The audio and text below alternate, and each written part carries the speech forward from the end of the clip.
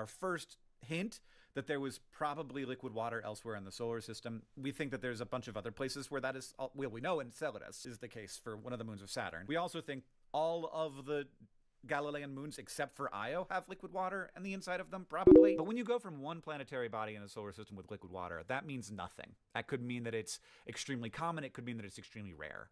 To two, that means it's common. It might not mean that every planetary system in the galaxy has liquid water, but it means that a bunch do. So it's wild that Europa has a kind of plate tectonics. It's wild that it seems to have a salty ocean, and also that there seem to be organic compounds on the surface. Now, I'm not saying organic as in made by life, organic just being carbon compounds. That's what we call them in chemistry. But what that means is that not only is there a subsurface ocean, probably, but also that subsurface ocean is interacting with rock. And also probably that rock has some volcanic geologic activity. And then you thus have like hydrothermal vents on the bottom of a giant ocean. And we think hydrothermal vents are one of the main candidates for how, like, where life began on Earth. So our third complete reforming of how we imagine the universe happened because Europa was the first signal that there was liquid water elsewhere in the solar system.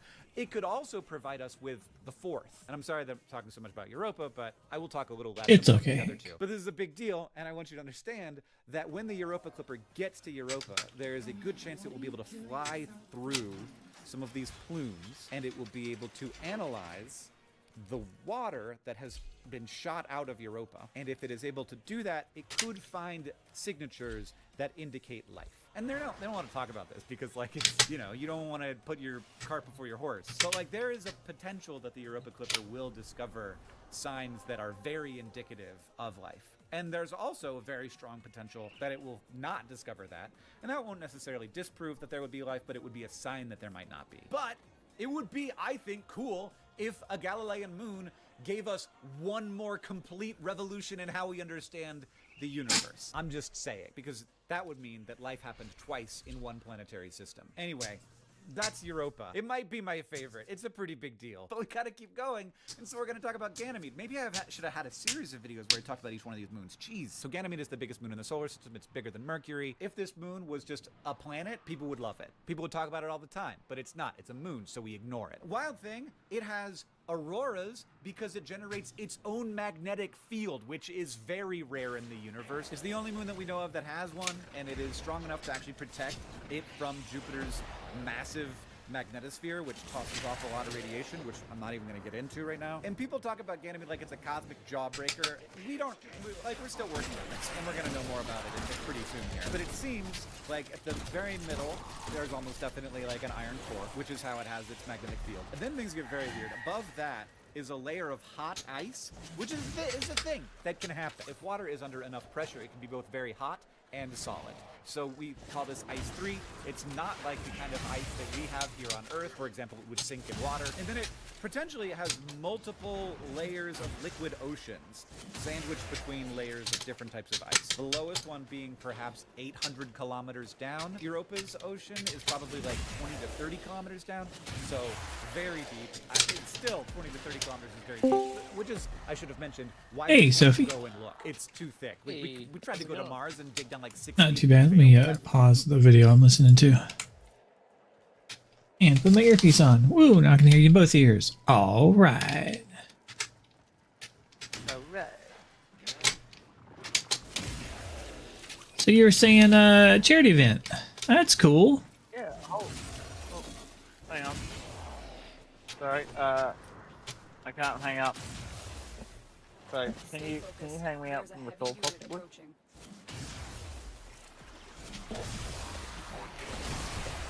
I imagine you're not talking to me.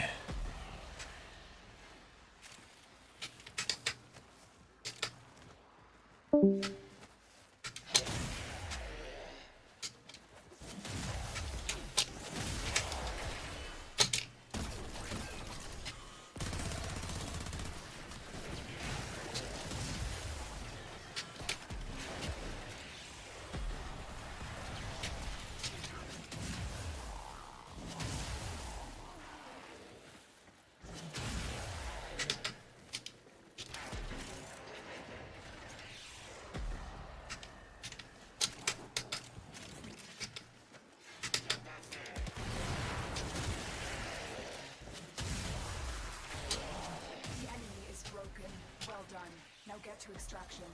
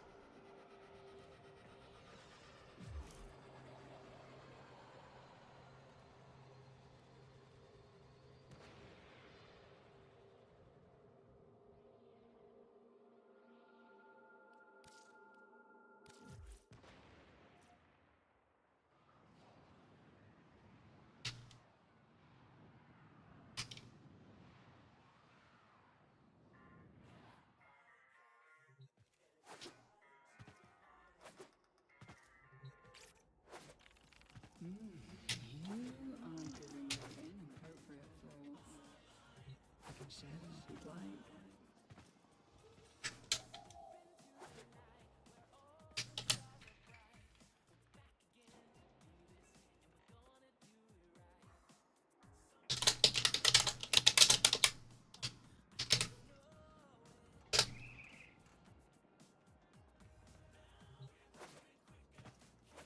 Can I glaze over for a bit, okay? A man needs me on his head. I miss pubs. Don't suppose you've ever been in a pub. This place isn't the same. Too new to pizza.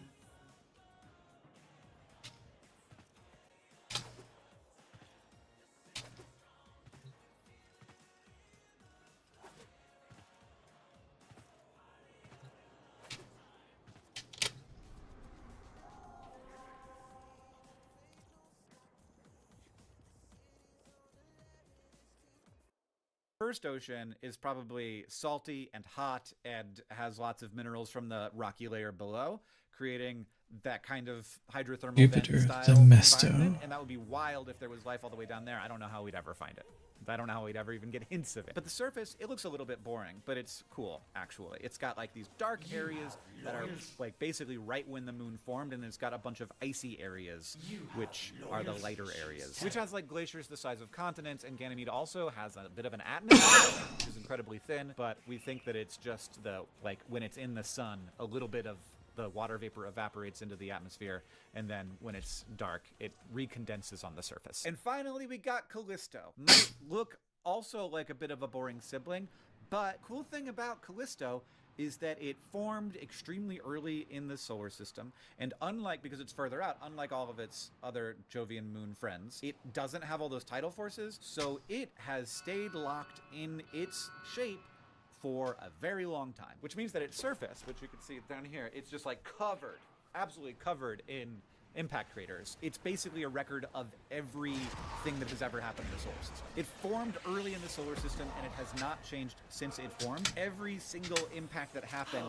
is recorded. It's like a palimpsest of the history of the solar system. A palimpsest is like a piece of paper that people like use over and over again, and they like scrape the ink off and then they use it again, which we used to do because paper was really expensive. But you can actually use a palimpsest to see multiple like layers of what people wrote on that piece of paper over time. And it's actually similar because later bombardments did cover up some of the early ones, but it's such a big moon, there's actually space that we can see kind of the whole history of the bombardment, which is a big deal when it comes to understanding how the solar system initially formed. It's kind of like another way of looking back in time. Callisto is also weird because when most like big planetary bodies form, they have some time while they're still molten to differentiate a little bit, where like the heavy stuff goes to the center and then the light stuff goes to the surface. But Callisto, that didn't happen. It's all still mixed together, even in its outer layers. So like the moon never got warm enough to fully melt and separate out. Which is cool. We also think Callisto might be hiding a very large subsurface ocean. Like, it may be that Ganymede, Callisto, and Europa all have more liquid water than Earth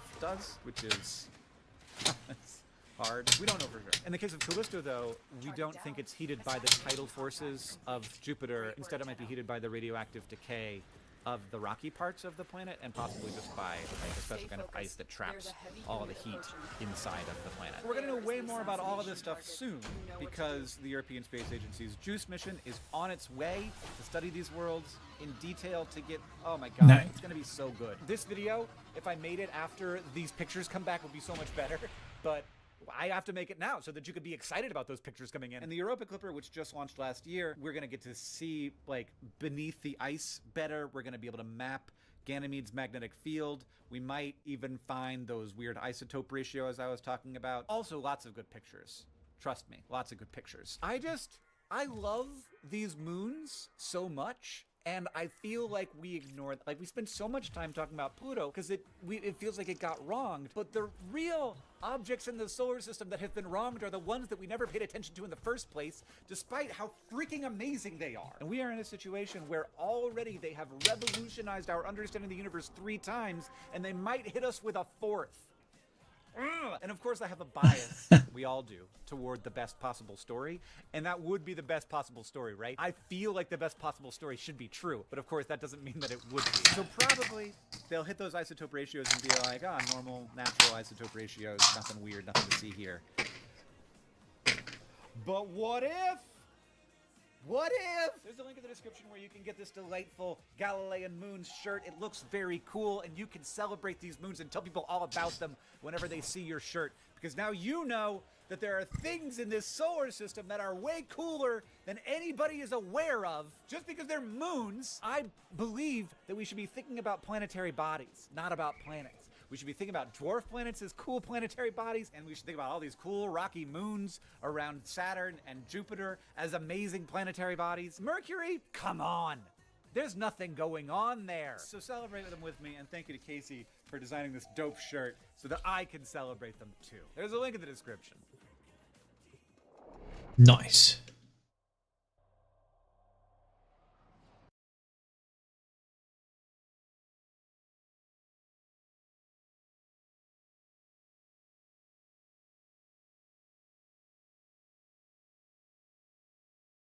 What if All of the world's biggest problems, from climate change to curing diseases to disposal of plastic waste, what if they all had the same solution? A solution so tiny it would be invisible. I'm inclined to believe this Bacteria? is possible thanks to a recent breakthrough that solved one of the biggest problems of the last century: how to determine the structure of a protein. It's been described to me as equivalent to Ah. Feynman's last theorem, but for biology. Over 6 decades, tens of thousands of biologists painstakingly worked out the structure of 150,000 proteins. Then, in just a few years, a team of around 15 determined the structure of 200 million. That's basically every protein known to exist in nature. So how did they do it? And why does this have the potential to solve problems way outside the realm of biology? So, are you up for a little investigation? A protein starts simply as a string of amino acids. Each amino acid has a carbon atom at the center, then on one side is an amine group, and on the other side is a carboxyl group. And the last thing it's bonded to could be one of 20 different side chains, and which one determines which of the 20 different amino acids this molecule is. The amine group from one amino acid can react with the carboxyl group of another to form a peptide bond. So a series of amino acids can bond to form a string. And pushing and pulling between countless molecules, electrostatic forces, hydrogen bonds, solvent interactions can cause this string to coil up and fold onto itself. This ultimately determines the 3D structure of the protein. And this shape is the thing that really matters about the protein. It's built for a specific purpose, like how hemoglobin has the perfect binding site to carry around oxygen in your blood. These are machines. They need to be in their correct orientation in order to work together to move, for example, the proteins in your muscles. They change their shape a little bit in order to pull and contract. But it would take people a long time to get the structure of just one protein. Absolutely. So what should proteins look like? Was only started to answer really with experimental techniques. The first way protein structure was determined was by creating a crystal out of that protein. This was then exposed to X-rays to get a diffraction pattern. And then scientists would work backwards to try to figure out what shape of molecules would create such a pattern.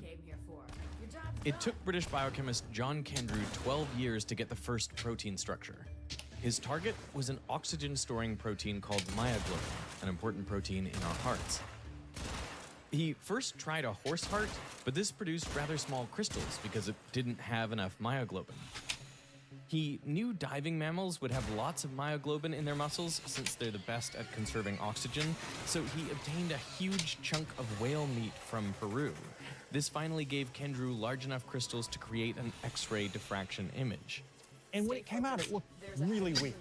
People expected something kind of logical, mathematical, understandable, and it almost looked, I wouldn't say ugly, but intricate and complex, and kind of like if you see a rocket motor, right, and all the parts hanging off. A machine. This structure, which has been called Turd of the Century, won Kendrew the 1962 Nobel Prize in Chemistry.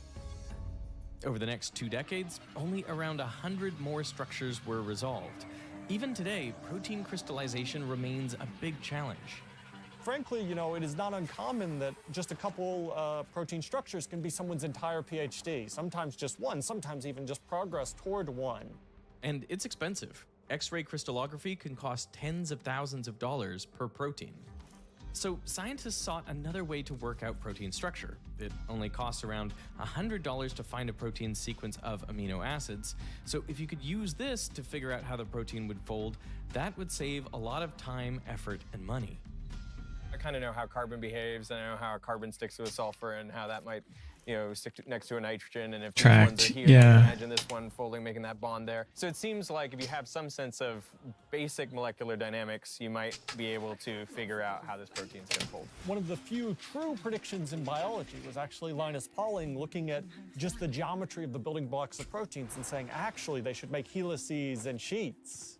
That's what we call secondary structure, the very local kind of twists and turns of the protein. But beyond helices and sheets, biochemists could not figure out any reliable patterns that would lead to the final structure of all proteins. One reason for this is that evolution didn't design proteins from the ground up.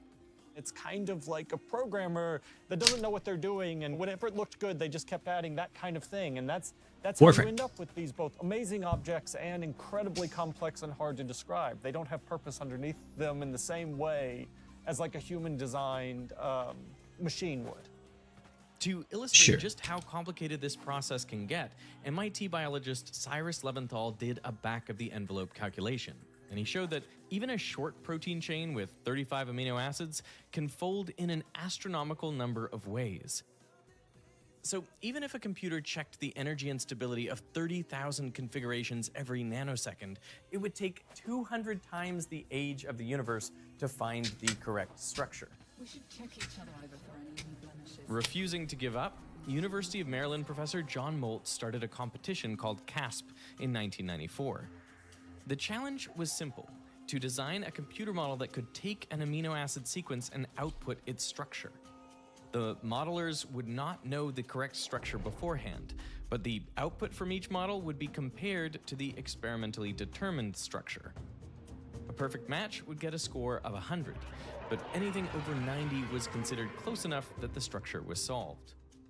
CASP competitors gathered at an old wooden chapel-turned conference center in Monterey, California. And at any point where a prediction didn't make sense, they were encouraged to tap their feet as friendly banter. There was a lot of foot tapping. In the first year, teams could not achieve scores higher than 40.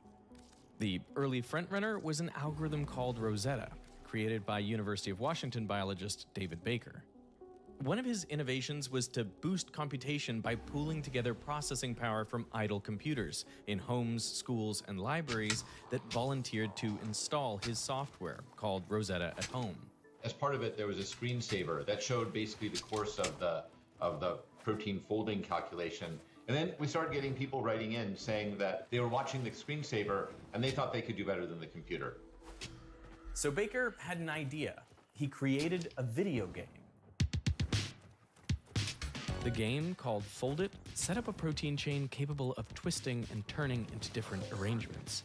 But now, instead of the computer making the moves, the game players, the humans, could make the moves. Within 3 weeks, more than 50,000 gamers pooled their efforts to decipher an enzyme that plays a key role in HIV.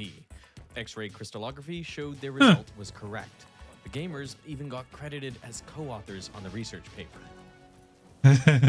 Now, one man who played Fold It was a former child chess prodigy named Demis Hassabis.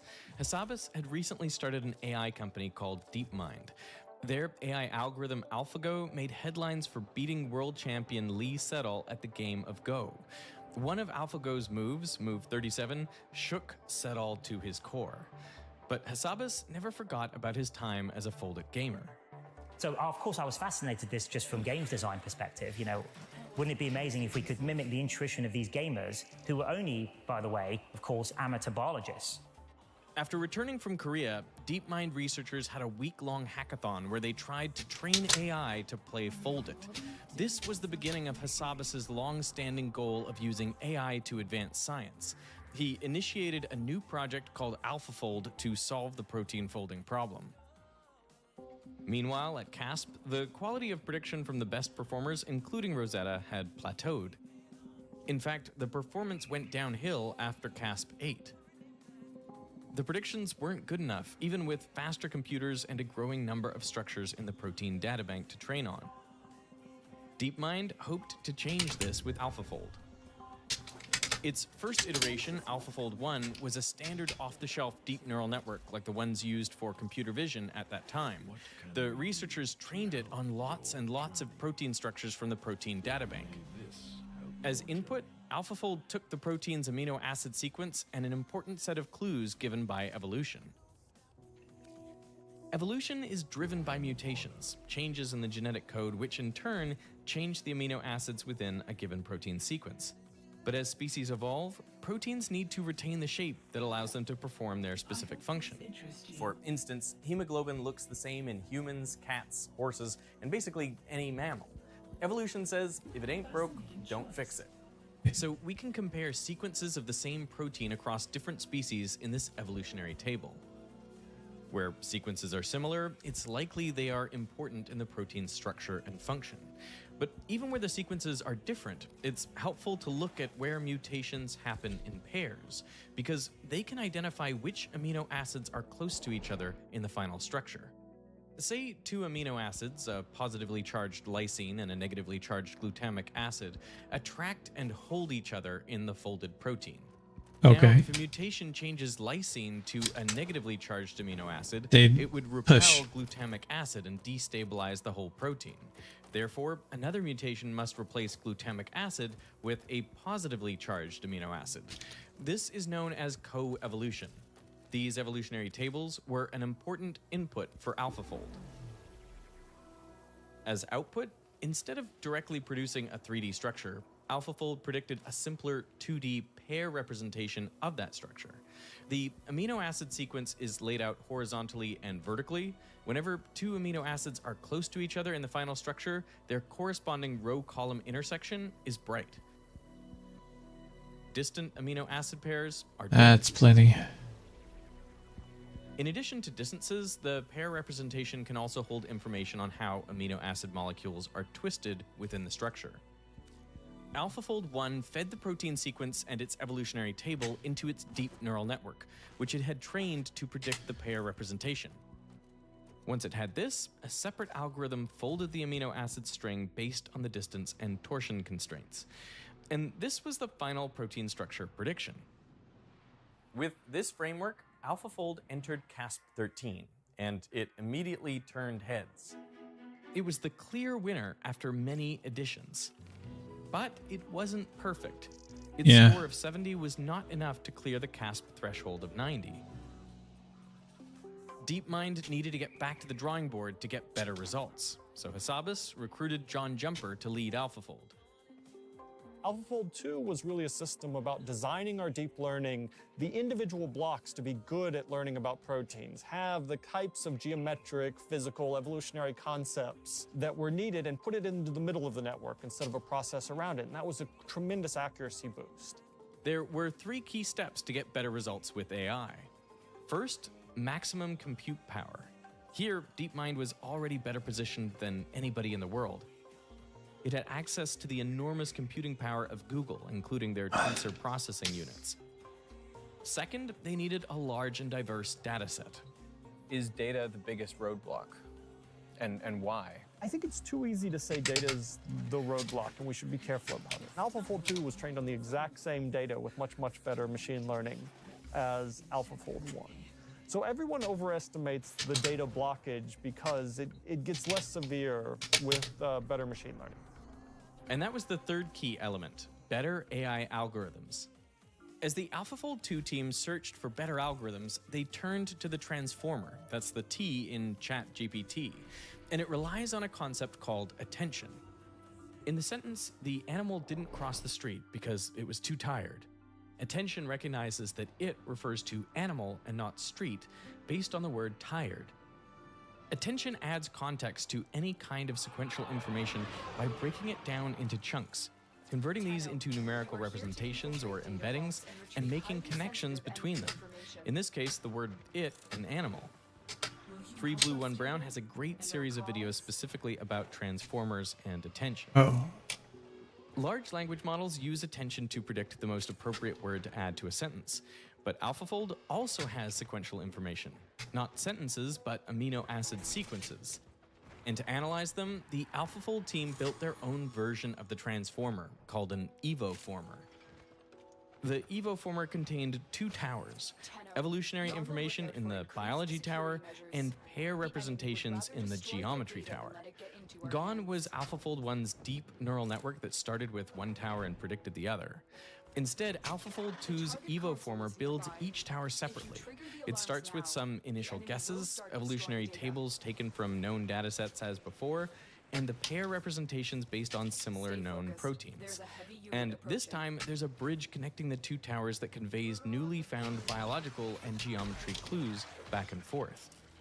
In the biology tower, attention applied on a column identifies amino acid sequences that have been conserved, while along a row, it finds amino acid mutations that have occurred together. Whenever the evoformer finds two closely linked amino acids in the evolutionary table, it means they are important to structure, and it sends this information to the geometry tower.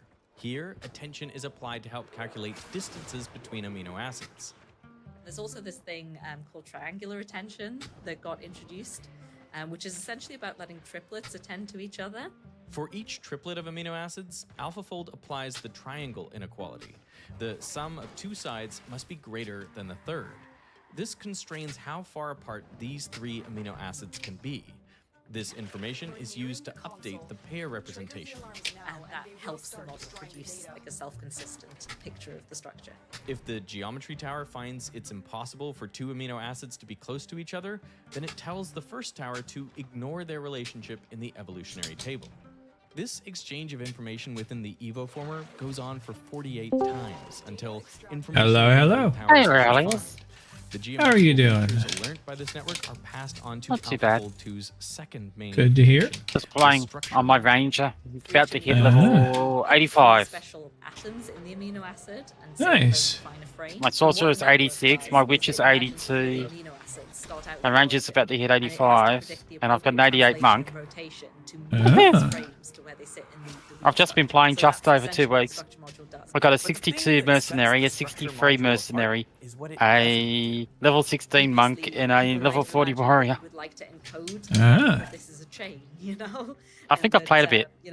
A little bit. Sit next to each other. We don't I'm pretty much done with it until the bugs get worked out.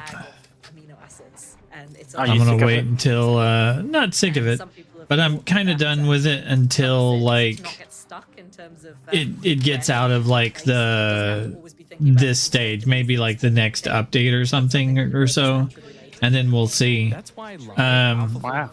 Like I looked at my like drops, and the ratios are still broken on a lot of things. Because they just haven't like had time to patch things. There's still a lot of abilities that don't work properly. There's still a lot of, you know, it's not actually released. It's one of those, it's still in a beta. So there's a lot of things that don't work the way that they're supposed to yet. I'm going to read an email. When you come back, I'm going to look like a god. No, actually, I take it back. I'm going to look like multiple gods. Well, by the time I come back, you'll have to restart again, most likely. You remember it's one of the games that has seasons. So you know, all your characters get deleted. Well, no, they're just not. The things that they have aren't allowed in the current season. So every time that they do a patch or an update, you can still play in Legacy, right? But the current season, those things don't. You have to start new characters. You know what I mean? It's how they keep the economy fresh. Do you remember Path of Exile? Not really. Oh, the way that the game works. Hold on, let me pause the video I'm watching.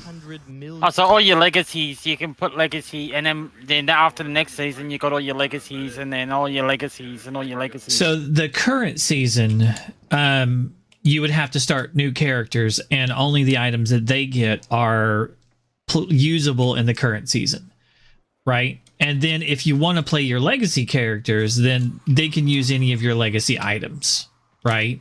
But the problem is you can't trade with anybody or take part in the market with legacy items. You know, you can't trade a legacy item with somebody that's in the standard season, right? But you can still keep your same player. Yeah, you can keep all of those characters and all of those items. So you don't have to do the questing again. No, when you start a new character, you can be like, do I want to start a legacy character or do I want to start a standard season character? The standard season character will have all the new updates and all the new stuff, and the legacy characters will have everything before the current season. But any of the items that you have from before the current season aren't usable on the current season, and it isn't tradable. Season, I won't have to start the new character at level 1, will I? You'll have to, if you start a new character on the new season, you will have to start them out from the beginning, you know, because they're a new character. You know. Oh, that sucks. Well, I mean, it's the way that it is, you know, and then you'll get items and stuff and they'll level up and then you can make new characters and things. It's just the way that the game works. And it's there for the reason that it keeps the market from being overwhelmed with the good stuff, right? So that way they can keep the scarcity of items so that things are valuable. The problem right now is, like, I looked at my drops. I have like 7 emerald rings,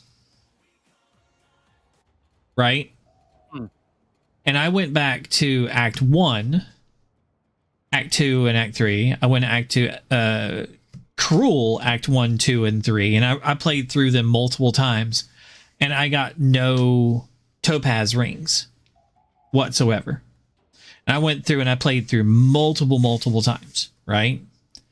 I got emerald rings to drop, right? I got other rings, like I got a in Act 1, I got a ruby ring. You know, I got various different rings. I went into Finn and Cruel, and I bought like in Act 1, and I just bought ring after ring after ring after ring after ring after ring after ring. Got no topaz. I've got lots of topaz. It's probably from a new character in Act 3. Okay. So the bug is, once you've gotten past a certain level, they stop dropping.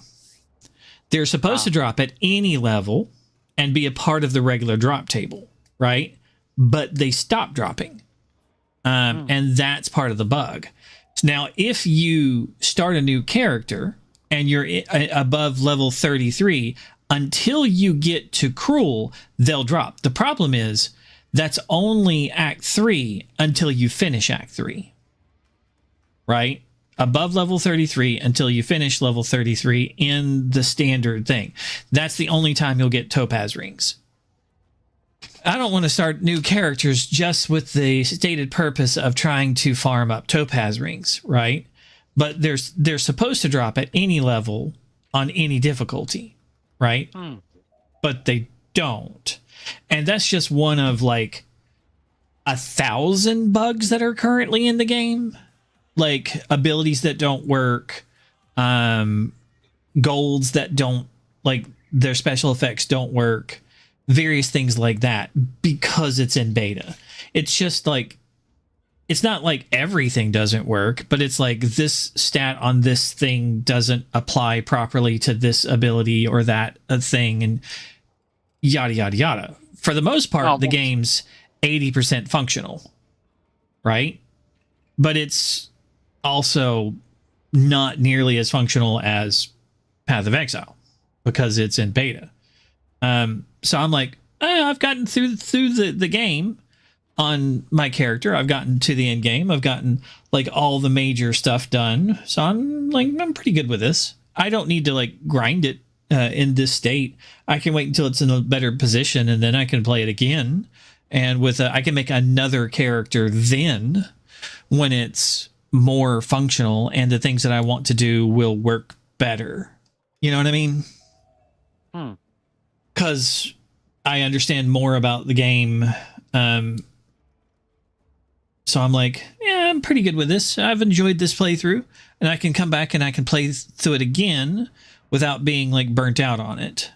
So the next time that I play through it, when it's in its next iteration, when it's more functional and everything works better, I won't be like burnt out on it because I didn't get burnt out on it the first time I played it. It's kind of the way, this is the reason why I've played Path of Exile multiple times. It's the reason why I've played, all the games that I played multiple times, because I don't burn myself out on them when I play them. I play them until I get what I need, and then I'm like, okay, I'll save the rest of it until the next thing in it. You know.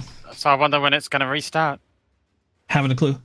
It might be after the next big update. It might be when it releases, but they do it in seasons. So I haven't investigated when the next season will be. Just got to roll with the punches. I saw a person playing DayZ the other day on Twitch. It's a good game. feel like miss it. vampires and not vampires, zombies and zombies. zombies. Sorry, I said the yeah, wrong one. yeah, but it's a tough game, and it was actually destroying my health because you'd have to spend so much time in there, and it's just like, oh my god, it was different. It's just like it was always high alert. You're going to get killed by somebody. It's PvP. And then having your base attacked, it gets tragically hard. Nah, I never really played it. I've seen yeah, it's Dan terrible. play it. I think he played it. I've seen some other people play it, but not my kind of thing. I mean, really. I love it, but it's tough. It's cruel.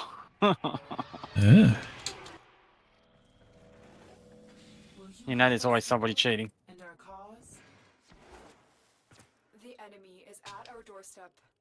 You must defend our equipment until reinforcements arrive. Is there stuff on this one? I don't think so.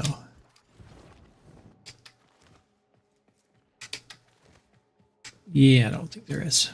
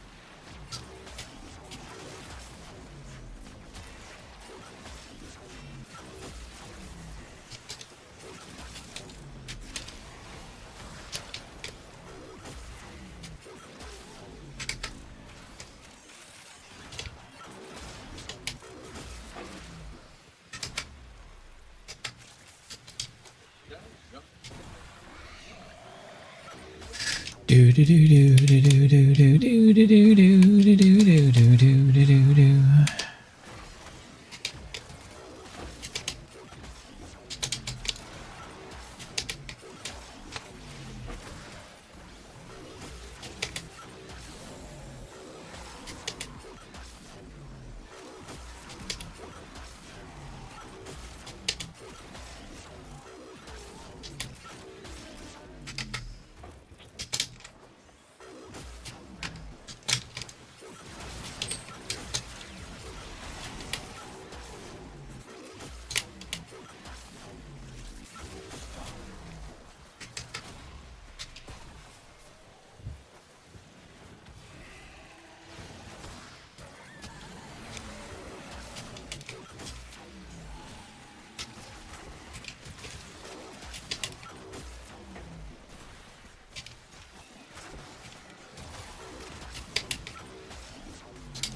How's work going?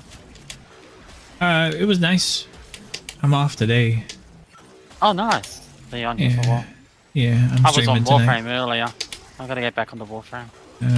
So, because the new thing's on. Nightwave thing. Oh, the Yeah. the thing in Magic. Yeah, Nightwave.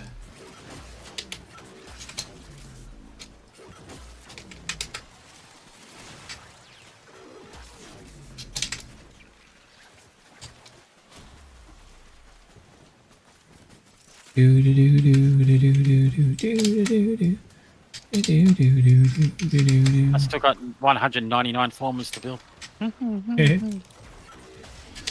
A good amount of formas.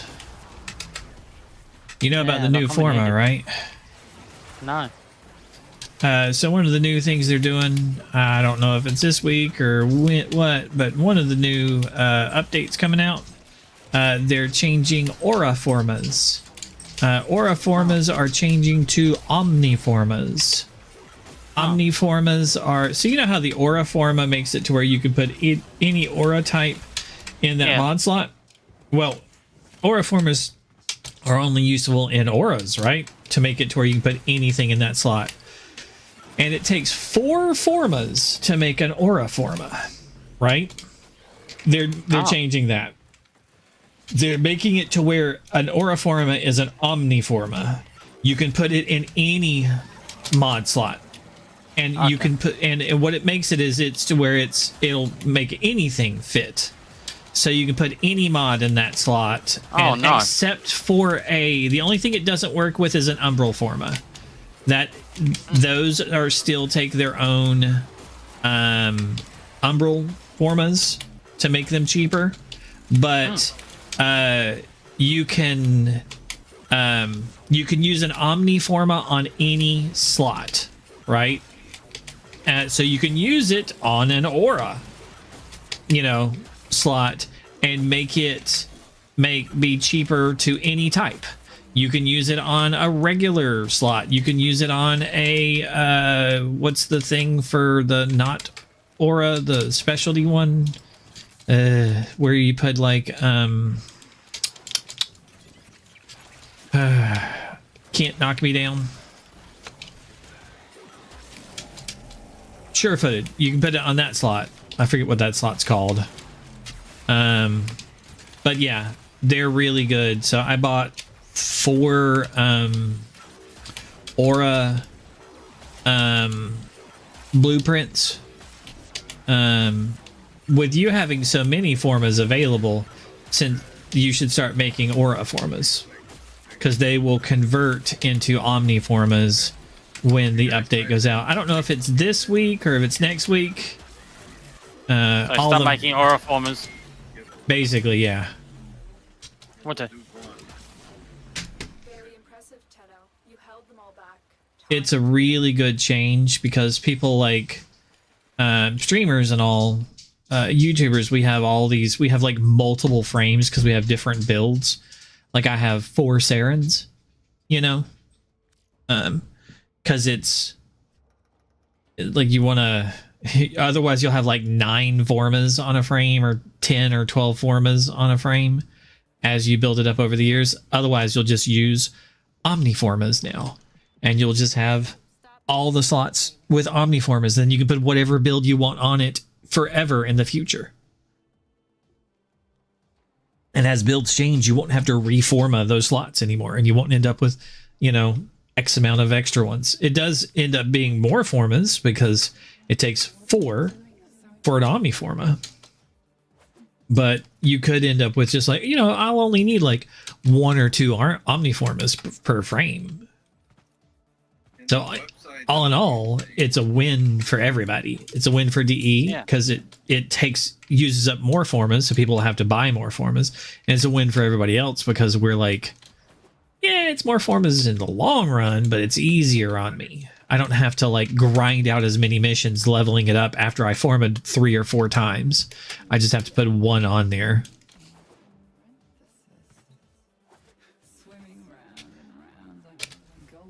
I need to make at least 1 while I have them right now. Aura Forma. We're gone.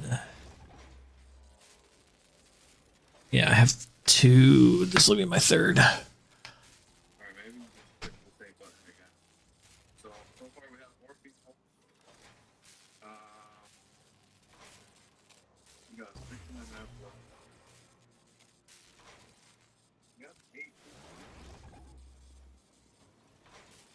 Hold on, Rollins. I'll be right back.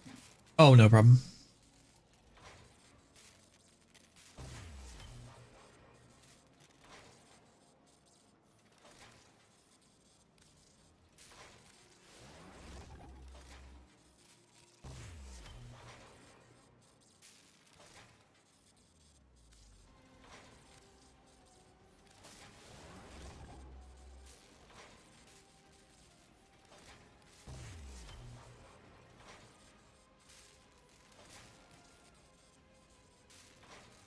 $434.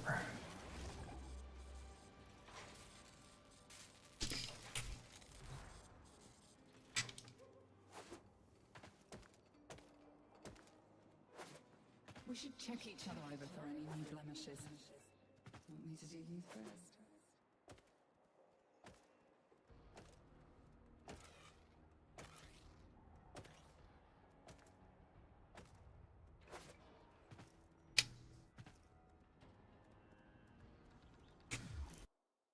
Of them, nearly all proteins known to exist in nature. In just a few months, AlphaFold advanced the work of research labs worldwide by several decades. It has directly helped us develop a vaccine for malaria. It's made possible the breaking down of antibiotic resistance enzymes, which make many life-saving drugs effective again. It's even helped us understand how protein mutations lead to various diseases, from schizophrenia to cancer.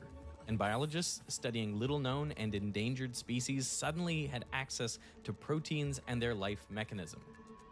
The AlphaFold 2 paper has been cited over 30,000 times. It has truly made a step function leap in our understanding of life. John Jumper and Demis Hassabis were awarded 1/2 of the 2024 Nobel Prize in Chemistry for this breakthrough. The other half went to David Baker, but not for predicting structures using Rosetta. Instead, it was for designing completely new proteins from scratch. It was really hard to make brand new proteins that would do things. And so that's kind of the problem that we solved. To do so, he uses the same kind of generative AI that makes art in programs like DALL-E. You can say, draw a picture of a kangaroo riding on a rabbit or something, and it will do that. And so it's exactly what we did with proteins. His technique, called RF diffusion, is trained by adding random noise to a known protein structure, and then the AI has to remove this noise. Once trained in this way, the AI can be asked to produce proteins for various functions. It's given a random noise input, and the AI figures out a brand new protein that does what you asked it to do. This work has huge implications. I mean, imagine you got bitten by a venomous snake. If you're lucky, you'll have access to antivenom, prepared by milking venom from the exact kind of snake, which is then injected into live animals, and the antibodies from that animal are extracted and refined and then given to you as an antivenom. The trouble is, often people have allergic reactions to these antibodies from other organisms, but your odds of survival can be a lot better with the latest synthetic proteins designed in Baker's lab. They've created human-compatible antibodies that can neutralize lethal snake venom. This antivenom could be manufactured in large quantities and easily transported to the places where it's needed. With these tiny molecular machines, the possibilities are endless. What are the applications you're most excited about? So I think vaccines are going to be really powerful. We have a number of proteins that are in human clinical trials for cancer, and we're working on autoimmune disease now. We're really excited about problems like capturing greenhouse gases. So we're designing enzymes that can fix methane, break down plastic. What makes this approach so effective is how fast they can create and iterate the proteins. It's really quite miraculous for anyone who's a conventional old school biochemist or protein scientist. We can now have designs on the computer, get the amino acid sequence of the designed proteins, and then in just a couple days, we can get the protein out. Yeah, we've given a name to this, which is cowboy biochemistry, because you just got to kind of go for it as fast as you can, and it turns out to work pretty well. What AI has done for proteins is just a hint of what it can do in other fields and on larger scales. In materials science, for example, DeepMind's GNOME program has found 2.2 million new crystals, including over 400,000 stable materials that could power future technologies, from superconductors to batteries. AI is creating transformative leaps in science by helping to solve some of the fundamental problems that have blocked human progress. If you think of the whole tree of knowledge, there are certain problems where, if they're root no problems, if you unlock them, if you discover a solution to them, it would unlock a whole new branch or avenue of discovery. And with this, AI is pushing forward the boundaries of human knowledge at a rate never seen before. Speed-ups of 2x are nice. They're great. We love them. Speed-ups of 100,000 times change what you do. You do fundamentally different stuff. And you start to rebuild your science around the things that got easy. And that's what I'm excited about. These discoveries represent real step function changes in science. Even if AI doesn't advance beyond where it is today, we will be reaping the benefits of these breakthroughs for decades. And assuming AI does continue to develop, well, it will open up opportunities that were previously thought impossible, whether that's curing all diseases, creating novel materials, or restoring the environment to a pristine state. This sounds like an amazing future, as long as the AI doesn't take over and destroy us all first.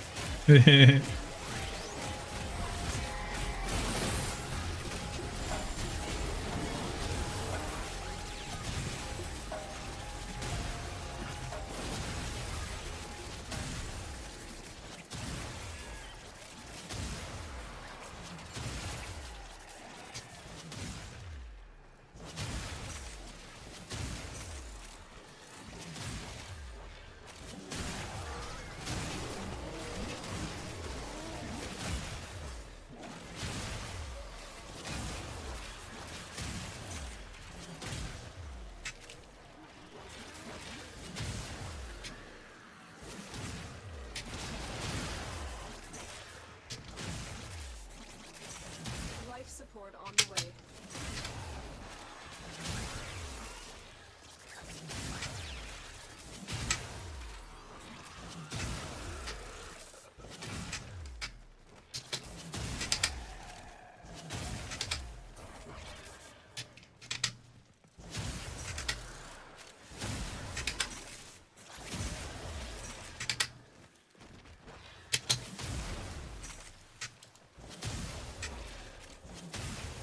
Delivered a life support capsule to the area.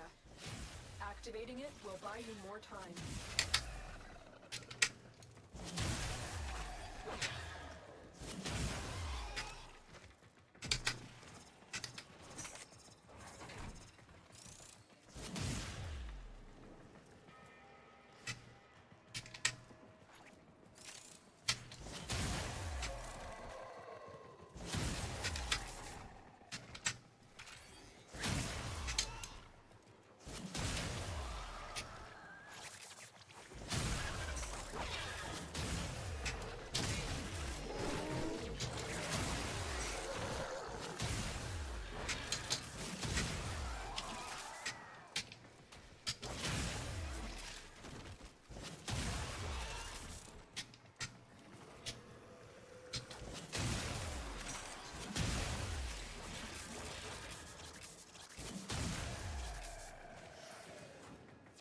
10-0.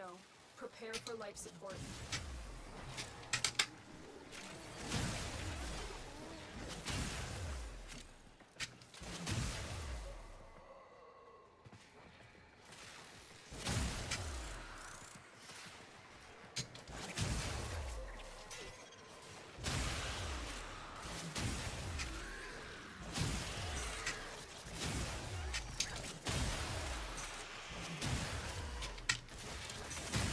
Another life support capsule is now available.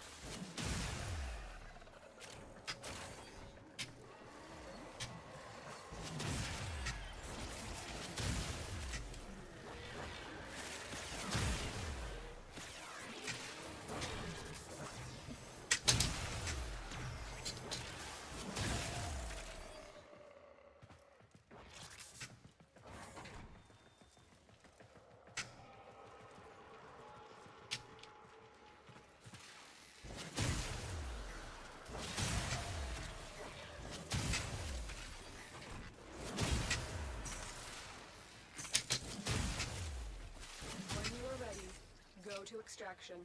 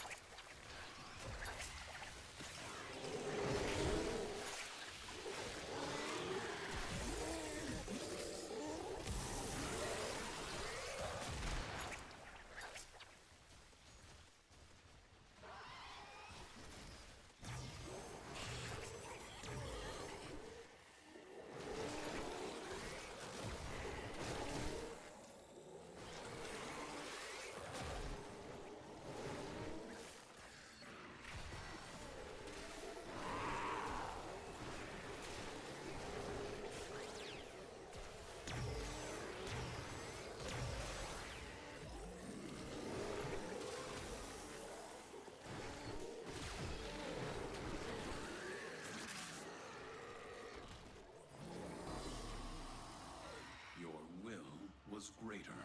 This is good. Good work, people.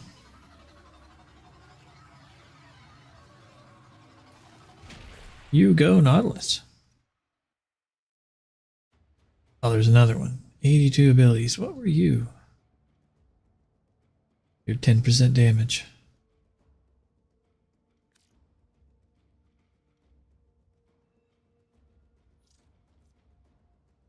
Culvero. Oh. And you had a Magistar and a Rauda? Wow. That's not a very good build. You need to try harder.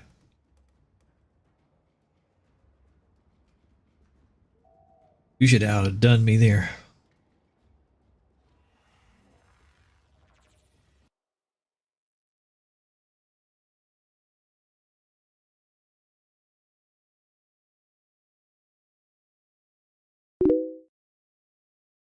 Hey, Shadow.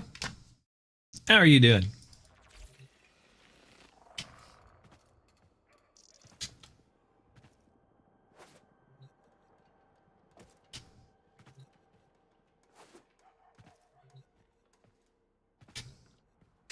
I'm the biggest monster you ever took down.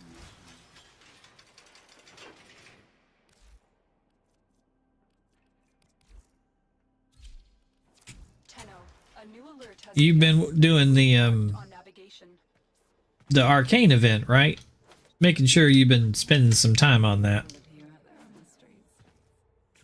It's like the best one for it ever. I'm back. Welcome back. Real life, what a pain in the ass.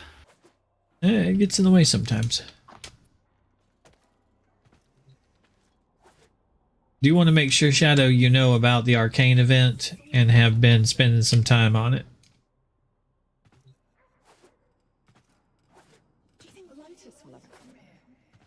Or would that be too late? You have not. You should. If you want to have like an arcane energize, arcane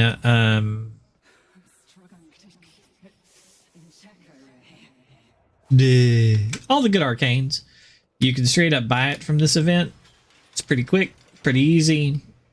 They reduced the prices to make it even easier, so there's not as much grind this time around. The only thing you have to do is to do the Jade Light, the Jade Shadows quest. To be able to do the Jade Shadows quest, you have to have done up into the new war. So you have to finish the new war. So I think you've got enough stuff done in the game to be done with the new war, I think.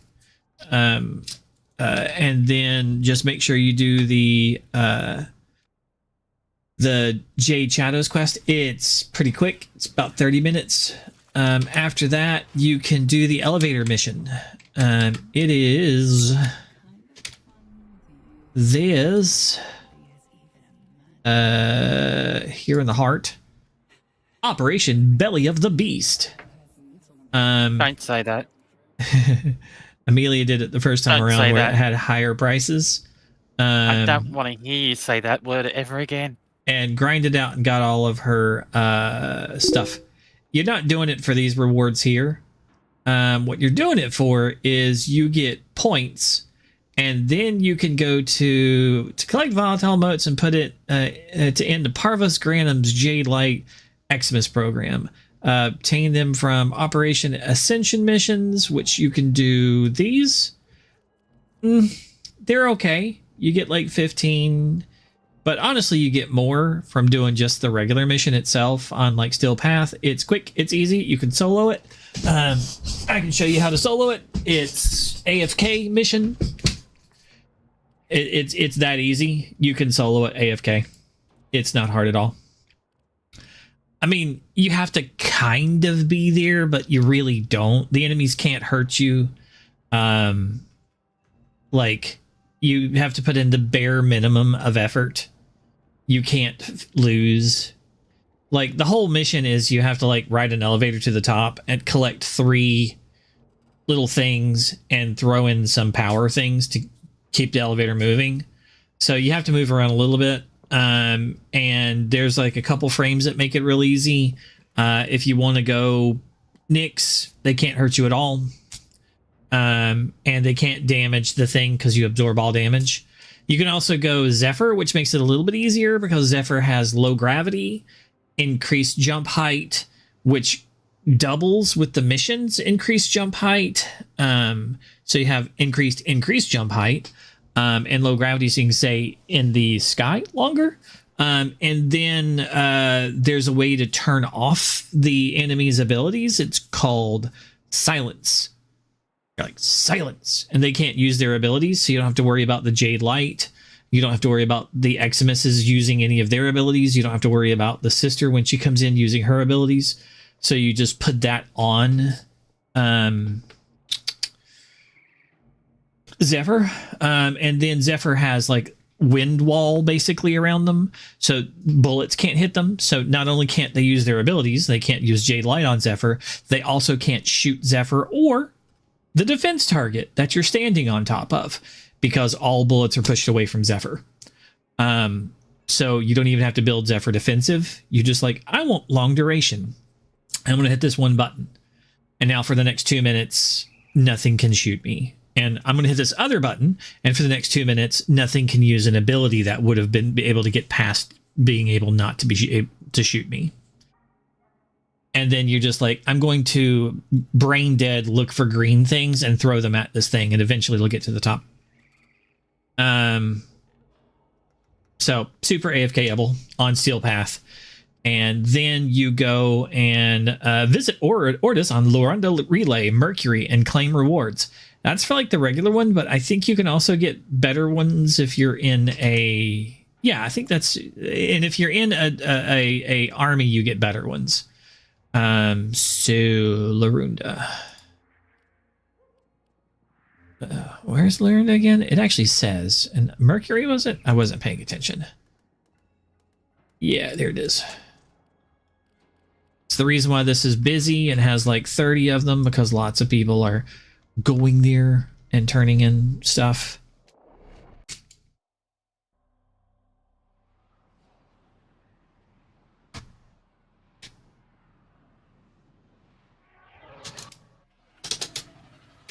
Can I just fast travel to Ordis? Ordis, yeah, you can just fast travel to Ordis. Here's the regular ones, and then there's clan only. So the regular ones will give you like a bunch of decent stuff. Nullifier, super good to have. This makes you immune to magnetic effects, which is good for certain things. You probably know a bunch of this stuff. Some of the grays, or a couple of them are good. Most of them are crap. Then you've got the silvers. Some of them are good, worth having if you don't have them. Trickery is okay. Just finish up the sets that you don't have. Right, and then there's the golds. A couple of these are good. Then if you want the really good ones, you go to the clan only ones. And then you have Energize, Grace, Barrier. Energize is super good. You buy those. There you go. So very well worth getting right now.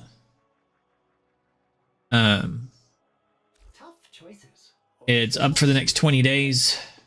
If you want to, you could also, like this shared purpose, you can actually go into the mission and be the 5th player in the mission as Stalker. So you'll join somebody else's mission and there'll be 4 of them, and you as the 5th person, and you'll be Stalker. Because you're not fighting against them, you're helping them, because Jade is Stalker's wife. And Jade's baby is Stalker's baby. Because that's the story of the pregnant Warframe.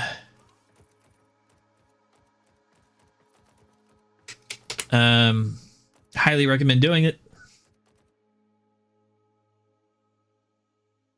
I wonder, I should be able to buy from him not in Lorunda, though. The question is, did they turn that off or not? And is it bugged or not? That's the question. Earth. Drifters Camp. Because Ordis should be able to purchase those things from the Drifters Camp.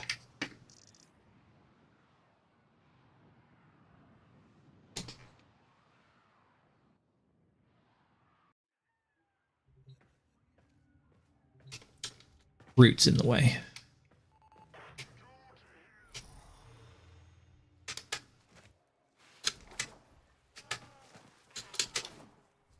They turned it off for this event. Because when this event isn't up, Ordis stands right here and sells you the Jade stuff. the reason why there is a platform above the area, because that's the furthest down you can build to where Orda stands. I was wondering about that.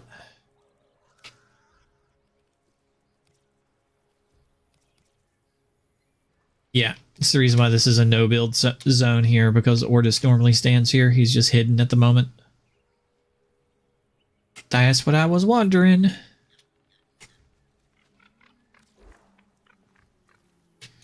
Did they put some dangly bits on my guy over there? I think they did. Interesting.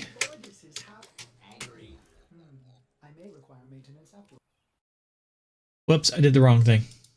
I closed the whole game instead of just leaving the zone. My bad.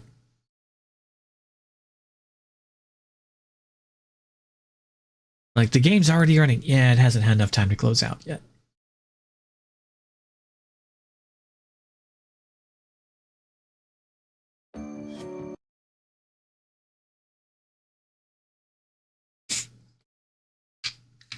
Distracted.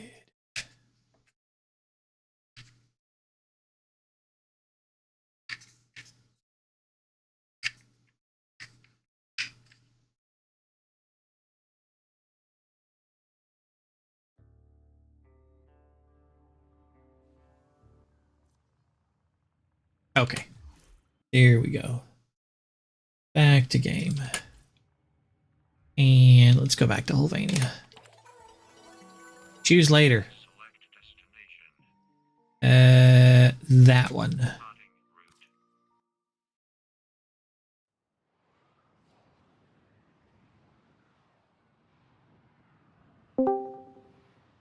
Hello. Potato. How's it going? I'm getting ready to do the Deep Archimedia. Did you want to join? Yeah, I'll join.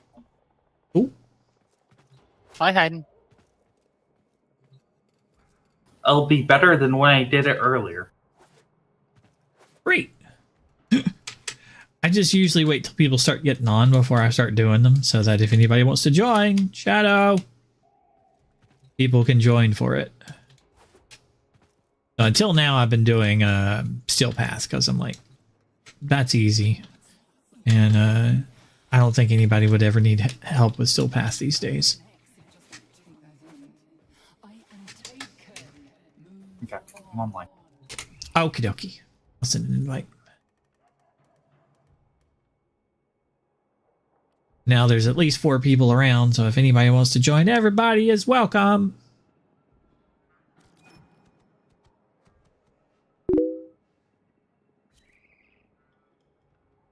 Sure, you can join voice chat, and I'm getting ready to go on the Deep Archimedian if you want to join.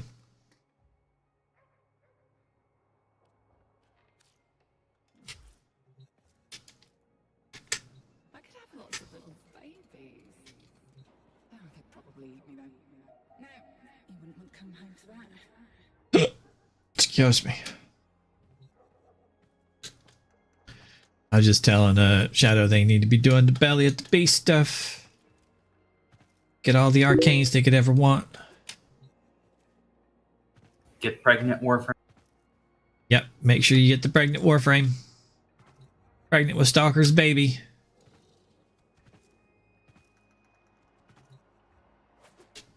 You know, you'd think with all of that, Stalker would be a little less, you know, emo versus the Tenno and a little bit more aggravated. He still doesn't fully remember why. Yeah, you think he'd be a little bit more aggravated with the Oregon for, you know, turning him and his wife into, or his girlfriend or whatever, into war machines. I think they were married. Okay, so him and his wife into war machines. Well, mind wiping him and turning his wife into a war machine. Yeah, and well, he's one too. Kind of. You know, he's a low guardian. He's not a full Warframe, so I mean, I'm not sure what the lore implications of a low guardian is. he's Like- basically a Warframe. He's got 4 abilities. We play as him. He I just mean, so do sucks. Dax. Okay, touche. The Dax are better than he is, though. Yeah. He's a low guardian. But still, you'd think he would be less like I said, emo against Tenno and more like on their side than this whole like all this angst all these years. Hate and angst and what's the rest of his followers' names? Malice and hijinks. I forget the other ones. I can't even remember all of those.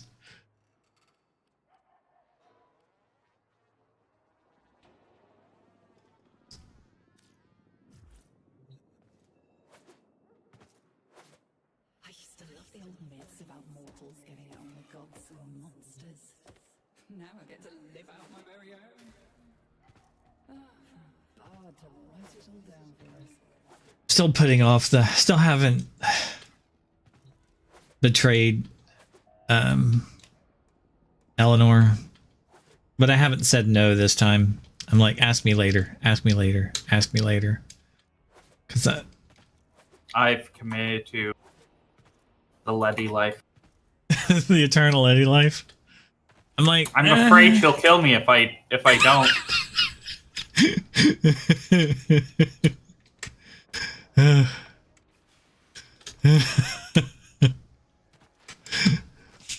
I'm tempted to like go see Owie, be like, hey girl, how's it going?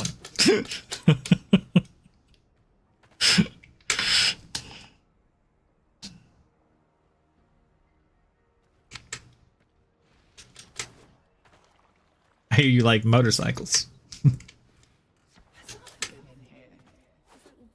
Because she's such a sweetie. I think I can only take her saccharine outlook on life for so long, though, before I'm like I gotta go back to the horn dog. Yeah. Welcome. Hello. Are you online yet? Nope.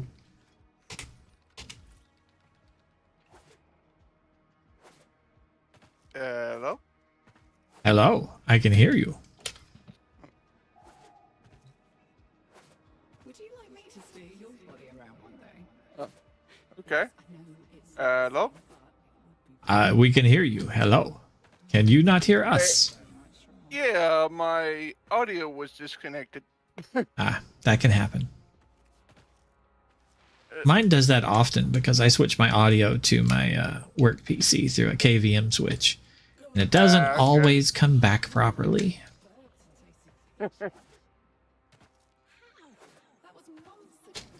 You in game yet? I'm fixing to start the game, yeah. Okie dokie. Just had to fix me some coffee and get me something to eat. Coffee's good. Yeah. Coffee Aurelius makes doesn't drink coffee. Yeah. Probably. I have coffee activated superpowers. I don't like my superpower. I My couldn't super- imagine a life without coffee. Well, I mean, if your superpower was the ability to clog any toilet on Earth, and it was activated by drinking coffee, maybe you wouldn't drink coffee either.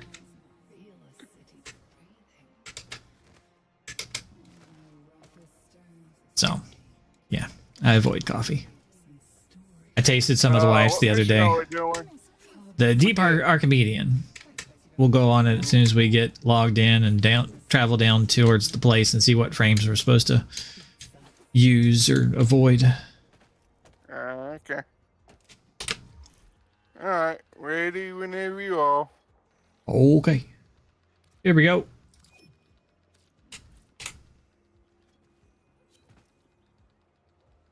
Okay. Let's go see what the fun is going to be.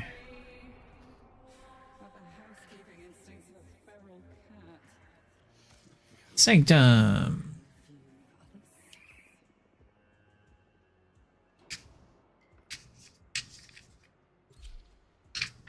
Thrilling conversation, Eleanor, but you type slow as fuck.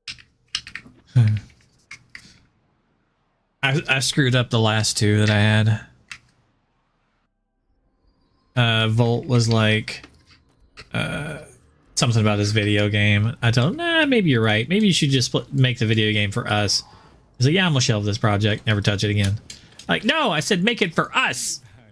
Damn it. Wrong answer. Please, it wasn't a video game. It was playing Dungeons and Dragons.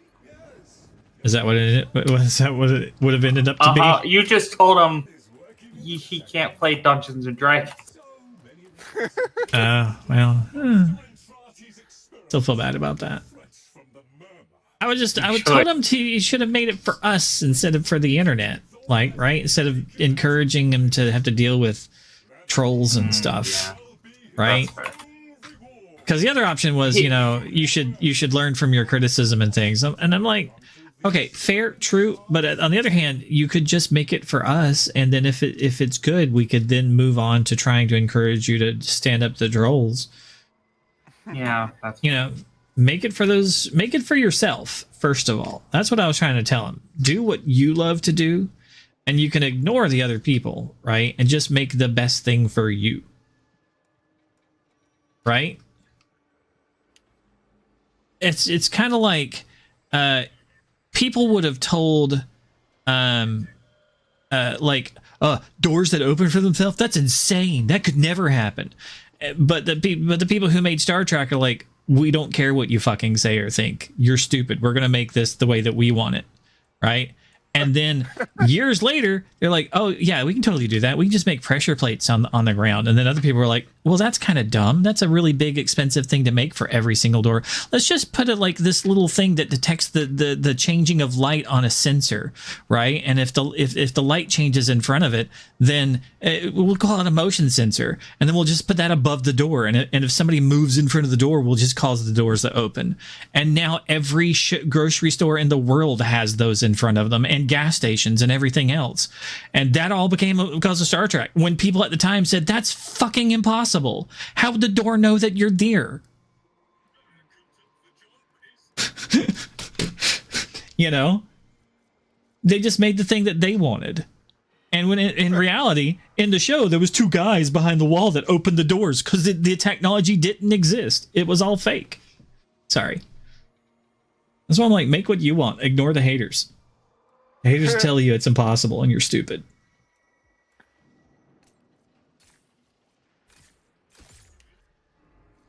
And then down the road, people will figure out how to make it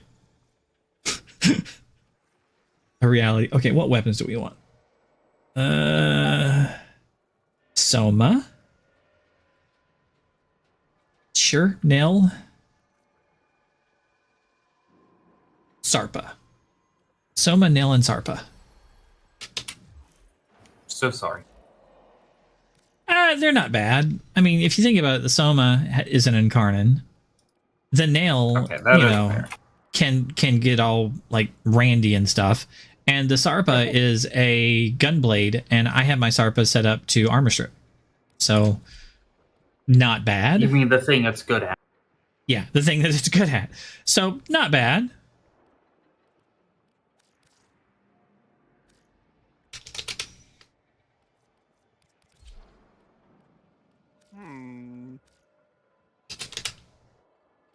Yeah, I've got a 4 Forma Nail, a 5 Forma Soma, and how about my Sarpa?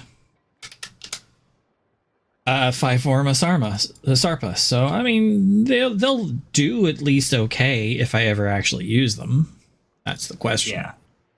Because it's like, chances are I'm just going to be murdering stuff on, like, Styanax. And never actually use those.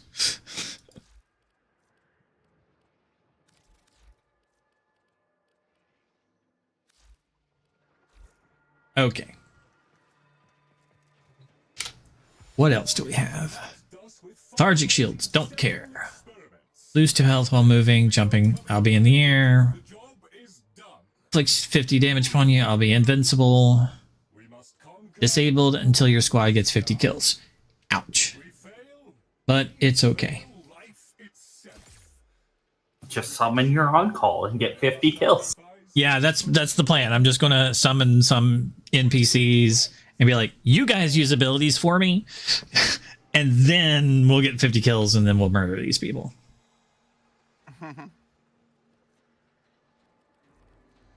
Okay, that should be it. What do we have for missions? Disruption, that'll be easy. Exterminate, easy. Survival. Survival.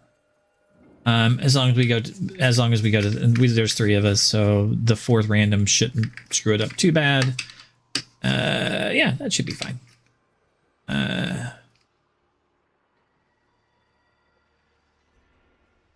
So the question is, do you just want me to go Styanak so everybody will be invincible, or do we want me to go like, I will choose weapon it. For my character. I could also go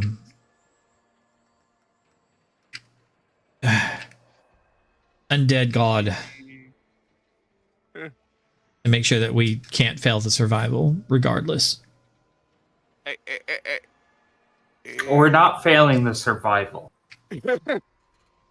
Regardless, we wouldn't be able to if I go Necros. I don't think I need to go Necros per se. I don't think Necros will help with the survival. If I remember right, they don't drop life support. They do. He will help. They drop life support. Yeah, I don't remember what the actual modifier is for the survival.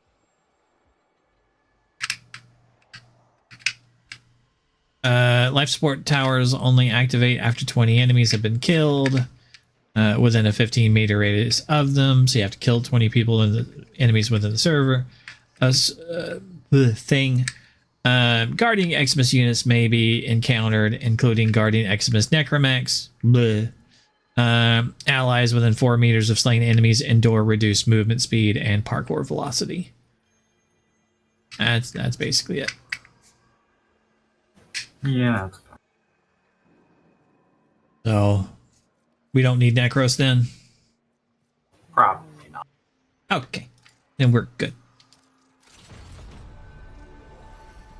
I am going to put on Styanak, so we are invincible.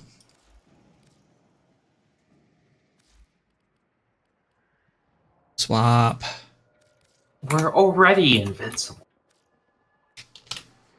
Well, I mean, you know, then Maybe we'll be I'm fine. just invincible. Which one are you? Trinity? Randy. Yeah, we have a decent amount of invincibility. I mean, I could bring something better at killing, but you know. I kill fine.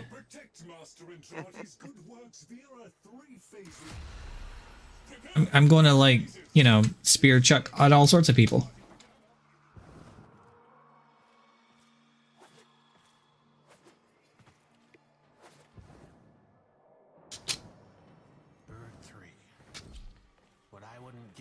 I had somebody say no.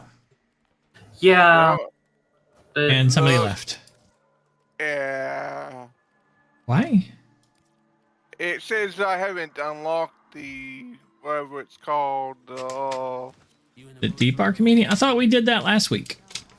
Yeah, which is strange is that I don't have it unlocked. I don't think. Give me a moment. I thought we did both of them last week. Like regular Archimedean and Deep Archimedean last week. Is that not you? Yeah, I just had to unlock it real quick. Okay, try again. So you're in the group. You do. Okay, so you select all. Hold on. I have everything selected. So do you have Elite Archimedia selected? Share your screen. Let me exit out of this mission because you just started a mission and I was still in the mission that and it didn't let me leave it. Do what? Sorry. It happens. Let's reform the party. Yeah, I have to exit out the Dimos area and then we appear in there after you invite me. Okay, I sent invites. I got it. Okay, so you're coming down to Deimos? Yeah, I'm already there now. I just had to exit Deimos because it was on the same quest as you, but I couldn't actually do it because I had to unlock the mission or whatever. Yeah, you have to spend your search pulses for Archon shards or whatever. Yeah. Dumbest. Alright, whenever you're ready. Okay, so we can go in the door then? No. You have to restart the mission again. Okay. Because, Okay, good. Alright. Begin research. This press begin research, right? Yeah. Okay. As long as the star at the top is... Yeah, there we go. Yeah. Weird. I don't know. Strange stuff happened. Men's looking at doors. Yep, we're gonna go in the doors.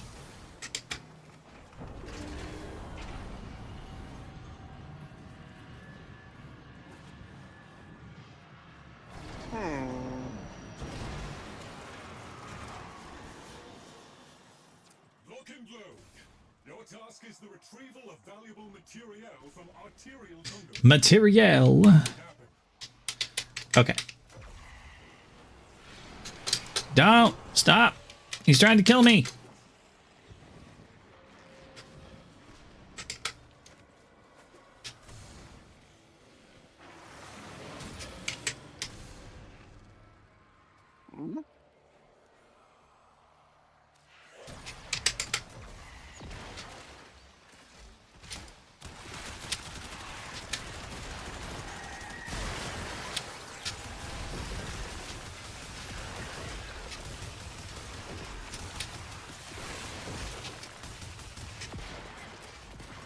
Okay. I have Hourglass. I'll wait till you guys have ability.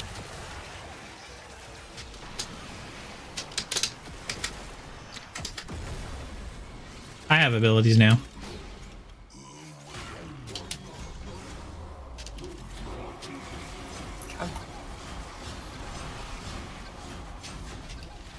Where is it coming from? Okay, here we go. White.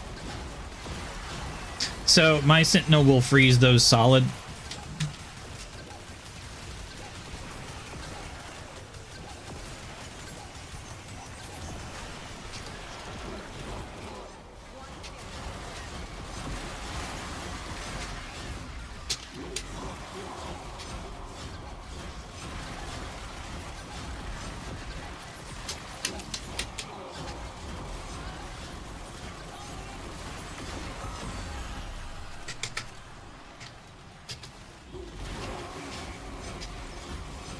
I have my on-call and Dante here. So between me and Dante, we should be good with the whole Beauregard? Hopefully. Okay. I would playing hope an so. eyeball. Okay.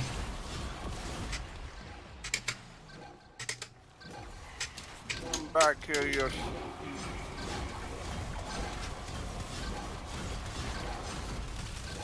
Why you not die?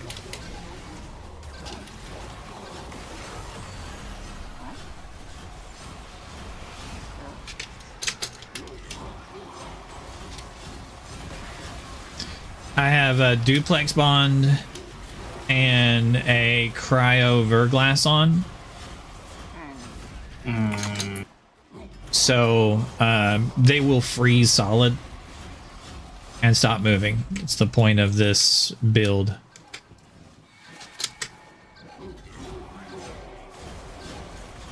So as I spam my ability, I will make lots of little minions floating around freezing the shiz out of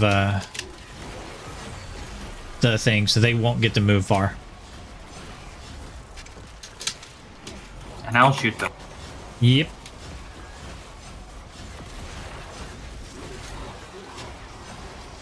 And my Nautilus currently has 32,000 overguard. So Mine has 45k. yeah, they're not really going to kill the Nautiluses or the our Nautili. people. The Nautili, yeah, anytime soon. So it's okay. These two are spread. That's the downside.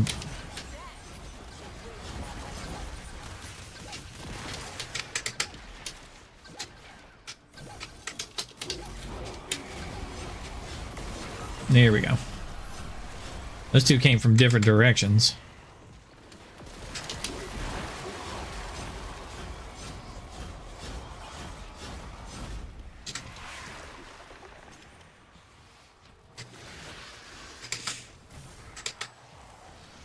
Dante was just my early pick to get Overguard going while the things were trying to eat my soul. You have a soul? Last time I checked.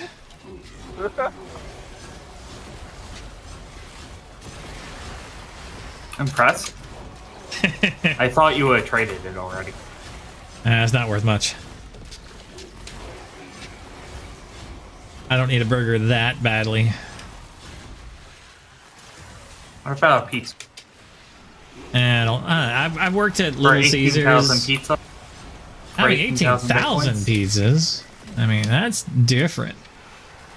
No, It's for not worth that much. 18,000 Bitcoin. I mean, 18,000 Bitcoin. That's a lot of money.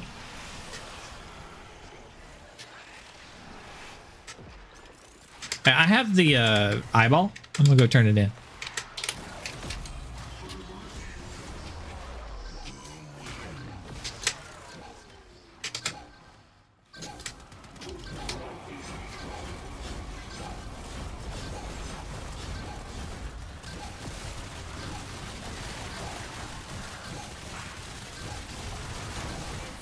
No bad guy.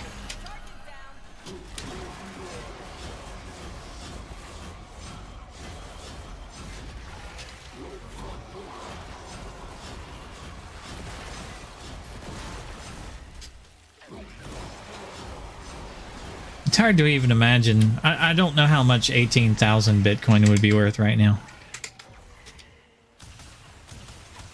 I'm like... A lot. Yeah. That's a lot. That's a lot.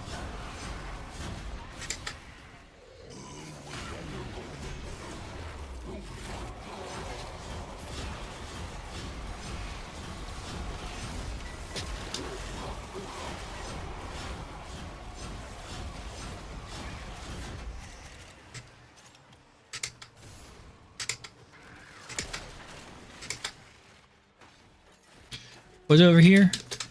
Okay, I'm guessing people don't know how to get into that.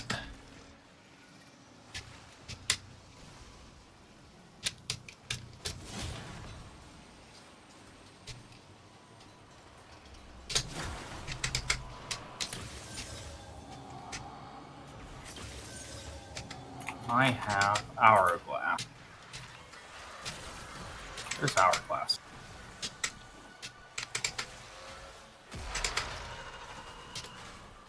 Doesn't matter. Somebody marked these things, so I'm taking the time to go and collect them because I'm annoyed.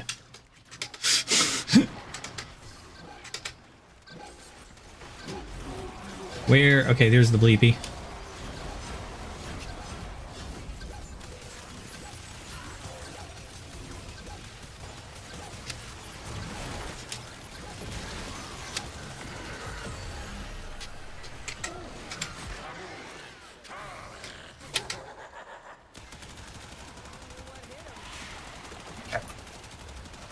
I really don't want to shoot him. I have good news. He doesn't have a Kiwi.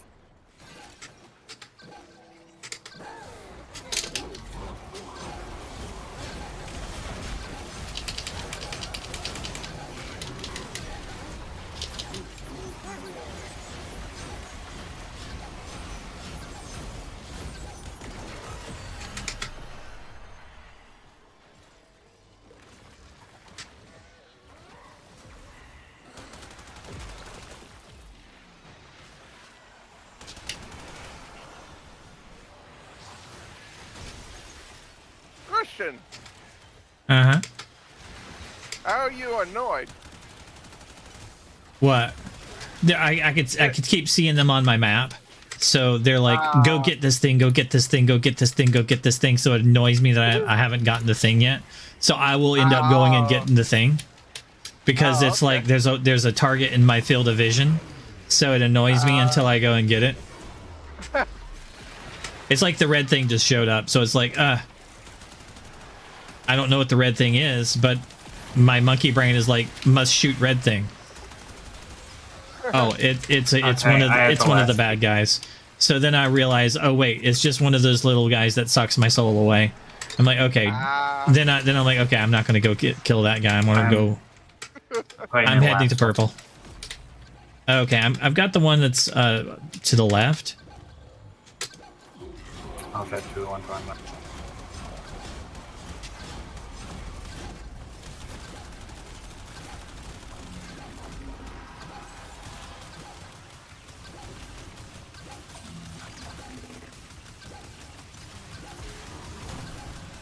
I like how well these guys like freeze these dudes. How's the other one dying? He dead yet? He's dead. All right, good. He pushed me. Not very nice. He did too. That's it. Mission done.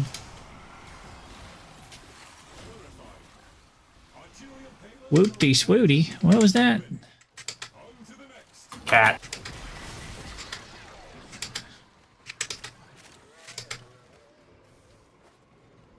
I can't tell. I guess it's right. Everybody else went right, so I'm like, okay, I guess that's the way I gotta go. My icon was just at the end of the map.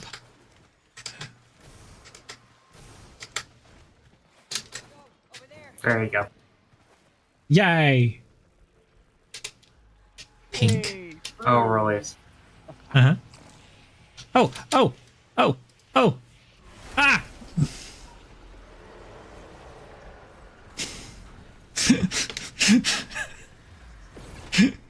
I was trying to cycle to it, but we exited too quickly. It's okay. I have them both now. Yay! Oh, because it's that time of the year. The event is up. Oh, nice. Okay, so we don't have the things. So I've got to call out my on-call.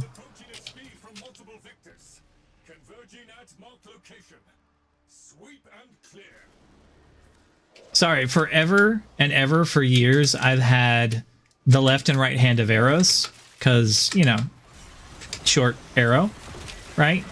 And nobody I've known has had those emotes.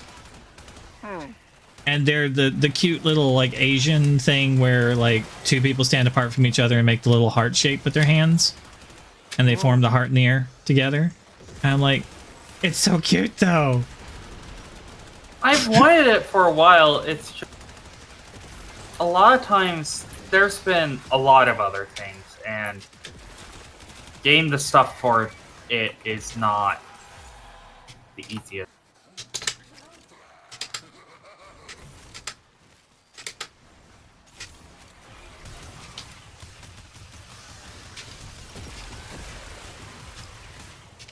I guess an arcane.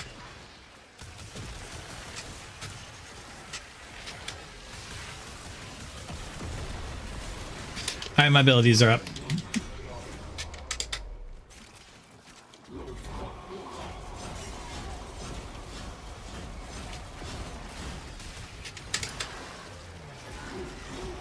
Excess overguard is incoming. And energy.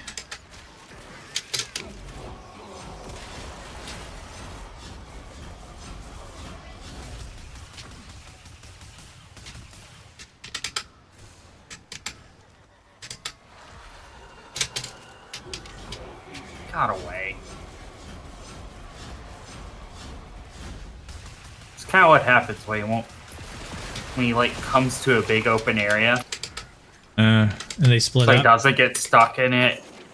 Yeah. They split up and then they all just kept flying around in a circle. It's rather embarrassing.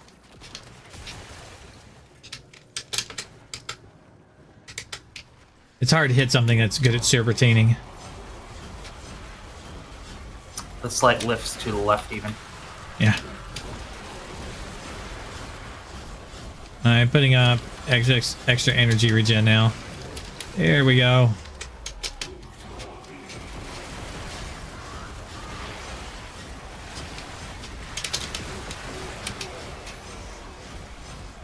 There's a good amount of destruction happening back there.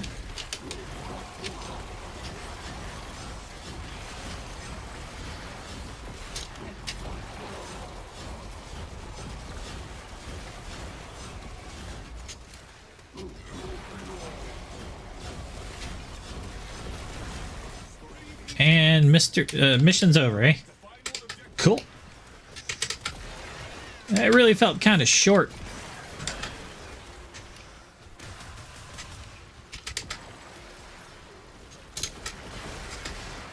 I mean, I did over half the kills, I think.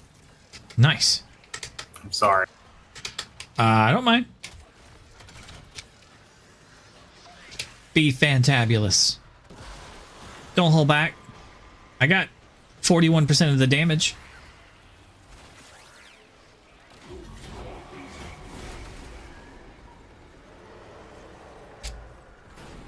But yeah, I only had 30 kills. Yeah, like 91.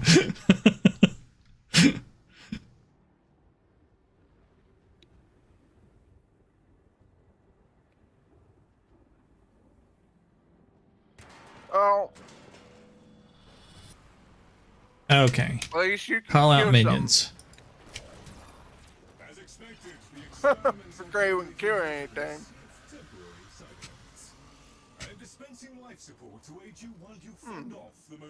Where? Which way do we go, George? Which way do we? That way.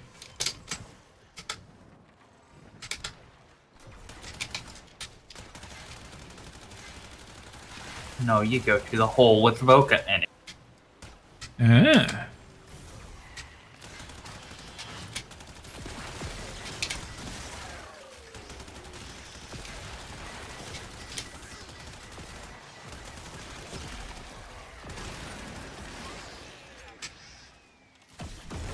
My uncle probably has it.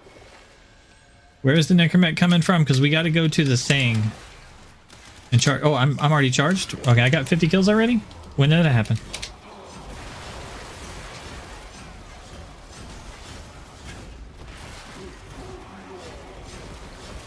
Why is there a waypoint on 3?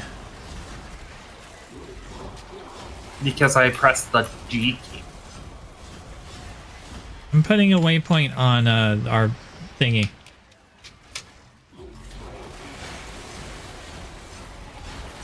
I need to kill like 20 things in the range of this.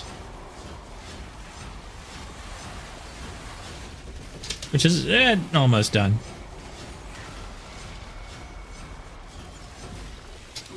%. Okay, this one's charged.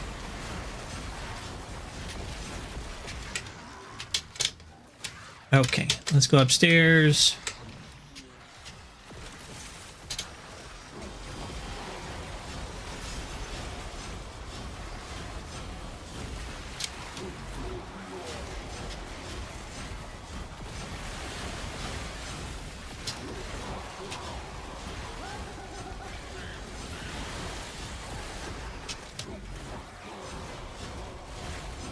Okay, what's my charge on this one? 65%.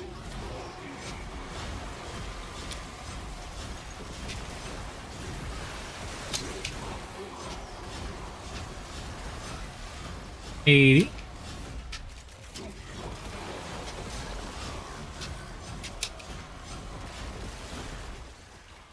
$95. Done. You got another one loading up anywhere? Yes, please.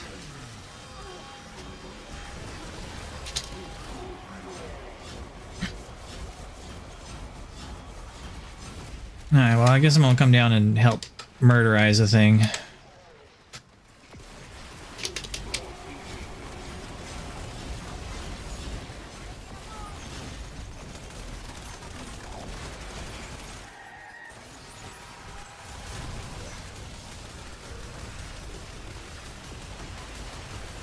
Wait, I'm not actually hitting him right now. There we go. I had to like back up or something because he was moved into a weird position. He did. Okay, there's something 50 meters away from me. Ah. It was Voka.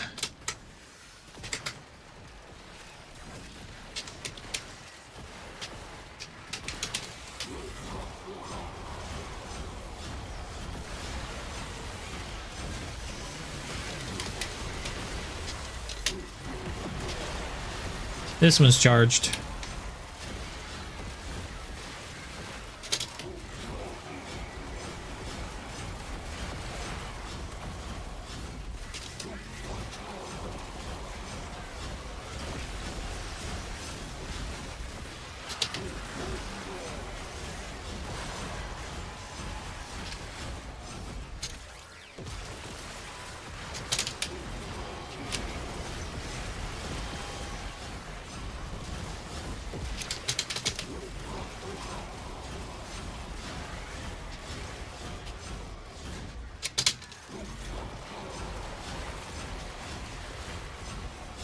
And there's another one coming in 146 meters away. Ooh, bad guy.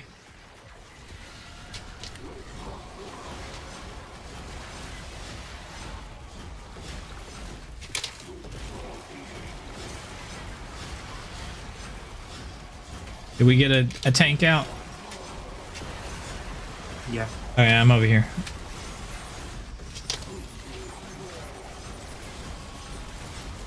Alright, putting buffs up. Infinite energy is ours.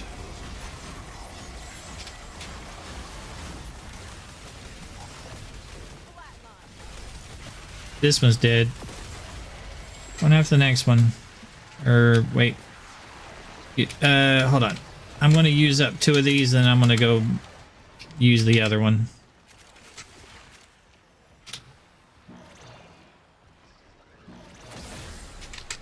We're at 60.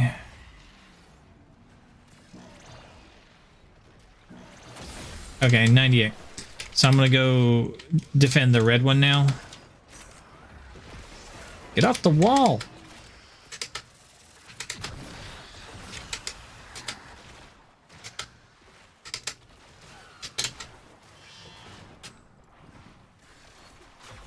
Okay.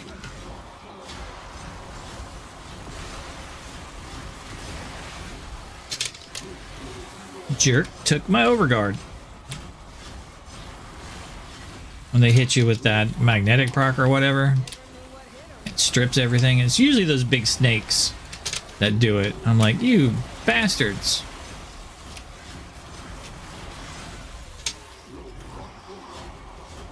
What is this one at? Like 80%. Darn it, Jade.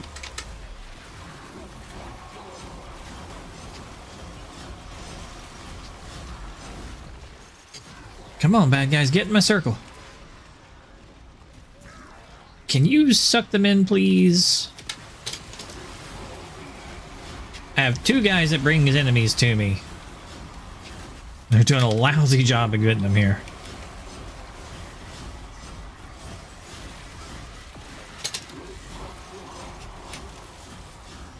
Oh, big guy. Hi there, big guy. Nice of you to join us.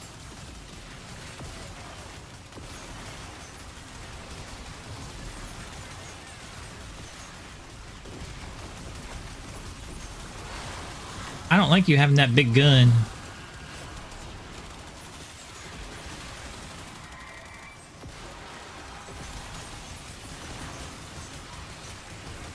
Alright, I need to get my dudes back out again. Spend some energy.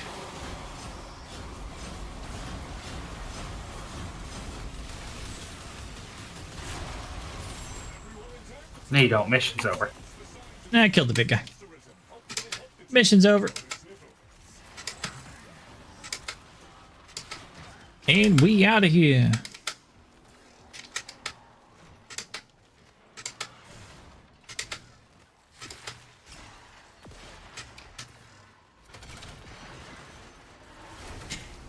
Okay.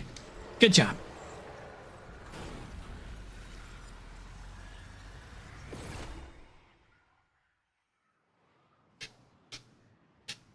Samples over here, if you please. Not too bad.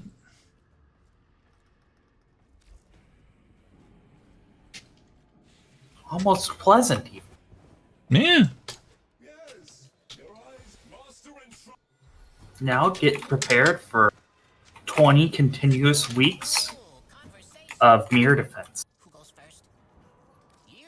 Kind of forgot to buy my blue shard before that mission, but whatever. Hopefully not. Back-to-back mirror defense for the next 20 weeks. Alright. Archon or Netracell's next?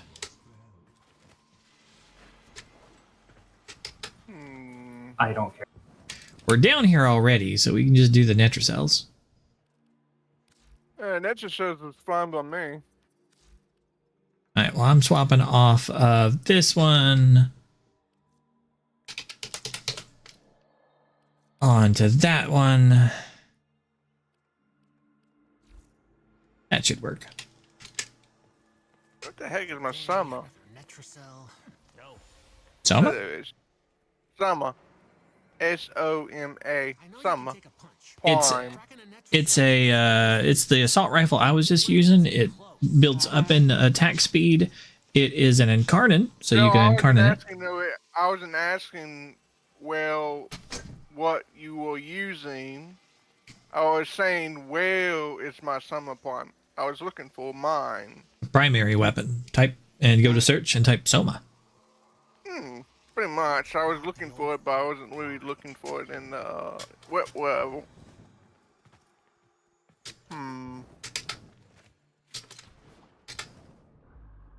Okay.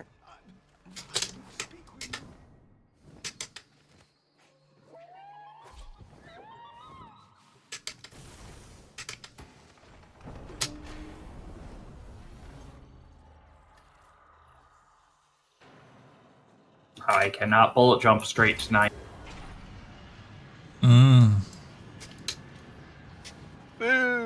It's just a reflection.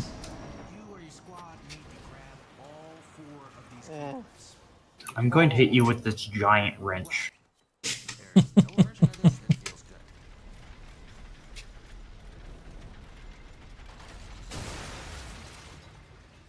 Pretty close. Just missed. Oh, that time that time it worked.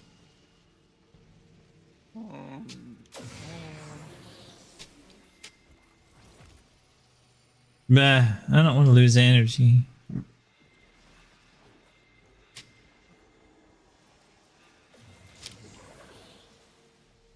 Listen, you're not getting out of the anchor hold without all 4 key glyphs.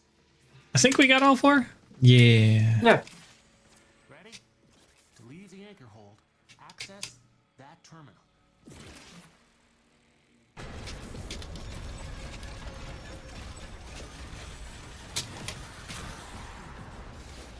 The Netracell is hidden somewhere in these labs. Sniff it out yourself or control the terminals. They'll tell you where it is.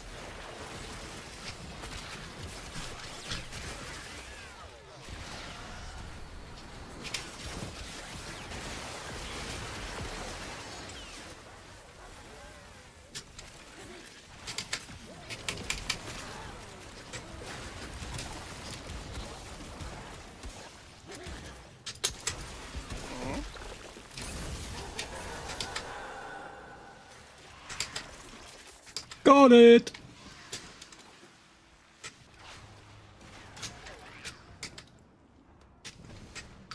You know, Hayden, I learned something recently. Yeah.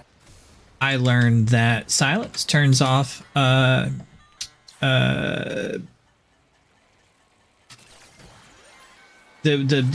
guys Eximuses. Stops them from being able to do anything. It disables Eximuses. There we go. That's what I was looking for. That's pretty good. It ain't bad.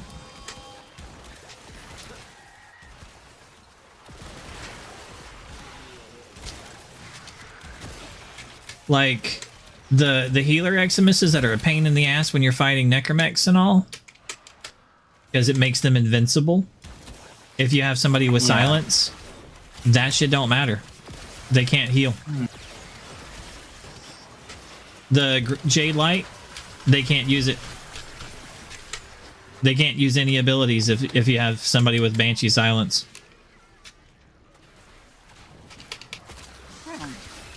It's pretty good. It's not bad.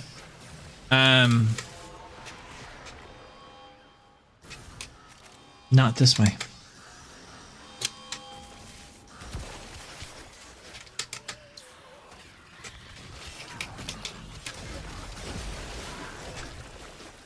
Because I've only ever used it on a couple things for like wanting to have stealth, you know? Yeah, no, that actually gives it a use. Yeah.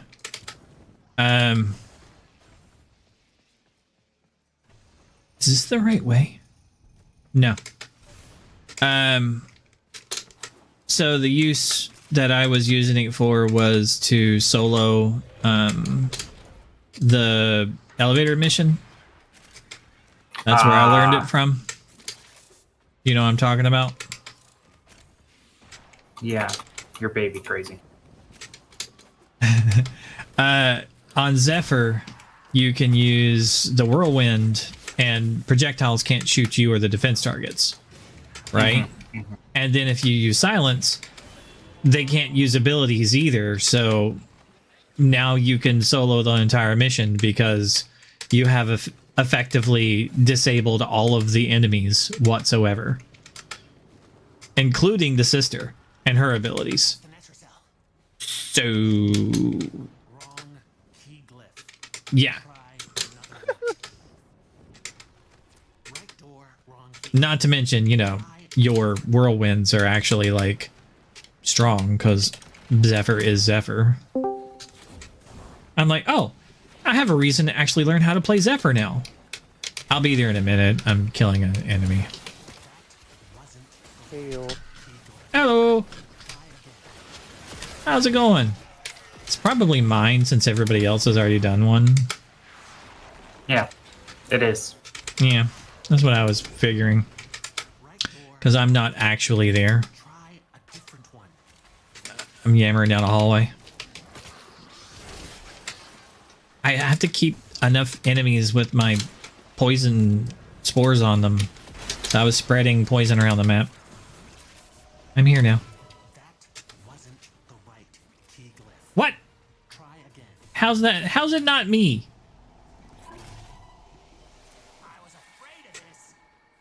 I don't know who it was, but it wasn't me. It was me. I never got the chance to actually put it in because it was in the you're in the wrong key glyph state every time I tried it. Oh goodness. How are you doing, Dan? I'm doing okay. Good to hear. I got to go hang out with a friend of mine this week. I also had to take the dog to the doctor this week. So, good news and bad news. You know. So, you know. It's been a mix of things.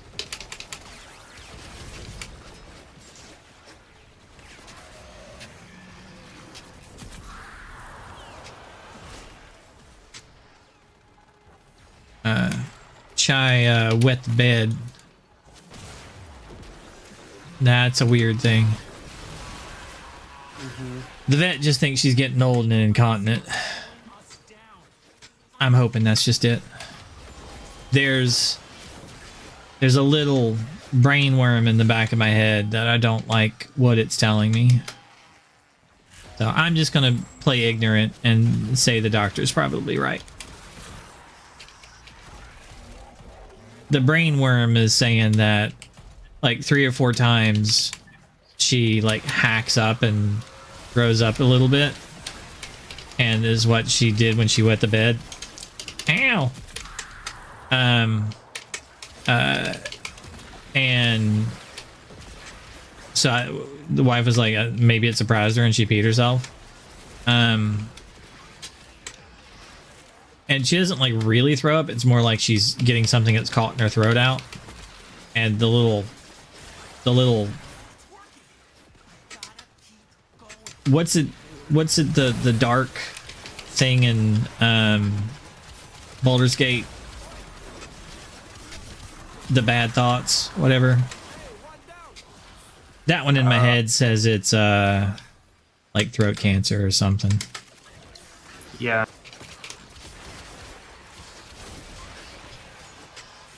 That would tie everything in together and be the reason why she's like, I don't want it to be, you know how they're like, usually the simplest answer is the answer, right? So I'm gonna go with like, maybe she's old, she's getting incontinent. Let's just go with that one. Let's not say it's everything can be related to one thing and it's throat cancer, you know.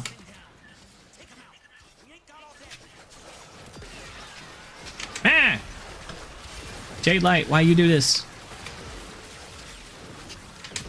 Stop it. But Dan, you know, I've talked about my my gay buddy that I went to lots of gay clubs with and stuff, right, over the years. Yeah. Well, I hadn't like seen him in a year or so, right? A couple years.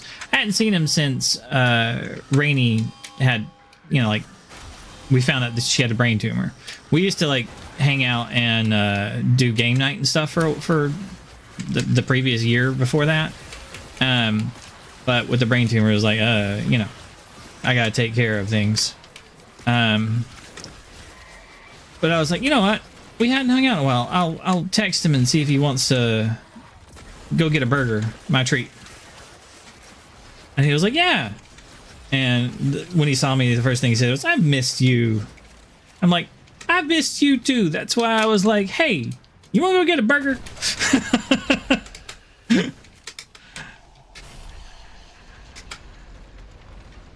So that was really nice. Mm-hmm.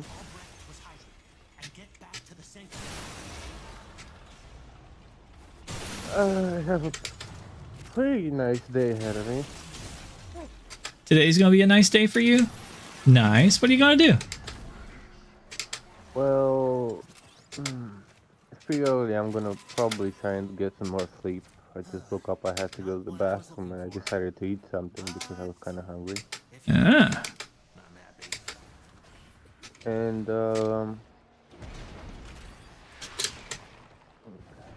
when I wake up, I'll probably go to the mall. Nice. I'm a mall rat, so I always enjoy that. I don't really enjoy malls, but that's the only place where I can find something. Uh-huh.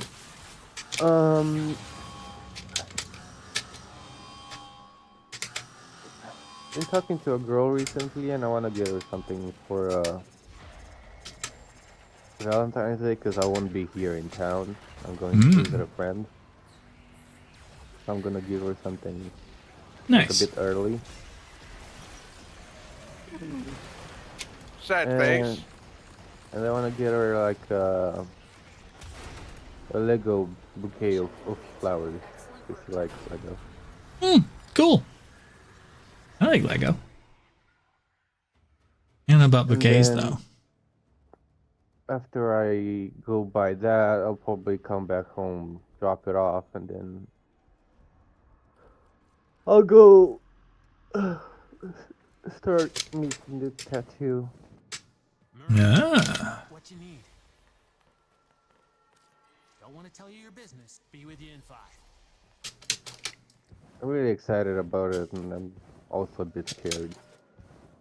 Yeah, well, full back tattoo for your first tattoo. Hey, go hard or go home. Sure. That's always, yes, that's always been my like life motto.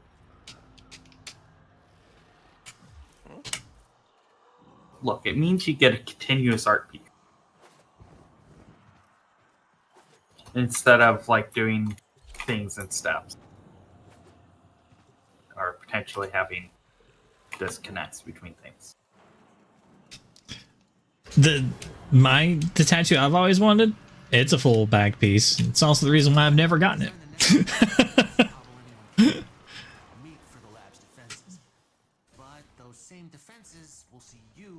Also, Rainy. you might have not gotten it because it's also expensive.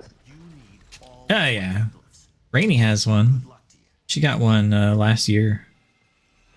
She finally got the courage to go up and get it cut due to the brain tumor.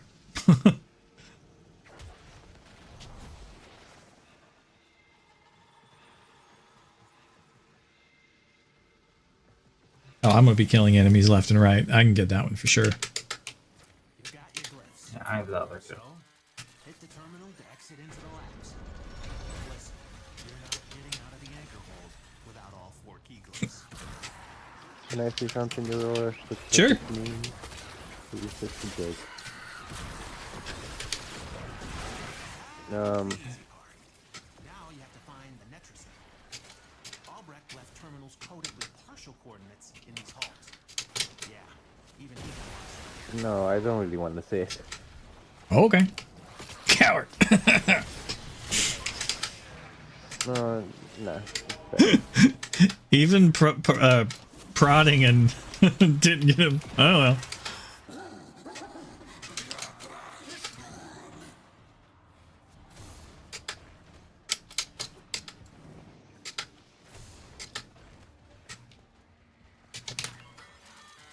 For the tattoo that I've always wanted, it's hard. So with me being me and not being able to communicate things well, the image that I have is hard to express to others. Well, I can just show the image and I want exactly this. No, I don't have the image. So the image that I have in my head is hard to express to others, right? I've seen it and I've not been able to find it again is the problem, right? And it's exactly what happened to me. Yeah, it's what happens to a lot of people, I imagine. So it's a image of real life. It's what happens to a bird. So if you're looking at a pigeon, a dove, it doesn't matter. It's just a bird. And you're looking at them from behind, like they're walking away from you.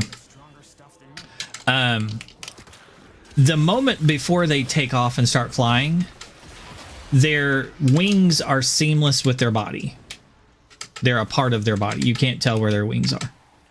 But there is a moment where they lift the shoulder blades of their wings or whatever you want to say. And the tips of the tip feathers of their wings cross over each other above their tail. Okay? And you can see this elongated heart shape that their wings make as they've divided from their body before they actually spread their wings out. Okay? And it's this the tips of the tip feathers are crossing over each other. I got to go back and grab this thing. It's 100 meters away from me, by the way. Hey, I get it. And okay, I just got it. So that's the image that I've always wanted, from my shoulders to my rear. But the problem is, it's not like you have to like videotape a bird taking flight for someone to be able to see it, and that you can only see like a couple tip feathers and that's it. Like you can only see a couple feathers, the rest of it's kind of smooth and like it's a weird kind of image. So, and I've seen it actually in video, but I can't find the video and like the reference to show somebody. It's like, I want this. Okay, now I'm here.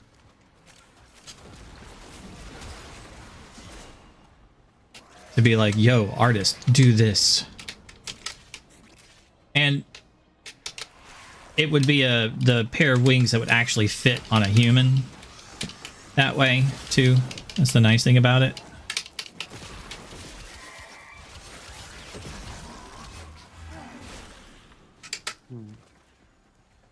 I love the enemies explode into void explosions. Happens on me when I kill them across the map. I'm dead. I'm getting you.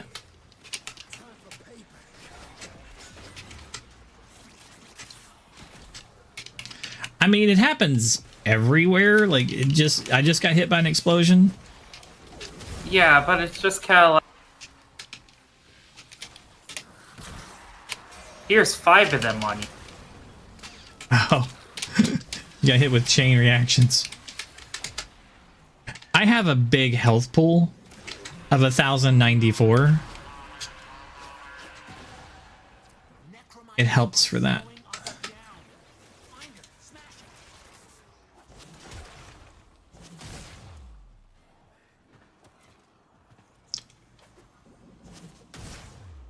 And do you have, well, if any of us have it, you should, so that doesn't matter. That's a dumb question. Sorry. I answered my own question. I almost asked, do you have brief respite? Yeah. But if any of us have it, you do too, so do.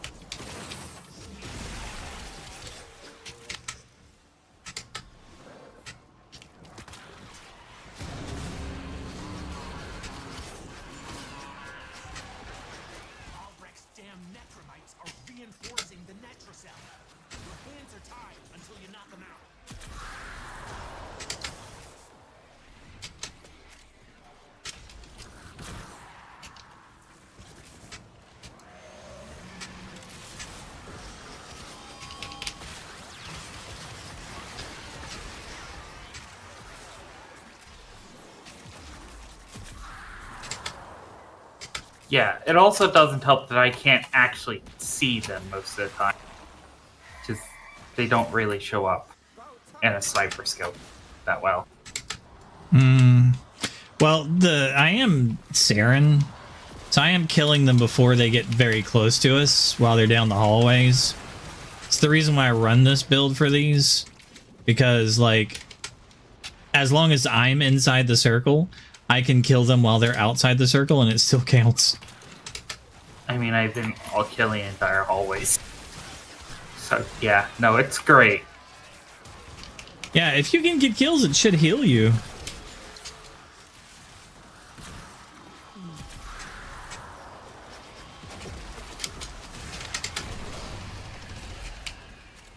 Alright, Yeah, I don't know. all that stops now. Yay! Doesn't matter.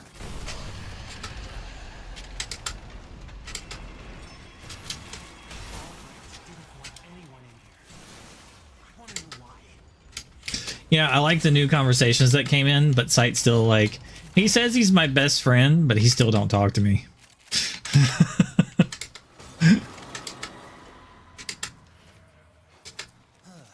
I haven't gotten any new messages from him.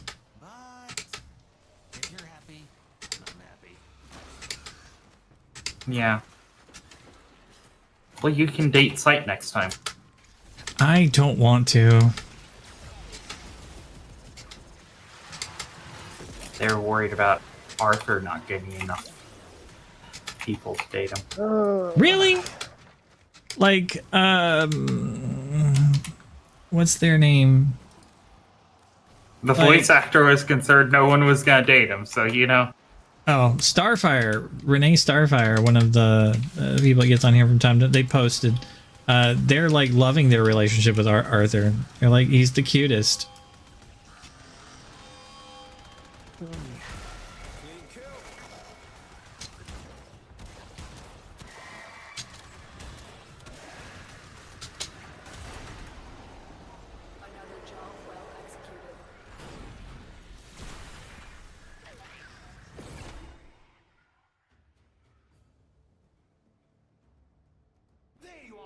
She was like, I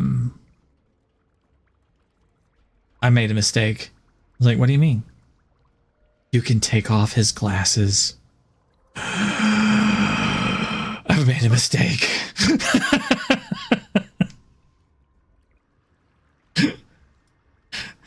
It's like, why? Have you seen this man? Without those glasses on? Oh my goodness. Oh my goodness.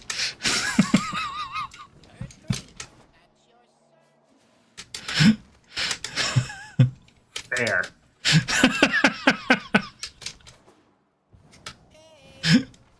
Well, who am I bringing for this last? Heroes, has some stuff from Romania made the news there yet? Not that I've seen anything special, so no, I don't think so. Why?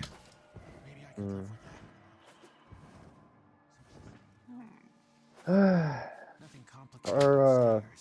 government is going to shit. Well, welcome to the club. Yeah, but ours was just a keg of powder that kept having powder added to it, and now it's just been ignited. Yep. We handed ours over to a billionaire. We're like, hey, we've had this great system of checks and balances. How about we take a private billionaire citizen and give him the keys to everything and let him fire everybody in the government and put 19-year-olds that have literally sold, you know, corporate secrets to like other people for profit in charge of like some of the most important like information in the government. Like literally they were fired for corporate espionage and they have no clearance, but now they're in charge of everything. Did I tell you about the... I'm like, welcome to the club. One of the political candidates that he was backed by Putin and whatnot, and they canceled the elections because of that. Oh, like our president. And the billionaire that's in charge now. So we were supposed to have elections in like May. And now most of the government wanted to put in motion something.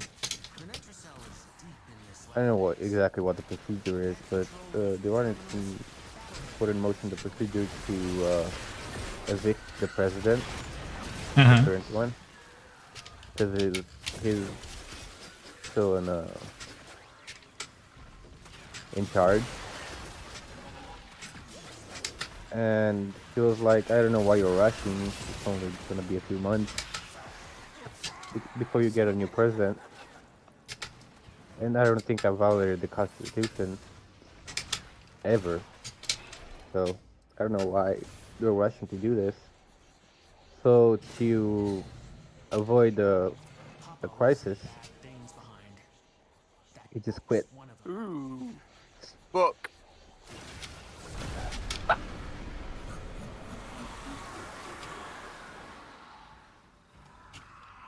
And I was sitting there thinking like, why would they want to fire the president? And the only reason I can come up with is something shady is happening.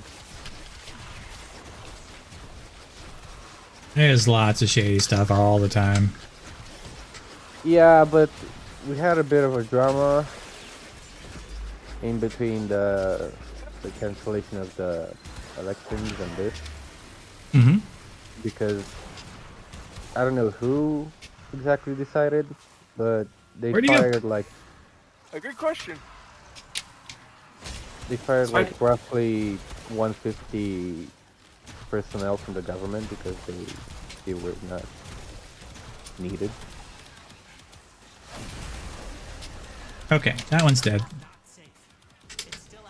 Uh-huh.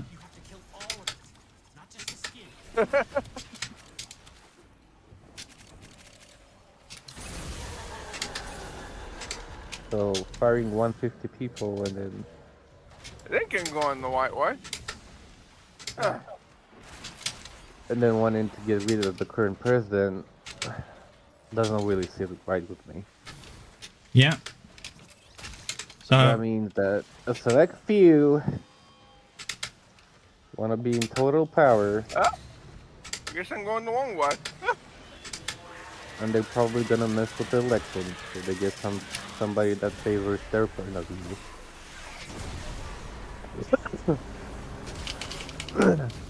I don't know how many thousands. Anybody know how many thousands have been fired in the past month here from our government? I don't remember the exact number right now. I mean, we're up to like how many like departments? Like the foreign aid department. Now they're doing the one that actually stops them from robbing like stops the banks from charging you $500 fees. The Consumer Financial Protection, yeah, Bureau. They're just like, oh, by the way, no one is allowed to do any work anymore. So don't come to work anymore. Like, by the way, you oh, and there was other ones that were like, you have the ability to quit now if you want to. We'll pay you. We don't have any money to pay you. That was the FAA air traffic controllers. The air. I mean, they're like systematically tearing down our entire government. A billionaire is systematically going through and tearing down everything about our country. And then, oh yeah, and then how many planes have we had crash since then? Like, we had not had planes crash prior. Do we count the small one? Yes. At least 3. Yeah. We had, so yes, planes have crashed all over the world, right? But we had not. Maybe 4 even. Yeah, we had not had. If they're both on the ground, does that count? We had not, because we have decent air traffic control that had stopped a lot of this. But then we literally had helicopters flying into airplanes, which they could have dodged. They didn't see each other. I mean, the helicopter didn't have eyes on the right craft, and yeah, it's juvenile. Like, hey, maybe having a fully staffed air traffic controller in the most weirdest airspace in the nation. Yeah, and I'm sorry, Dan. It's like there's so much just hellish nightmare at the moment. It's just like I feel for everybody else when they're going through their hellish nightmares too. So I definitely like welcome to the club. Like I know how you feel. I remember I saw the news about the helicopter and the plane. I was like, that just seems like a dumb video game thing that happened that I didn't think would happen in real life.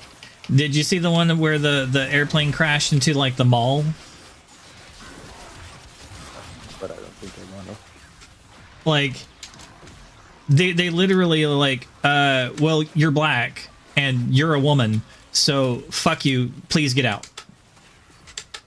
We don't want these diversity hires. We only want white men working here now. Yeah. Yeah, they outlawed the what did they call that? The Department of, hiring. DEI. diversity, but I don't remember. equity, whatever. I don't know. Yeah, they I don't remember. a lot of the stuff. So They it's outlawed like that in the federal government. yeah, which just to let you know, we were already short on air traffic controllers. But it's mainly not because of diversity or anything like that. Like, we weren't not hiring people because they weren't ethnic or whatever, or weren't female. That's not the reason.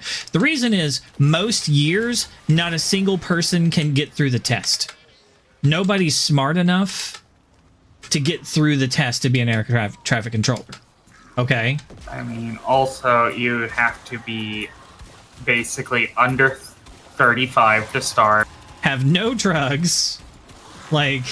That's yeah, not exactly true. No but criminal yeah. history. Like it's really, really difficult to get through it all. Okay, and be skilled enough at multitasking. Yeah. So, like several years in a row, nobody will pass. So nobody can be hired. And so the people that did pass, they didn't get hired because they were female or because their skin was a certain color. That had absolutely nothing to do with it. But their racism goes, oh, well, you must have been because you were, so I get to fire you now because I don't like the color of your skin. And I can just say it's because we got rid of this policy. Ha ha ha. HH1. Which, if you know anything about that, that was Kanye when he was saying he was a Nazi. But he actually said he was a Nazi, and then he also ended the thing with HH1, which was the salute from them. A reference to the salute. Let's not forget, he did say, I'm Hitler's biggest fan. Yeah, and he literally did say he was a Nazi in one of his other texts. He did say he loves Hitler. Like this past week. Yeah, I'm referring to those. Also the HH1 was this past week too. So it's not hyperbole there. It's not like I'm saying, oh, he alluded to. No, these are direct quotes.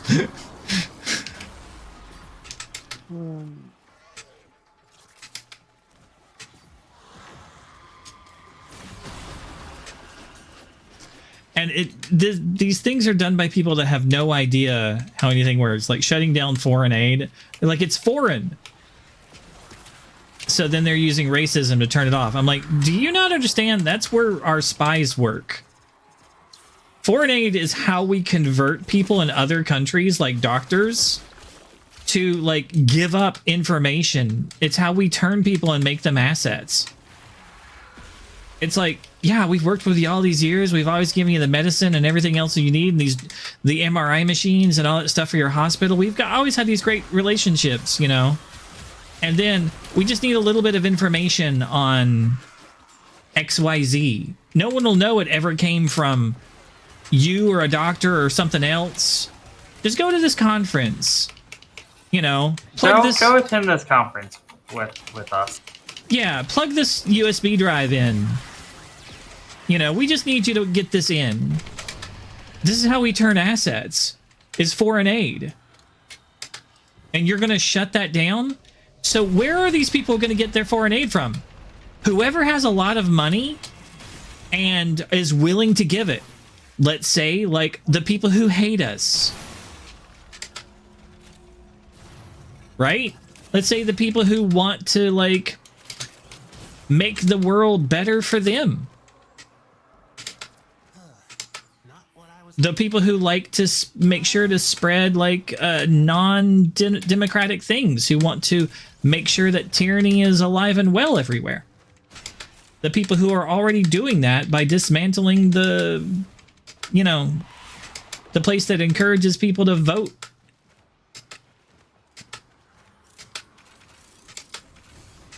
Not naming names.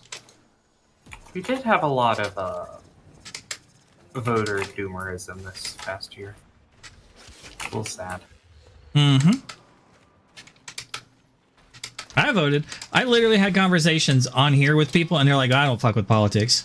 And I told them, you don't fuck with politics, it will fuck with you.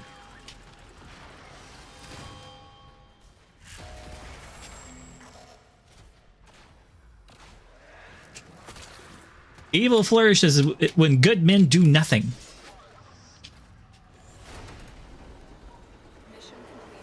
I guess it should be good people, but still.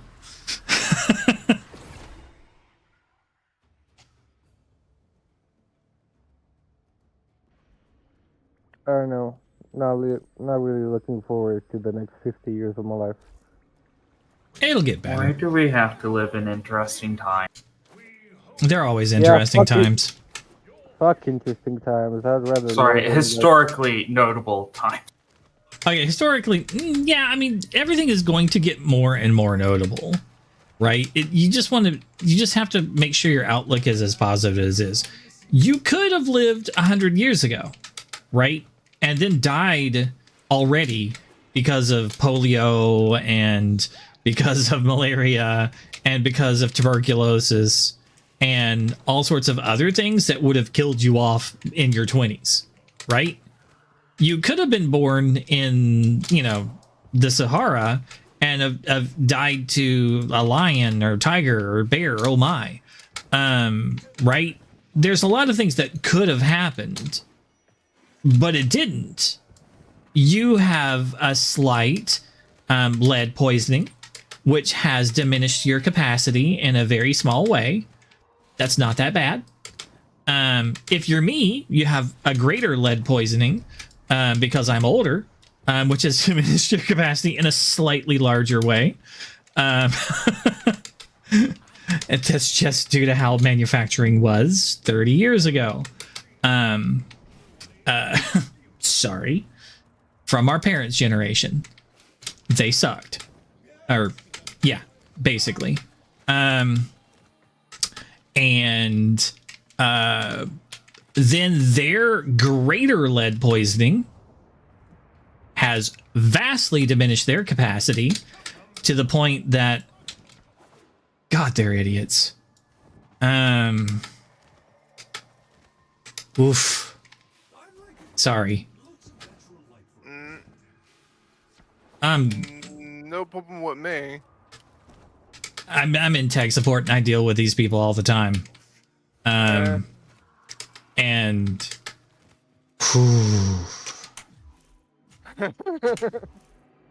yeah.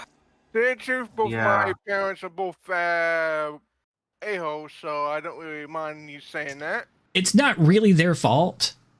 They literally have a much greater lead poisoning in their brain and programming than we have. Like, they are... We think it's the whole, like, oh, we get older and it's harder for us to, like, learn new things. No, that's not completely it.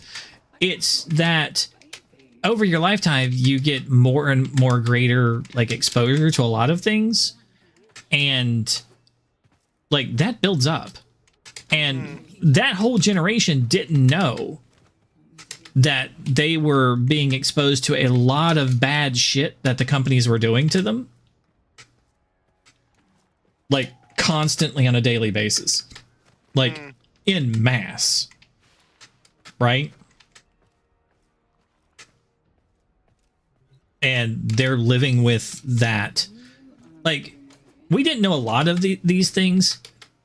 We used to have decanters that were tin and lead. Everybody just drank from them.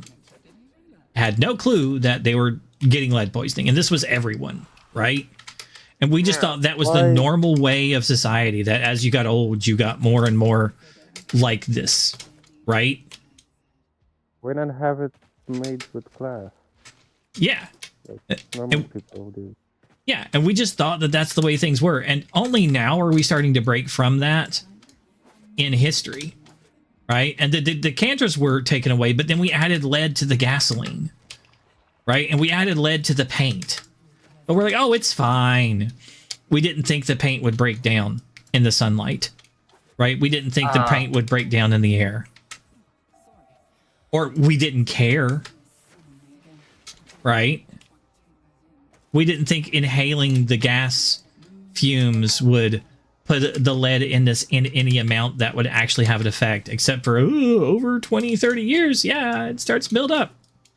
It doesn't come out. Knew more or less as soon as it was on just the benefits outweighed the thought. Yeah, I mean, the companies did, but they told everybody else that it didn't. You know? Yeah. Also, Aurelius, speaking of all of this, very close to my home, there is a landfill that has had radioactive waste in it from the Manhattan Project that was downplayed until said it wasn't there until 1977. Oh, goodness. Archon Hunt next. Everybody's out of the place. I'm probably gonna skip. I already did it. Oh, you already did it? Okay, no problem. With I'm gonna do it. Consumer things, the issue that we have is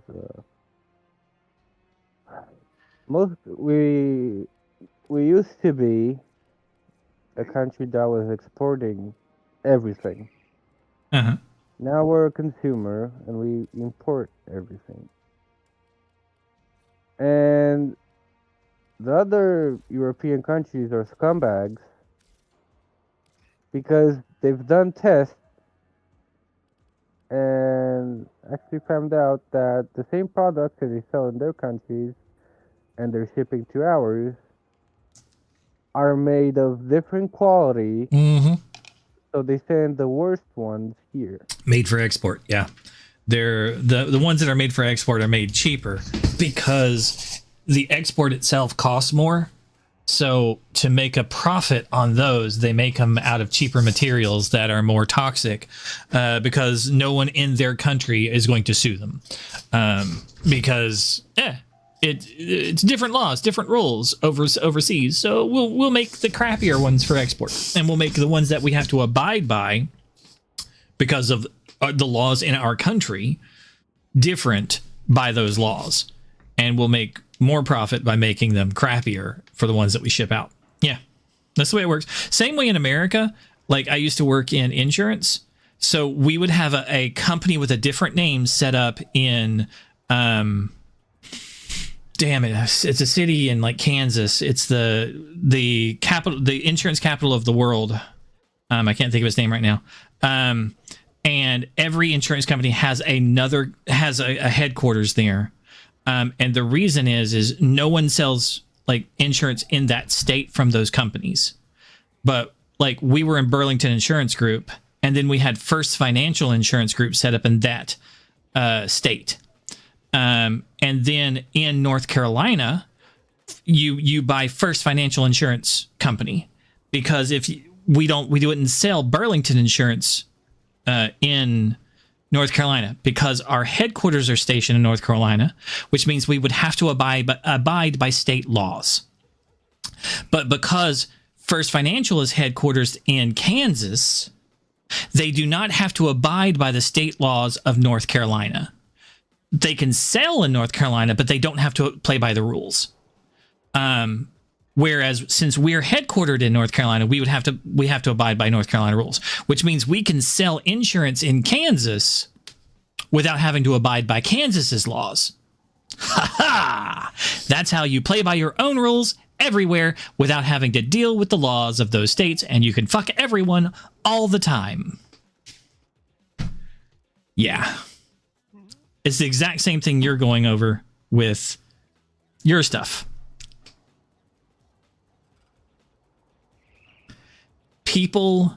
Business people are sociopaths. Everyone else is just a tool for their own game. Successful business people.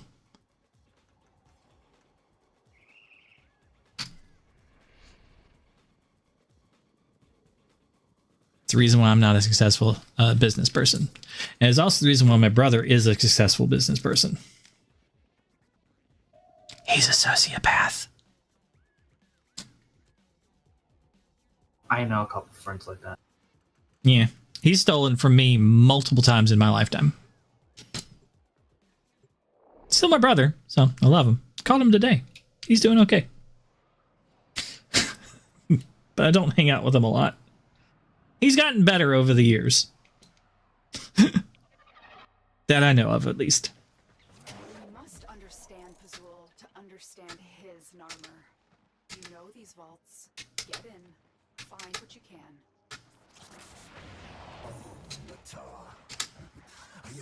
Hey, apparently the Drifter actually drinks. The Drifter what? Actually what? Drinks? Drinks? Why do you say that? Did they get drunk? There's a conversation with Arthur in which they're going to get drinks. Ah. At the end of it, like, hey, I'll buy you a drink. Okay. Yeah, well, sure. I screwed one up because Letty was having a bad day, and I'm like, well, you want to go out and get coffee? And she's like, yeah, sure. And she hung up. I'm like, but you like coffee. I wanted to spend some time with you. And like, listen to you on a one-on-one personal basis. I wasn't like blowing off the conversation.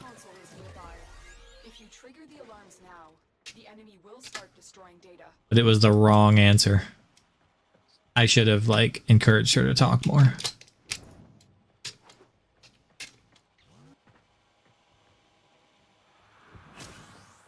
That was a trick by them because I'm like, wait, she likes coffee. She really likes coffee. That's one of her things.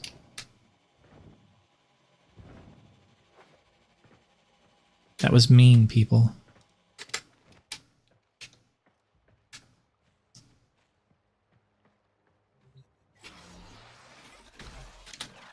I just wanted to buy her a cup of coffee and take her out and listen.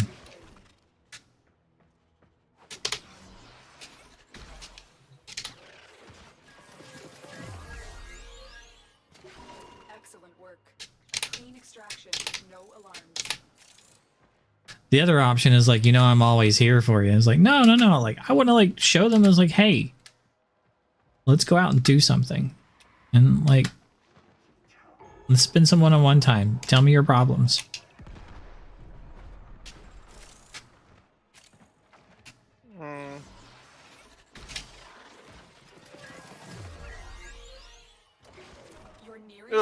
Ooh. Trigger the alarms now, and they will start destroying the data. Whoops. Trigger the alarms. Lose this data, and the mission will be a complete failure. How did you whoopsie this one? Forgot about the alarms. The laser things.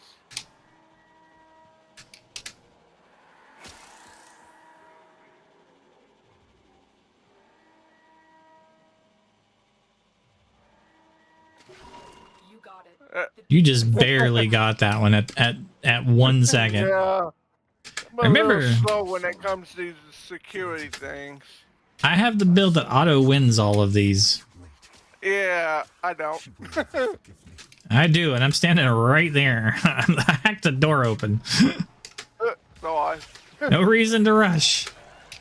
Stay focused. There's a heavy unit approaching. Tenno, my readings indicate an increasingly dense neural network beneath the forest floor. This can only mean one thing. The Silver Grove is nearby. I'll let you do the next one since I almost screwed up the last one. The target console is nearby. If you trigger the alarms now, the enemy will start destroying data.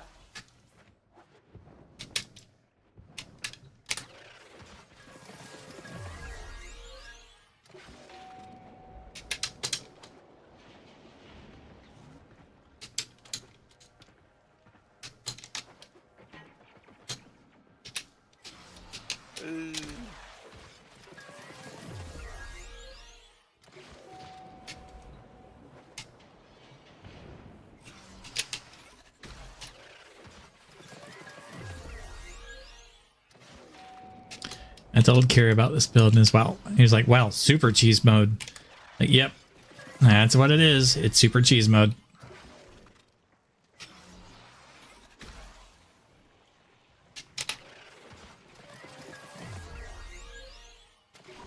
Data extracted. They won't even know it's gone. Thank you. Ivara with Paraspecity, whatever that ability is. Yeah. Auto. I have a build with that unlocking one. skill ability. I love it.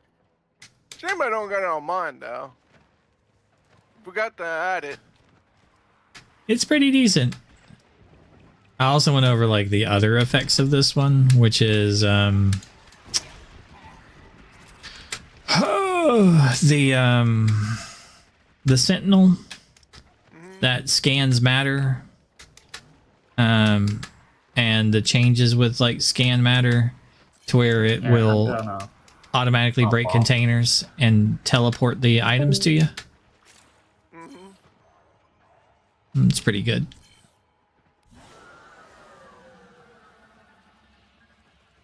What's the next one? What? I don't know.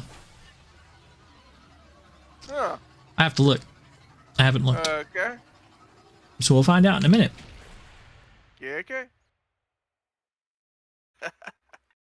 You going back to sleep, Dan?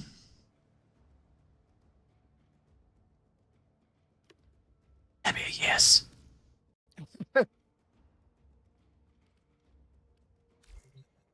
Let's see. Next mission is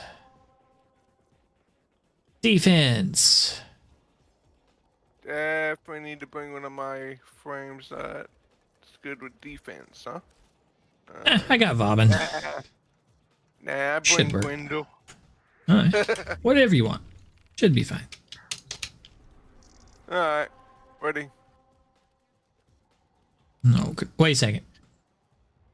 This is not defend a point. This is defend a moron. Vauban's not going to work very well.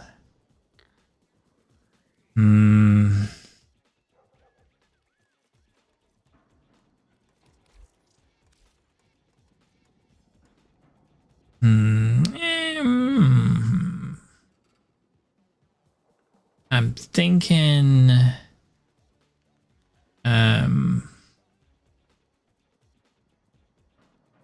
Yeah, that ought to work. Does Gwendol's Noah's actually help the target heal? Maybe. I'm going to go with Wisp. Alright. Well, HP for me. A lot of HP for you. That should be good. Oh, by the way, yeah. What's his name? Whatever it says, the melee frame or whatever that I was using earlier. If I assume him for his force ability, would his force ability be any good? I don't know who you're talking about. Melee frame? Yeah, melee frame, the one I was using earlier. Can't remember his name now. Yeah, I don't know who you're using, so I can't tell you. Kullervo. Culvero. Yeah, his ability is really good. He gives you the teleport. It increases your crit chance by like 300%. It's really good. That basically makes any weapon you're using a crit weapon. So you teleport, and then you will crit for the next few seconds. It's really nice.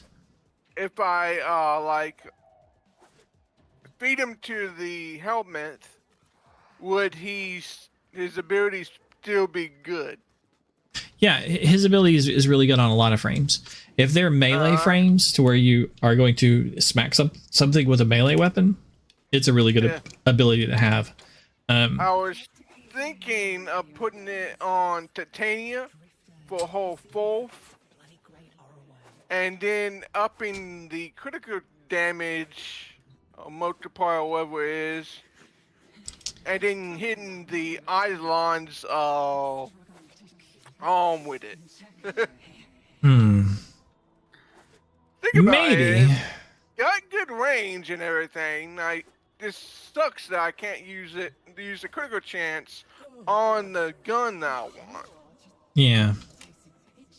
So if I increase the critical chance and the damage and use nothing but radiation, then really good. Good work. Good work. I haven't really tried it yet, so I don't have enough resources to actually do it. But I am thinking about doing it. But since you told me that I can, even if I feed him to the helmet, it'd be still good. So he is a good frame in himself. too, by the way. He's very strong in himself. So Yeah. he's worth keeping a copy of him around. His ability is very good too on a lot of melee frames. So it is worth having him subsumed. So I would, if you've already leveled him up, I would just make a second one of him and then feed the second one to the wall. Because it's a lot easier to get the second once you've gotten the first than it was to get the first in the first place. Because you can just straight up buy the second one.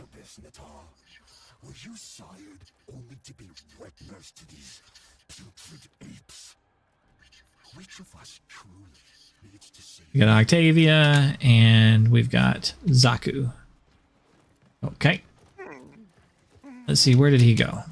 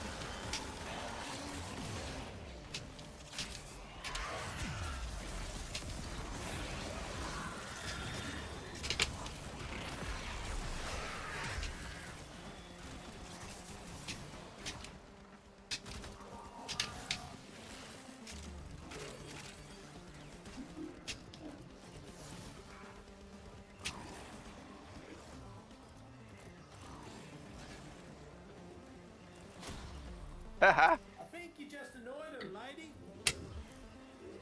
Who's blessed? G4? Huh?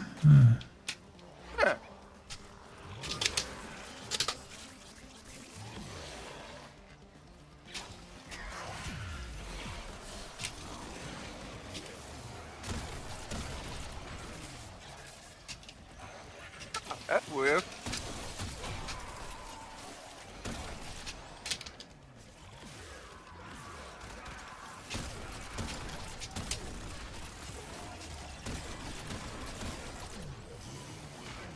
Weird.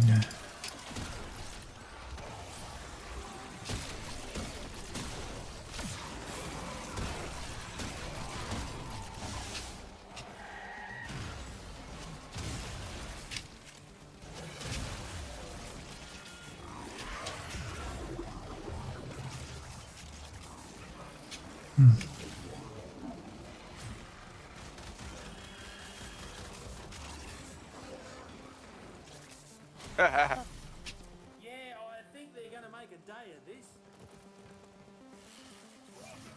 Oh, that is weird.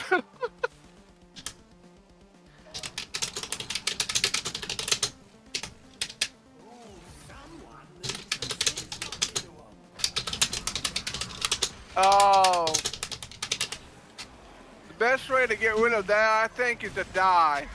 Yeah, you can't really death reset in this though. Ah, yeah, that sucks more.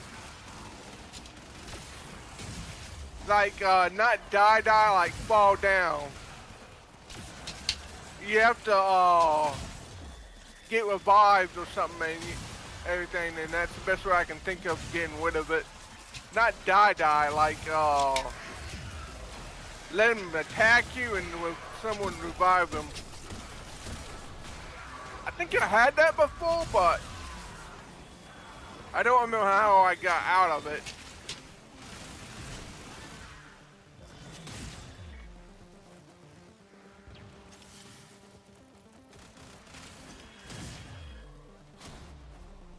You're not likely to get mercy from someone who's never been shown it.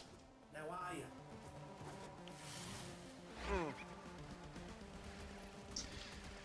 He always reminds me of like Amelia. That Aussie accent.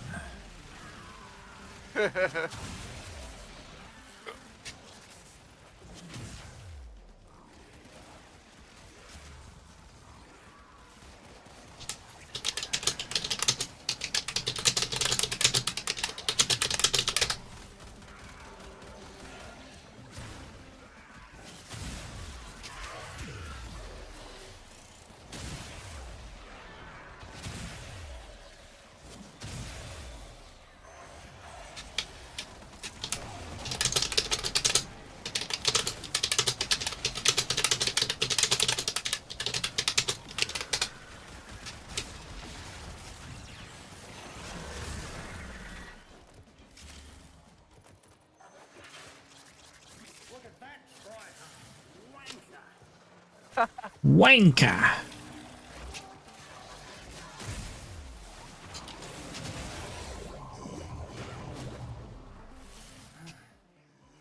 What they are not lacking is tenacity.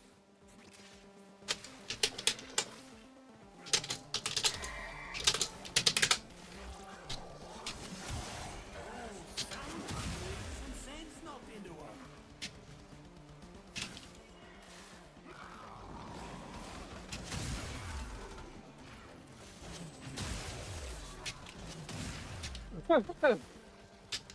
Yeah, if you can even die on this map.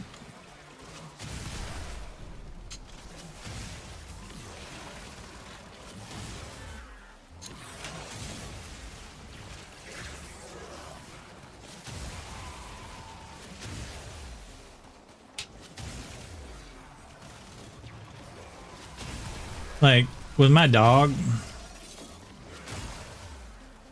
damage output, my damage output,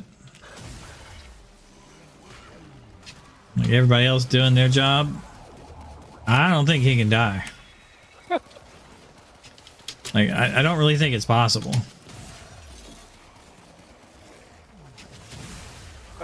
No, not when I'm using my Noash. Because my Noash heals anybody in range.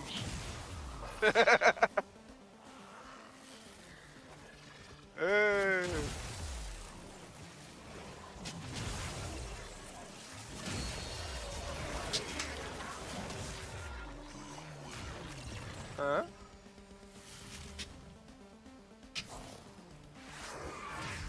Above the lords of Tau, below my people, below them yours, and I shall serve as shepherd and minister.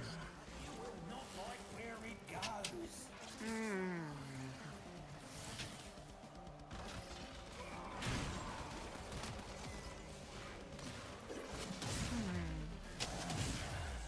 Where did he go?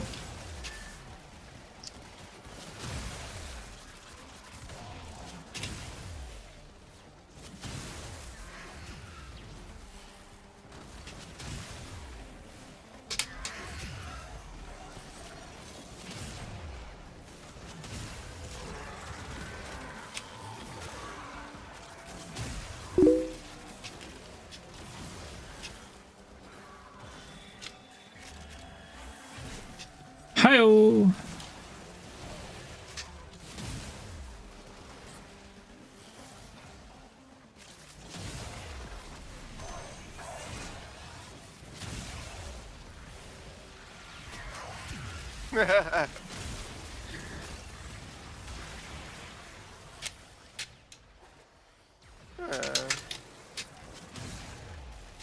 What is this dude doing out here for?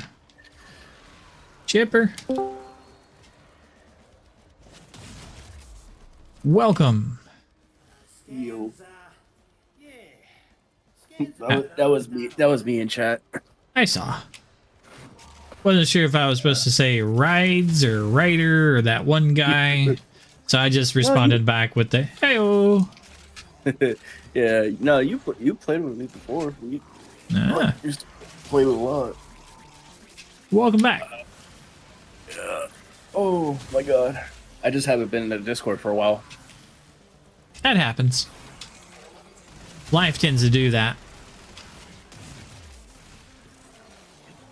I remember because I'd always come in here when I was playing Warframe and you would always help me out. It was either you or Aqua Woman or yeah. Who else? There was another person in here too. I can't remember.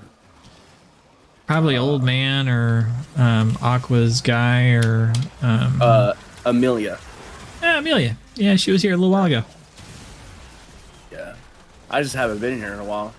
Ah. I hope for good reasons. Oh no, I was just chilling. I just wanted to see what you were doing. Smashing things. We're doing the Archon hunt and I'm smashing stuff basically. Oh, I need to get my gun charged up. There we go. How am I doing? Pretty decent, I suppose. Yeah. Not too bad. I think it's because my name changed. It's usually Pikachu's is in here. Ah, yeah, that would be more recognizable. Yeah.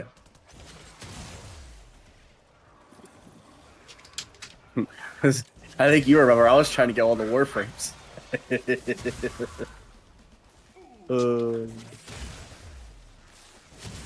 No, I switched it to my my TikTok username and everything because I'm trying to push across like all the other platforms. It's nice having them all kind of in line because then people can find you like everywhere. Yeah, no, it's been. I can tell you what, it's a struggle. Because even like the my one other was it IT buddy, he told me like if I was gonna push off the platform, I need to like push to Twitch or and then go to YouTube. Because if I did Twitch, then I could take the content and put it over to YouTube. Yeah, I'm dual streaming right now, so if you go to YouTube, Rolius, you'll see that I'm also live there. I didn't know that. Yeah, nobody watches on YouTube, but it allows me to have a backup VOD always there because the Twitch will delete them after a certain period of time. And this way I don't have to upload them, which is a pain in the arse. Oh, this guy just doesn't want to, like... Where are you at there, bad guy? There we go. He finally came back down to earth.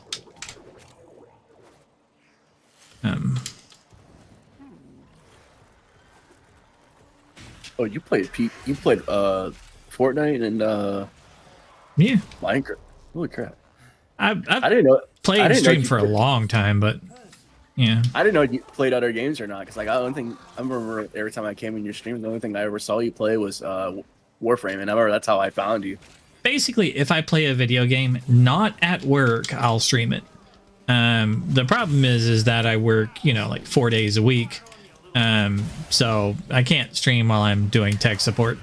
Because all that stuff is confidential for the companies that I've worked for. So, and then I used to stream like every day for like 3 hours minimum up to like 16 hours a day. But that was before my wife had a brain tumor. After the brain tumor, I spend my days with her. Except for like right now she's asleep, so I'm streaming. And I'm not because I'm not working. But she's doing better. The brain tumor was pulled out, and she's in recovery. So, well, that's good. I was like, holy crap, I didn't know that. Yeah. So that was last year, Christmas before last. We found out. I know. I don't want to cut you off. Keep talking. Oh, it was just one of those like Christmas before last. She, like, thought she might be having a stroke or something like that, because she was having a lot of troubles with like standing and walking and talking, and took her to the hospital and nope, brain tumor.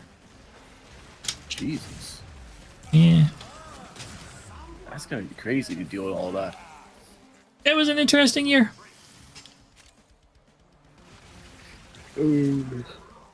Oh, have you ever played Pokemon Infinite Fusions? No, I haven't. It's basically like the Kanto, Joe, and Hoenn, and like it's like regular old Pokemon, but except for reason why it's called Infinite Fusions. Oh, I've heard. Yeah. I've heard you confuse different Pokemon together to make other ones. Yeah, I've heard of that one. Yeah. So I'm playing Classic mode, right? Classic mode, you have to catch about like 420 to maybe like 501. Yeah, 501 Pokemon in order to get the debug mode unlocked. And like I'm sitting here like I have to catch that many, and it's like you have to catch every single one that you don't have. Gotta catch them all. Yeah, it's that mode. You really gotta catch it all. So right now, like I got all 8 badges for like the first region. I have to go fight the Elite Four. So far, like one of my other buddies, he's doing it too. He says like he got through like the first 1 or 2, and when he got to the third one, he got like ripped a new one. There's an engineer that I could introduce you to that you might have some long, fun conversations with. There's a buddy of mine, Ethan, who's super big into Pokemon, played them all, so has definitely spent way too many hours in that one. That's the reason why I've heard of that one, because he has actually played it. I don't know how much he's done in it, but yeah, that's the reason why I'm like, oh yeah, I've heard of that one, because he's done a bunch of way too much in-depth planning and plotting and like what's the best, combination and that kind of thing. He's super big into Pokemon. Oh, yeah, I know, because I am too. Because I'd collect the cards and everything. But I know one of the main things is that if I was ever playing Warframe, I'd always come in here because you have the most knowledge for the game that I didn't know about. I mean, there's probably a whole lot of people that know more than me, but I have a decent amount, sure. It was like every time I came in here, you had like the best knowledge on it. That's why I always came to you about like everything when I played it. I try to help if possible. Have you ever hold a Pokemon 3D? Yeah. I don't think I have. I've heard of the AR one, the augmented reality Pokemon. Then of course Pokemon Go. I played that one, and I played Yellow. I played the one where it's the Hawaiian one. I don't remember what that one is. Silver and Gold, maybe? No, the Hawaiian one is Sun and Moon. Sun and Moon, okay. Sun and Moon, something like that. I pretty much played all of them up until Sun and Moon or Ultra Sun and Moon level. And that I quit because they kind of put it on the Switch, and I couldn't afford it. Emulator, man. That's how I played. So I could say this. What kind of killed it for me was when I got Sun and Moon, and it was like 90% cutscene. It was just cutscene after cutscene after cutscene. I've never seen a Pokemon game with cutscenes like that. I didn't mind. For me, I was like, I'm just going to buy this cartridge, and then there's nothing wrong with having an emulator. It's not illegal not to have the console. I just bought the cartridge, emulated the system. So if anybody had a problem, I'd be like, yeah, I got the cartridge right here. See, I own the game. Imagine just pulling up the cartridge and be like, I'm playing the game. Yeah. It's like, how are you playing the game? Emulator. But the one problem with that is you need a key for the Switch, don't you? No. So you would have to have a Switch in order to get the key from to make it legal. I don't think so. Yeah. Switch I don't know. emulators use key whatever with the actual won the games. So you would be technically doing something illegal still if you not having a Switch or whatever to get the keys from somewhere else. I haven't a clue. I'm still on the game, so you're still allowed to play the game. Let's just say I'm very big into emulation and everything. Yeah. But you can still buy a broken Switch cheap. You know what I mean? And you're like, no, you would still have to dump your key and everything. You can't have like a key from online. hey, you still own a Switch. No, it has to be the same key as your system. That don't matter for an emulator. It does. It does. It doesn't matter for an emulator. You still own the hardware. You own hardware and you own game. That's enough to unlock the ability to play it on a separate emulator. Like legally, because you do legally you did buy the hardware, you do own it, and you did buy the software, you do own it. You don't have to play it on that hardware. Okay. You see? Wow. If it was illegal to play it on somebody else's hardware, then you couldn't play your game on somebody else's Switch. That would be illegal. Yeah. But you can play your game on somebody else's Switch. You know what I mean? It's not illegal to do that. So Well, whatever. I'm switching over to my invincible frame. Rabbit hole of immolation anyway. Well, that's the point, and that's also the reason why they hate it, because it is a rabbit hole of, well, technically. I like how you went for the loophole of it. Yeah. All right, let me put it on friends so that we don't get anybody else to interrupt us, and then we'll go kill the Archon. I give me a moment. No problem. Let's see. Stepping on a test anyway.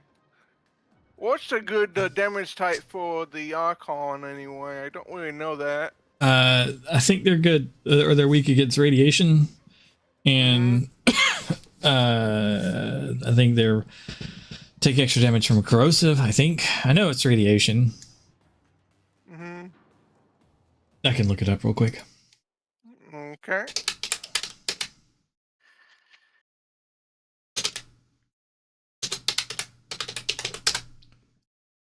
Okay, Archon.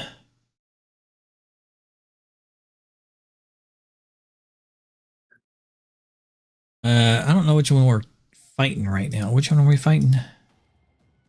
Boreal. Okay.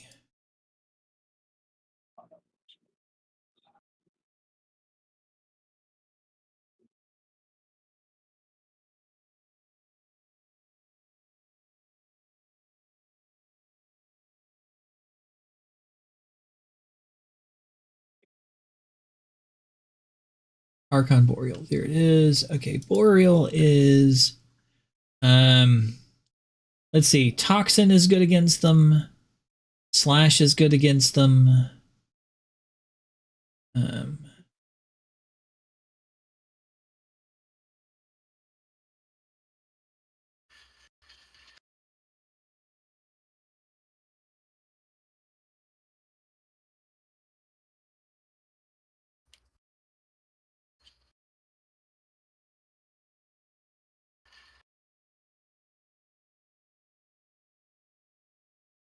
Okay. Yeah, they're weak against or this one's weak against Slash and Toxin. So Toxin's good? Yeah, Slash and Toxin are the best. It does double damage. I'll be right back.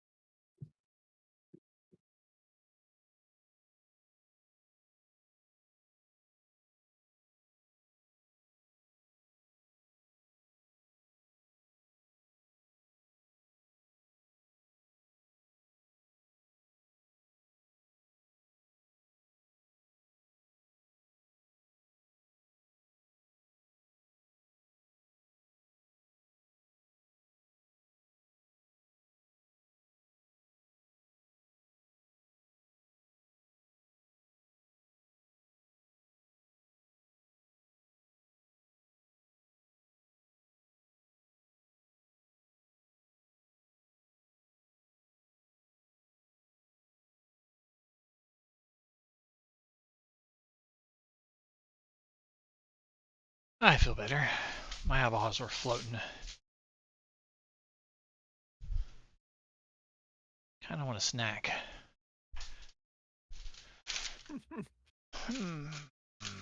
Barbecue chips or cheddar rice crackers. Barbecue chips.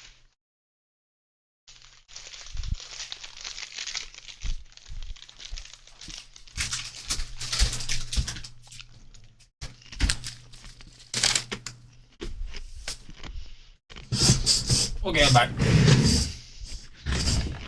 Hey, welcome back. Thank you. I'm ready when you are. Okay, give me a moment. No problem. Trying to figure out.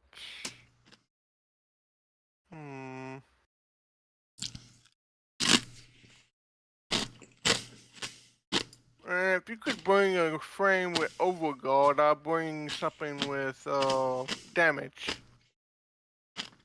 I'm just invincible. Forgot about that frame. Dang it.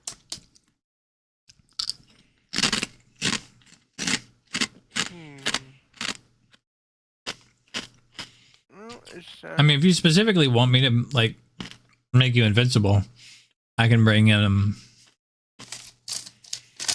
Styanax. But I usually just don't worry about it and take Nyx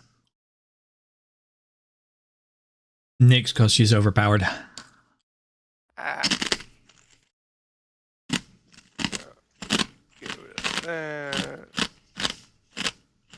Give me a moment now. Start with this. Need to change a couple of things. That's funny. I could bring my Sam Potas. That's 300% damage.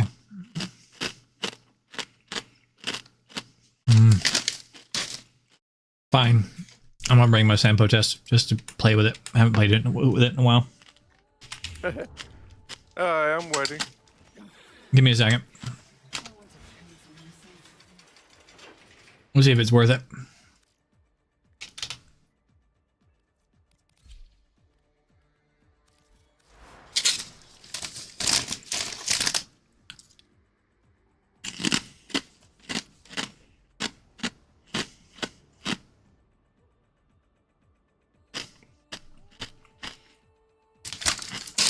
Alright, fine. That should work.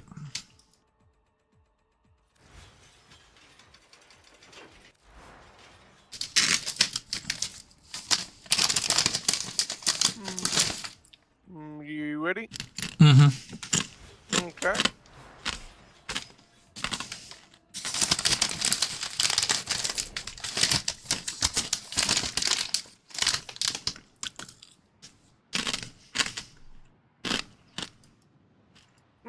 This ain't the snake lady, is it? I think it's the owl. This is gonna be painful. Eh. Is merely a tool to them. We must strike where we can. Lots of anger out there.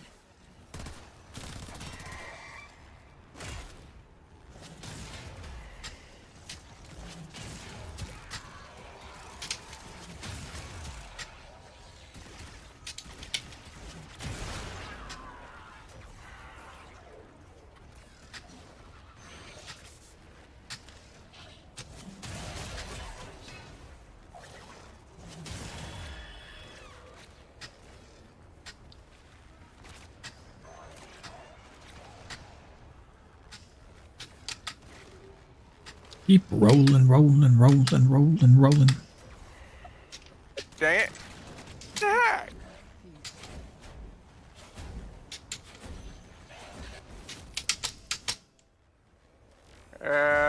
Boreal is here. Strike fast. Use cover. And do not let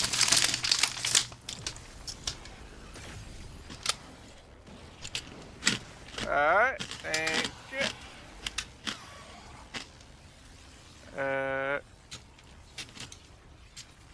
Might take me a minute to make it up there.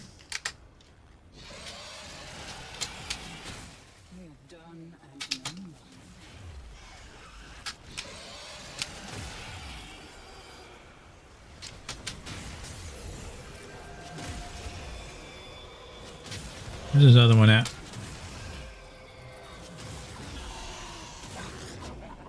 Aha!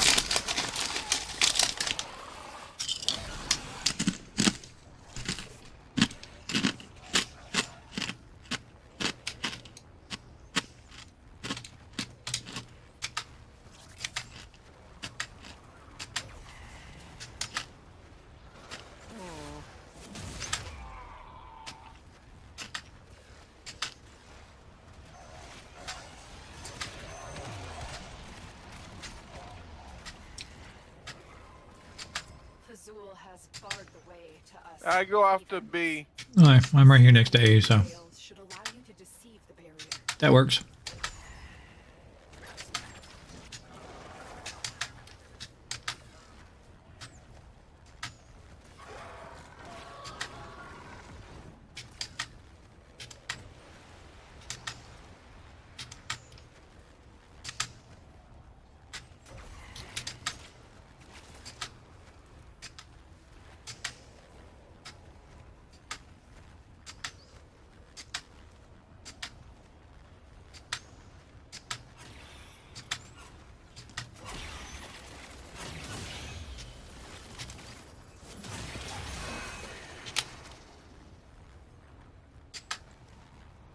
Ah, come on!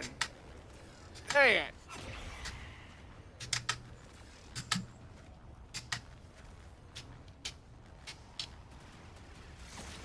Yep, I'm dead. The deacon is invulnerable. I'm a long Good ways luck. away from you. Sorry about that.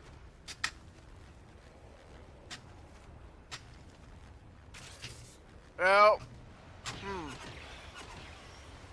next time I'll bring a better frame, I guess. I'm not very good with mods.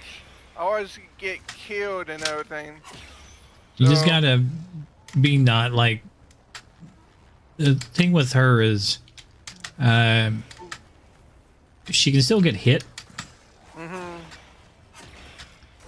So you have to have a way to reset your shield to overguard if you're gonna like try to play her on something. Yeah. Well.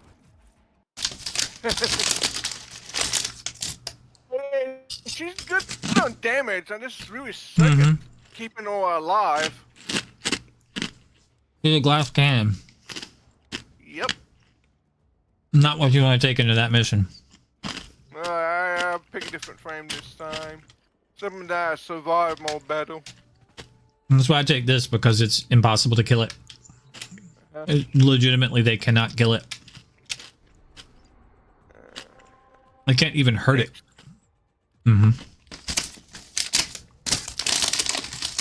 It's not even possible for them to do 8 damage to it. Alright, ready. I just had to change frames. Yep. Where did I put that? Alright. Like, at times I've run tank builds on stuff, but I'm like, why do I need to bother with a tank build if I can just run something that's invincible?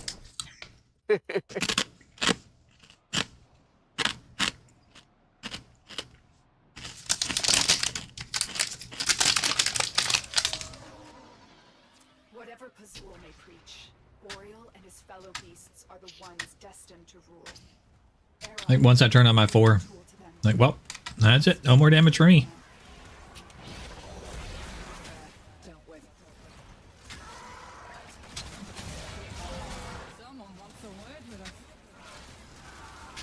Now I'm full on energy.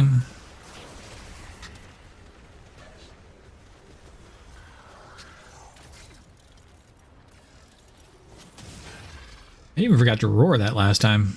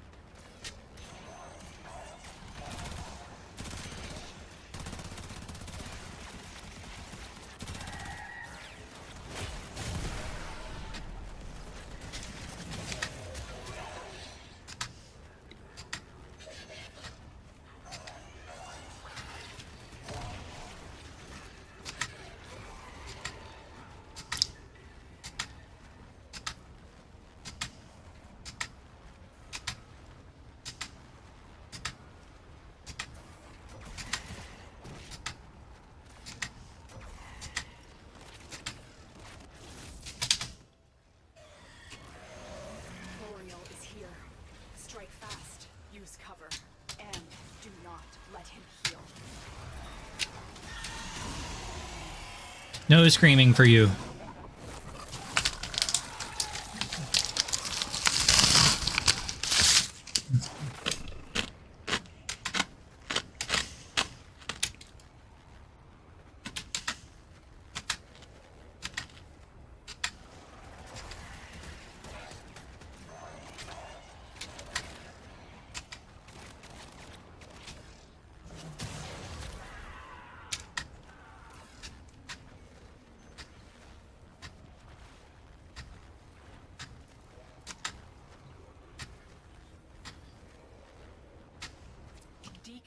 I'll head to B.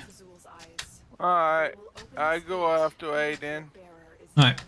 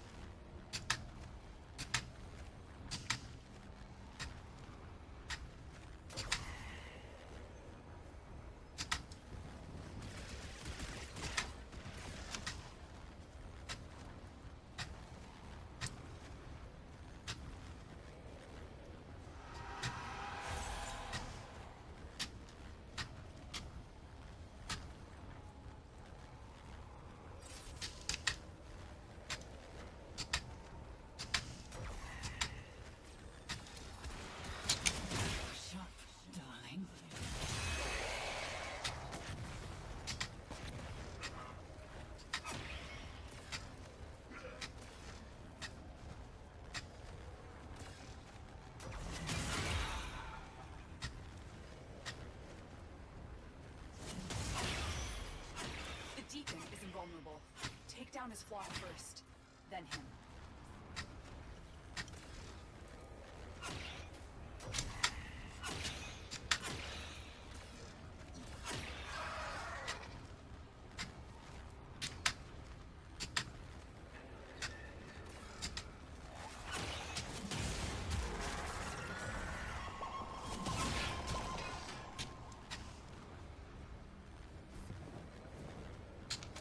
Ooh, just made that.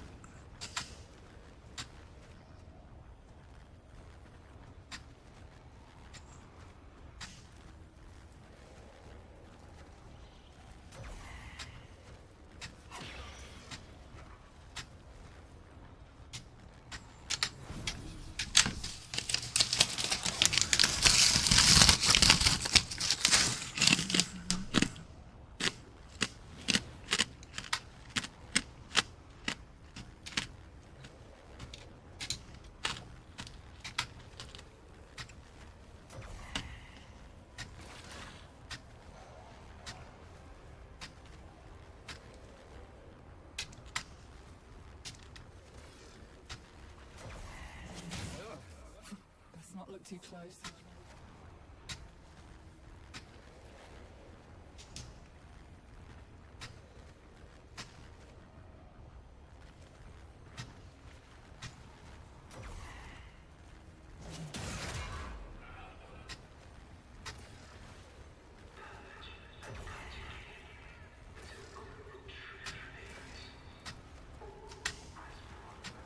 I got it. Nice. This took me a bit. And dang one stopped moving.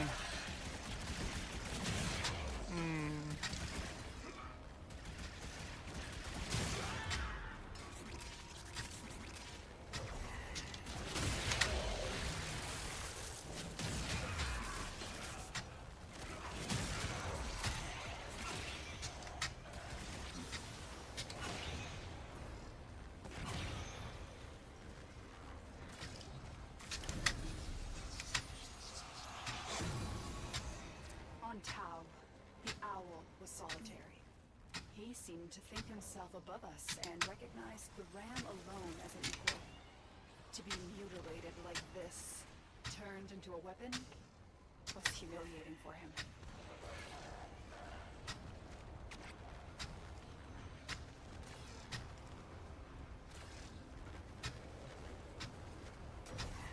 You know, I learned something interesting today that kind of relates back to this game. Hmm. Do you know what the name of the sun is? Hmm. Like the official name of our sun? No, not necessarily. No. Sol. Soul? Oh. Yeah, that's the official name of our sun. SOL. It's the reason why we're the solar system. Wait, because when you say soul, okay, hold on. When you say soul, do you mean shit out of luck? Close, yeah. SOL. It's the reason why we are the solar system, because we are the system of the planets that revolve around Sol. That's the name of our star. Okay. It's also the reason why in game they're like, oh, thanks Sol, as it's the star that at the center of the system, because it's the same system. But I was actually watching a science thing today, and they were talking about, did you know our solar system contains another planetary system? It starts with J, and it's because we have a failed star in our solar system. It's Jupiter. Jupiter is a failed star, and it has like 5 planets that revolve around it, which are its moons. But Jupiter's moons are larger than like Pluto, right? And it's one of the reasons why Pluto was declassified as a planet, because it's smaller than Jupiter's moons, right? And Jupiter's moons are like the same size as like, you know, some planets. But they don't revolve around the sun. So they're moons, and they revolve around a failed sun. It's just not quite large enough. If it was a little bit bigger, it would ignite and become a star. Yeah. Which would be bad, wouldn't it? And it has a name, its system. It's like I can't remember what it's called though.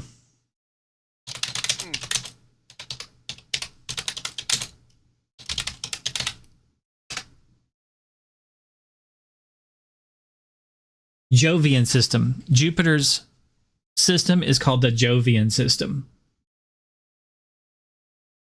It's the name of Jupiter's moons, rings, and asteroids, and yeah, it's the Jovian system. So the solar system contains the Jovian system. I learned that today. My mind was a little bit blown.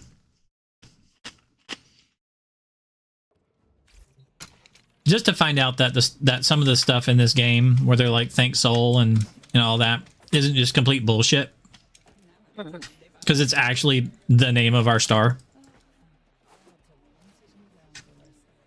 and it's the reason why it's called the solar system. I just thought like solar meant star. It didn't mean it. I didn't know it meant specifically our star. You can't call any solar system a solar system, I guess. Because Sol is the specific name of ours? I don't know. It's weird. I guess we just all take it that they're solar systems, but they're star systems. Ugh.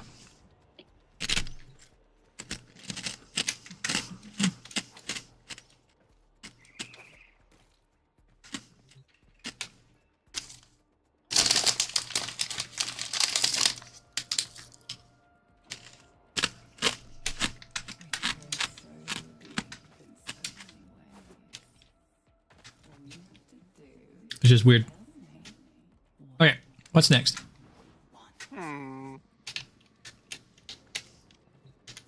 We could run some Belly of the Beast. Have you done your, what is it, missions, was it, Calendar missions? calendar No. thing. The I have not. calendar thing. I have not, so we can do some calendar missions. I need to kill 150 enemies with melee. 300 enemies with abilities. You kill him with abilities, I'll kill him with a hammer. Just let me change frames. Kyle, whatever his name is, doesn't really work well with abilities, I don't think. Yeah, he's more about melee. Yeah. Let's see. Sethagoth, or whatever his name is, I use him. He works pretty well with abilities, yeah.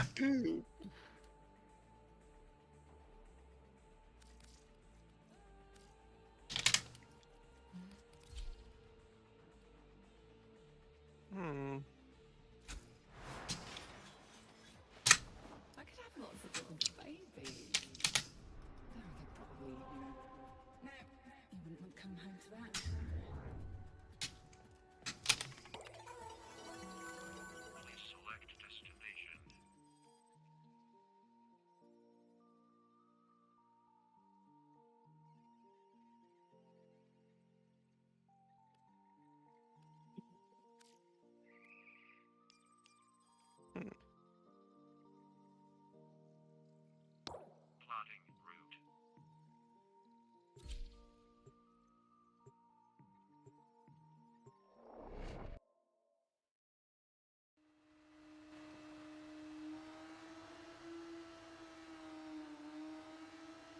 Is a normal difficulty instead of a, you know, still path. Spore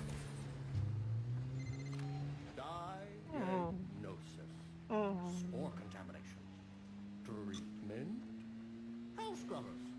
Side effects may include release of deadly spores, homicidal filter buildup, and call the troops trying to kill you for messing with their stuff. Remember that chili con carne I left in the fridge for 2 months? Let the hell scrubbers sit too long, and they'll spawn the same sort of thing, but, you know, with a crap ton of predatory hardware. Shoot off any buildup before it converts you to past tense.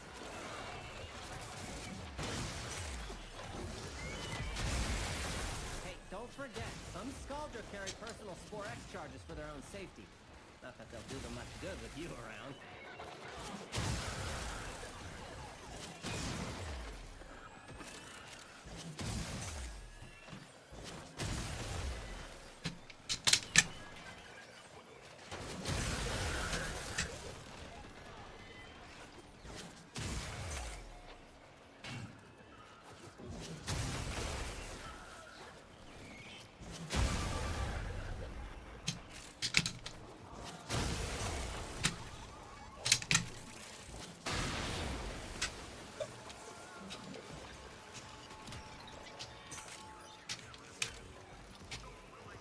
I was just looking for that.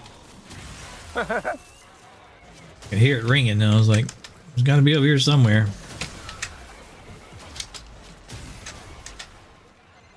My code is working. Hell scrubbers primed, tech rot regurgitating.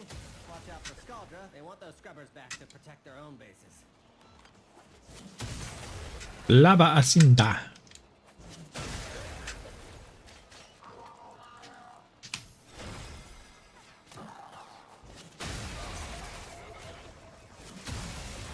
About 2/3 of the way through my melee kills. Backs off that scrubber before they sprout ahead.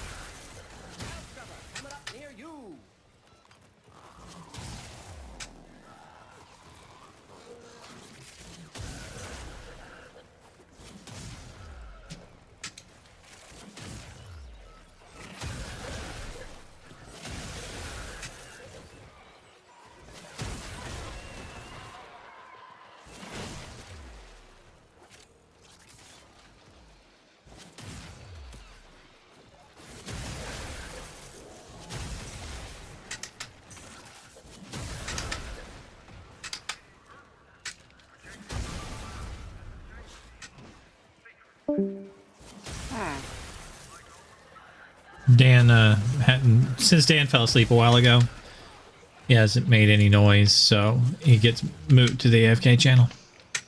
Ah. It's kind of better that way, because inevitably the snoring would start.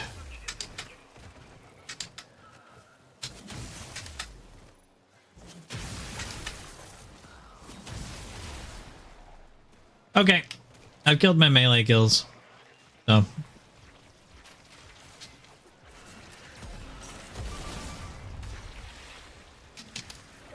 Give me a moment. I got 200 more to do.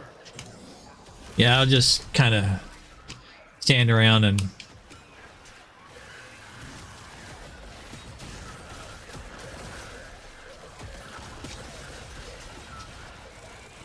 let my dog do his thing.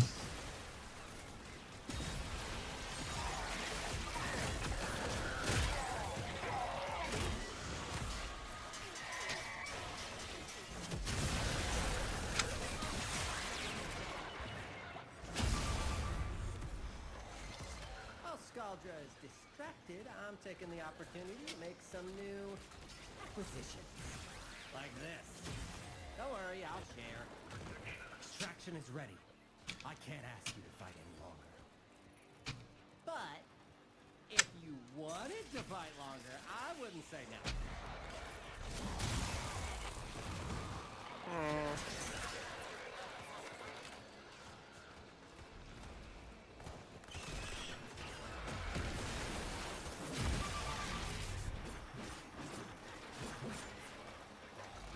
Extra waction.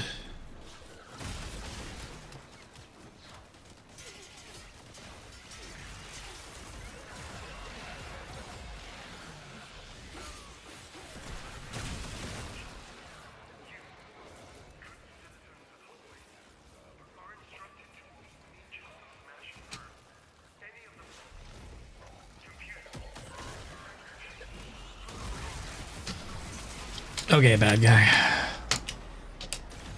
He snuck up behind me.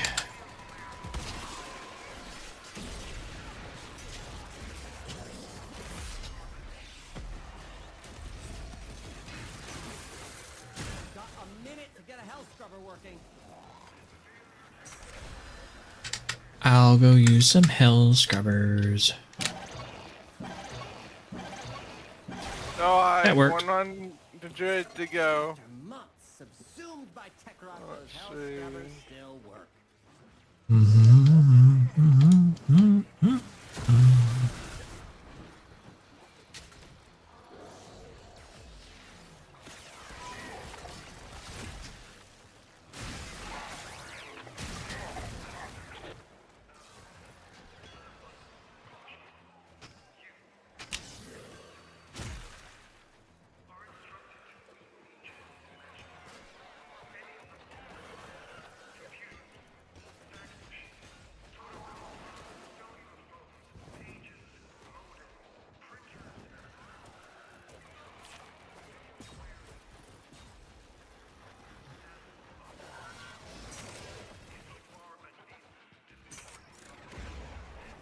Apparently I ran out of energy there.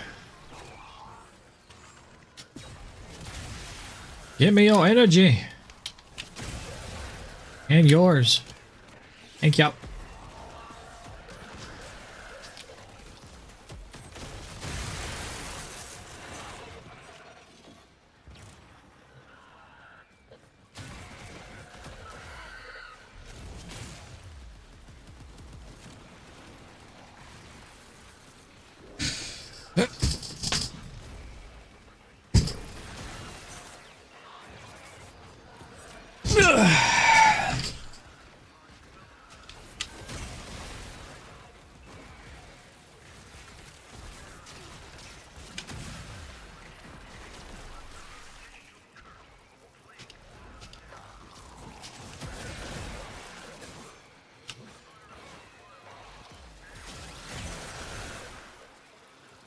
Damn.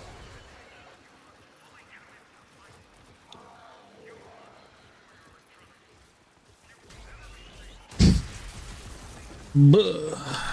Twerp.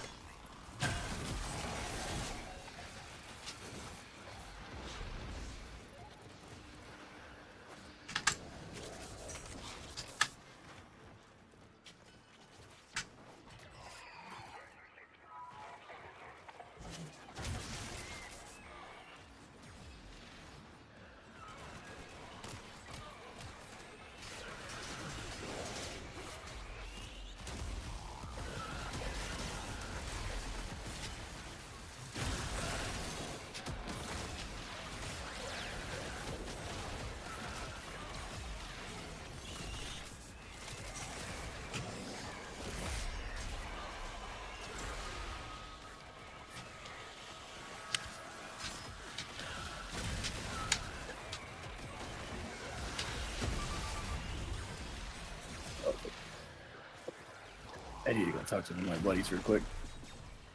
Roger, Dodger. How's your ability kills coming along? I just need a couple more.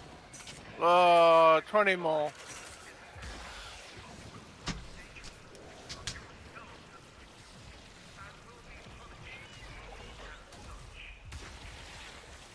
Oh, what the heck? I can't use my abilities, oh. What the heck? That's weird. I didn't do it, wasn't me. Oh, no. I just can't use my abilities. Oh, there we go. That's weird.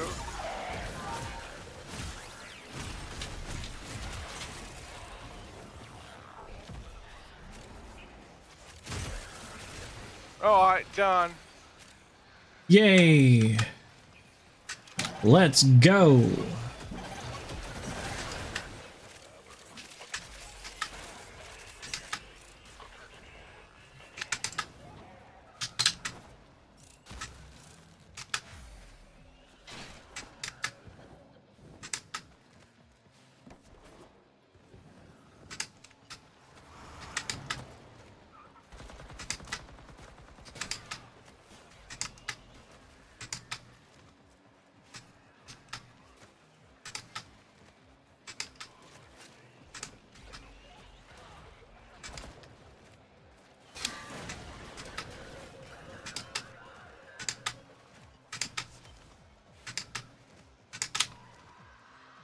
There. Okay. That mission about put me to sleep. Oh, excuse me.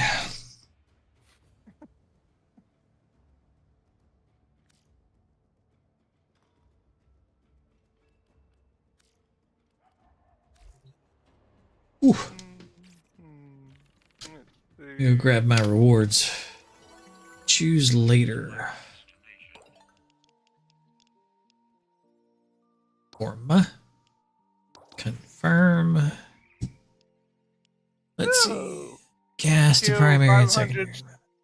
Scheduled troopers, whatever it's called.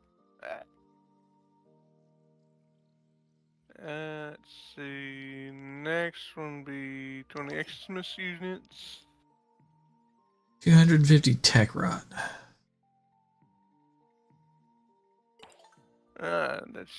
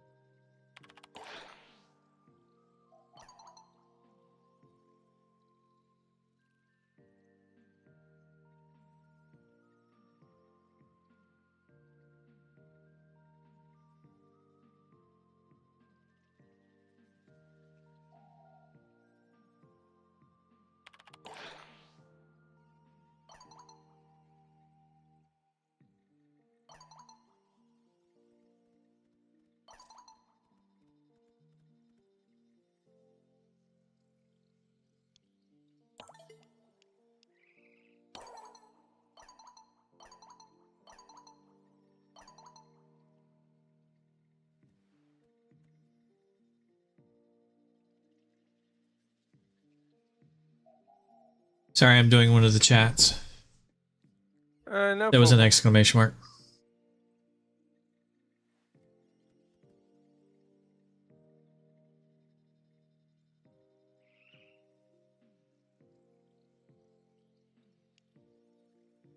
That was hard to understand.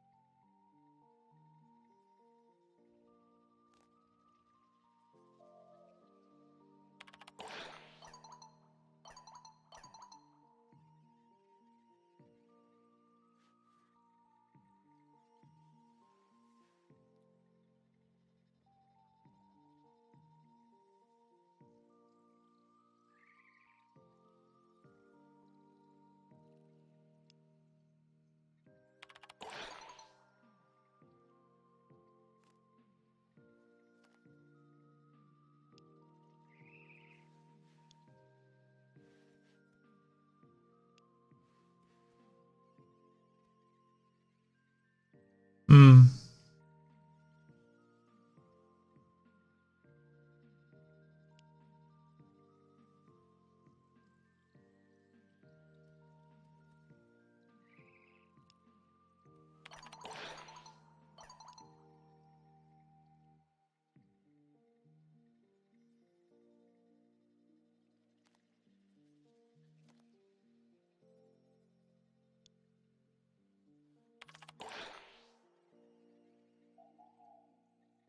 Okay.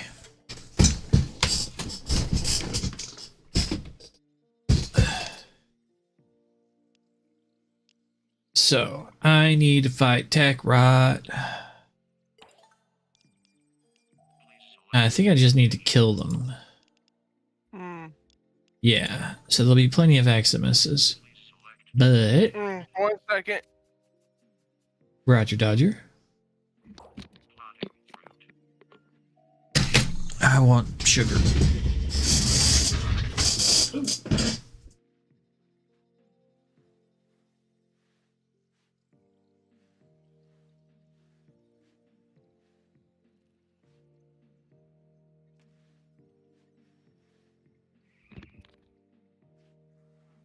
Alright, I'm back. I'm AFK for like 30 seconds. Maybe a little bit more. I'm getting sherbet. Time-limited mission alert available.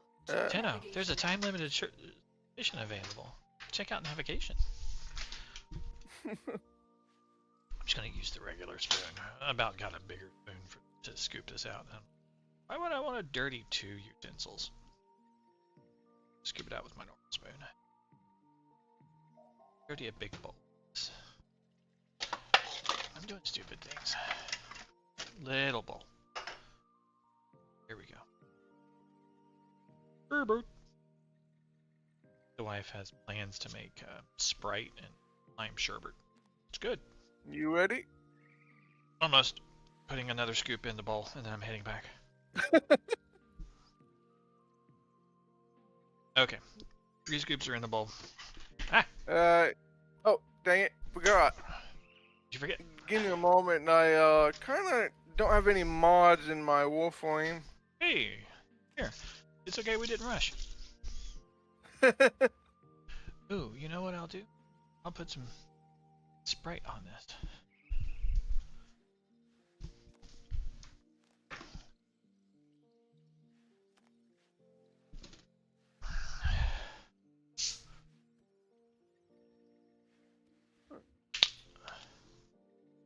Have you ever had Sprite and lime sherbet?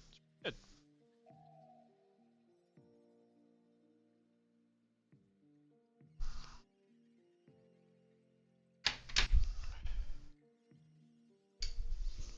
Alright, ready. Okay, heading back to the computer. My bowl. Lime sherbet and Sprite. Huh. The lime sherbet will freeze the Sprite into little crystals around it. So you have little ice crystals of soda on the lime sherbet. It's kind of nice. Let's go murder stuff. Yeah, good.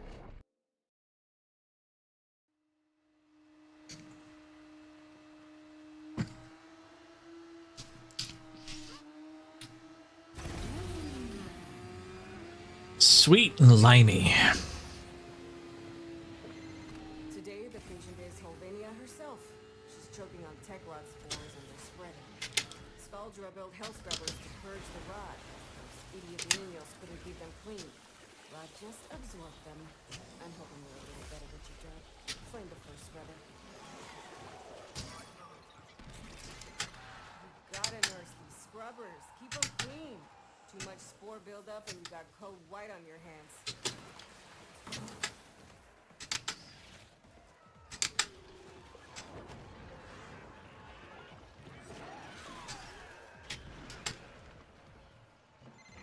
Hey, you think I'm playing? Shoot that buildup off now! I did already.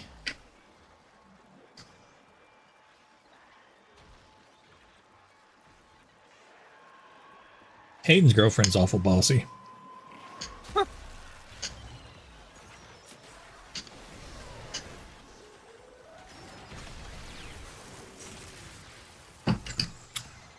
Hey, be on the lookout for spore X charges. Every little bit counts.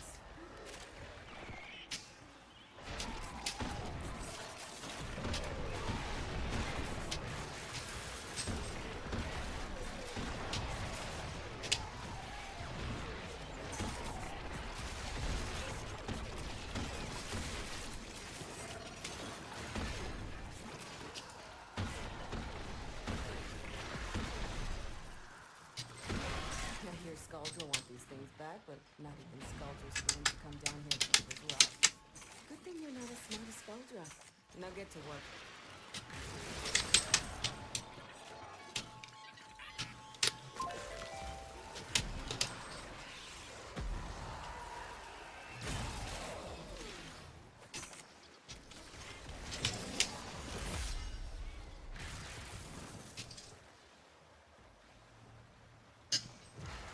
Just as a warning, I will be eating ice cream most of this, or sherbet.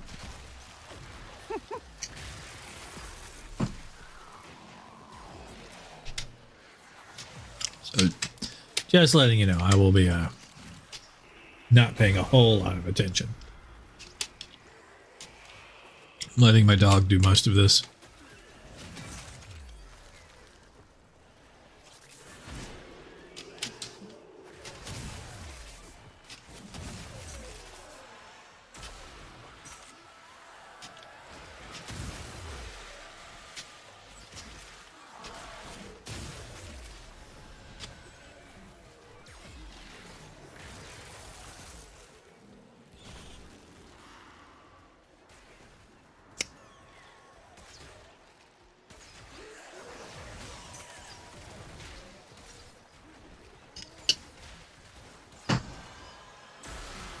Hell scrubber ready for you.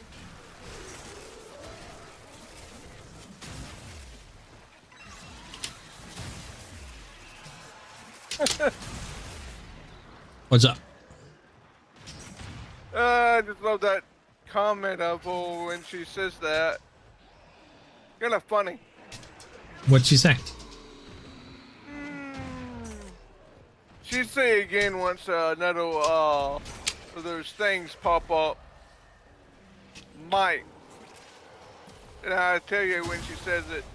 Alright. Kinda funny.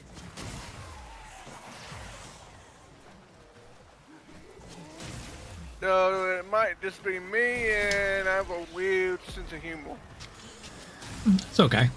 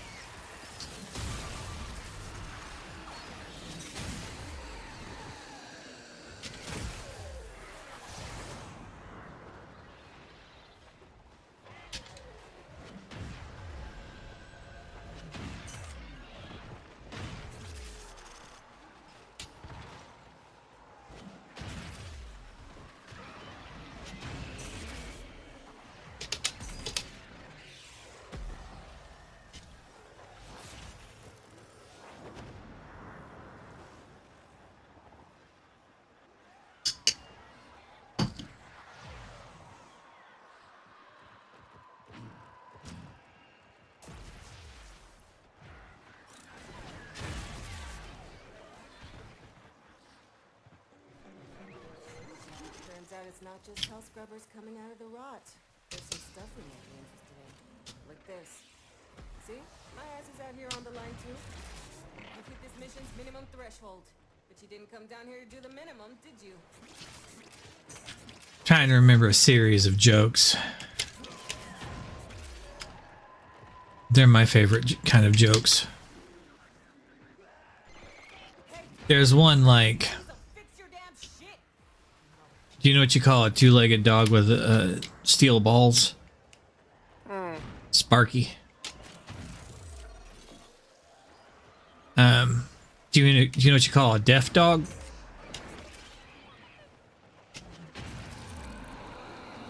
Doesn't matter. He won't come.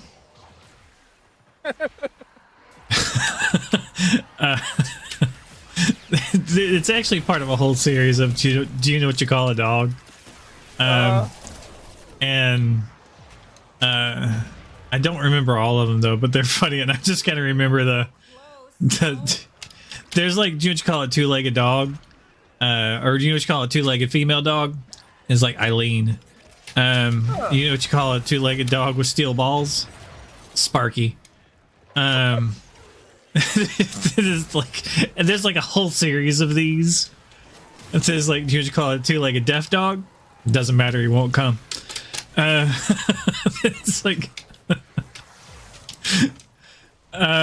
I can't remember all of them though. There's so many. Oh, we gotta activate a scrubber apparently. That's just like, I've got a series that I've always been proud of that I made. I'm gonna see if I can remember the whole thing now. It's been years since I've told it. It starts off with, I made up a new word. Would you like to hear it?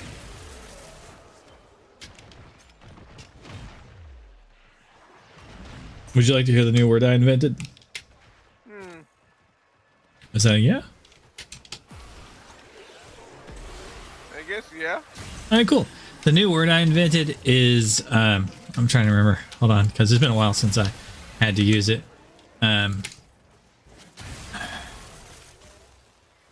I'm bad with names, so this is actually the hard things for me. Okay. Oh, the new word I invented, I call it plagiarism. It means to steal someone else's idea.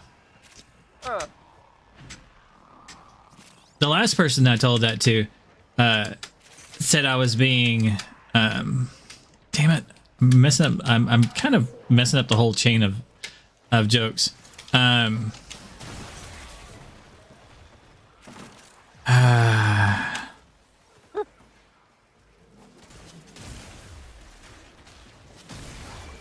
It's 3 verbal jokes all in a row.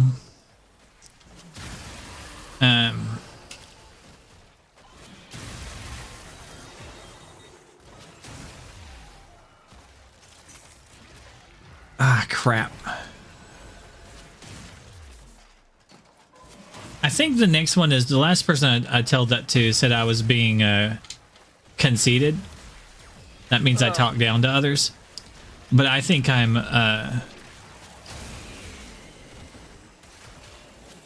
no, the last person I told that to said I was being condescending. That means I talk down to others. But I think I'm damn it. I'm having to recreate the joke series in my head. It's been so long since I've told it. The last time I told it, I was working for support.com. And that was like 5 years ago.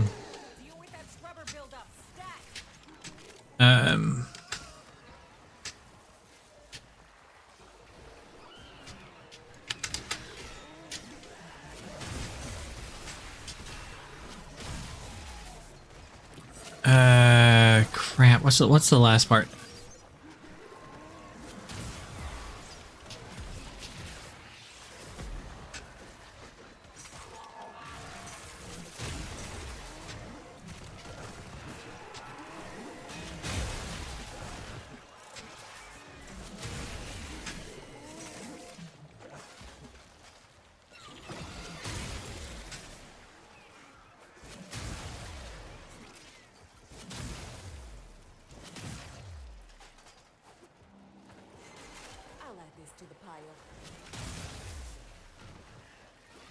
No, I can't remember the end of it. I think it was. Me when it comes to memory. Oh yeah, I have a terrible memory. It's the whole joke. The premise of it is you use each word, then you define the word in a denial of it. Like it's kind of like somebody says, I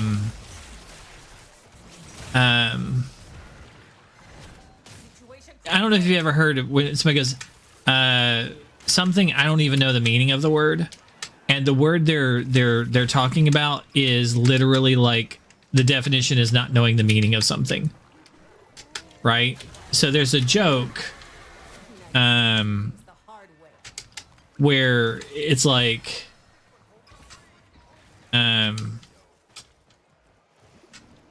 where they say I don't even know the meaning of the word, but it's literally they're saying that you don't know the meaning of the word. And that's the joke, is that you accurately define what they're saying by saying that you don't know it, what they're talking about. Here's another representation of these types of jokes. Do you know what the difference between man, I wish my brain could do words right now. Or names. I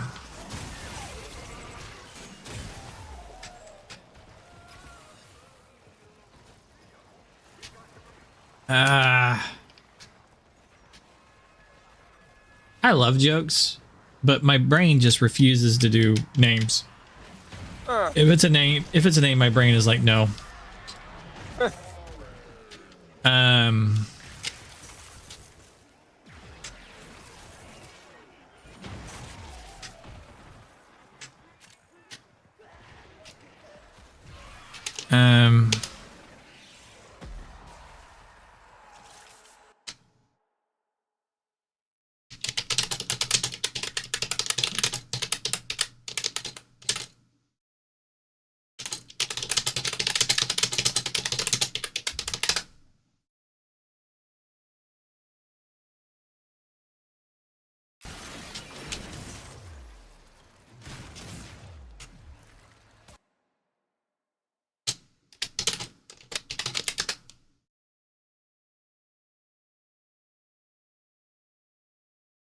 Okay, here it is. What's the difference between ignorance and apathy? Do you know the difference between ignorance and apathy? No. I don't know, and I don't care. I don't know, and I don't care.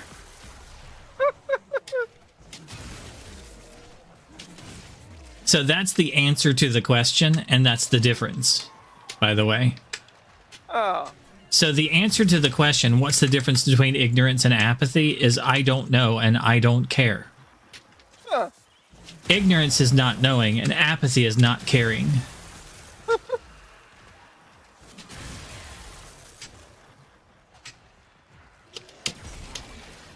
And that's why it's a verbal joke, because it's all rolled up into this one trick of language. Ah, okay.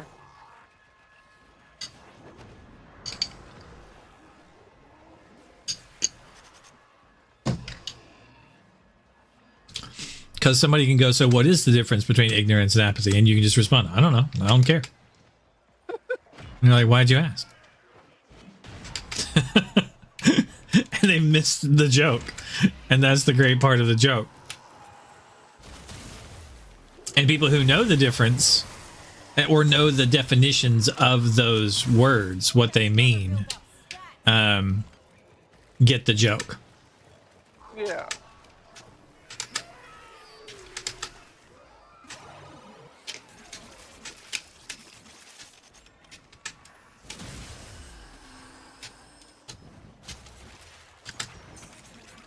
Those words are hard. Yeah. Language is weird.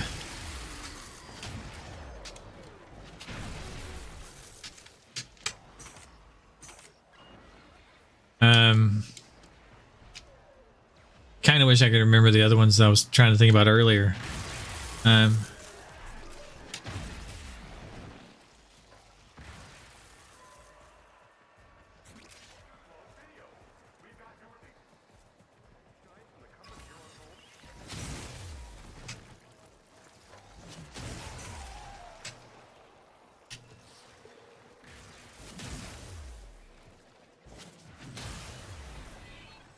Wish I could remember the end of that joke from the one I was telling earlier.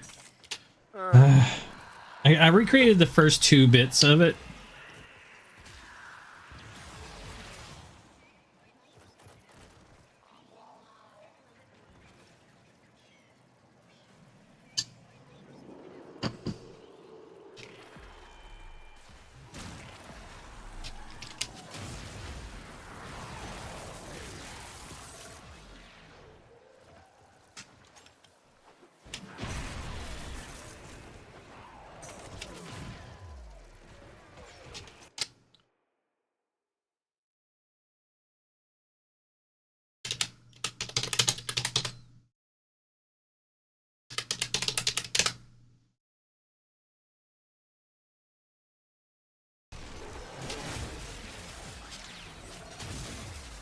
Situation critical.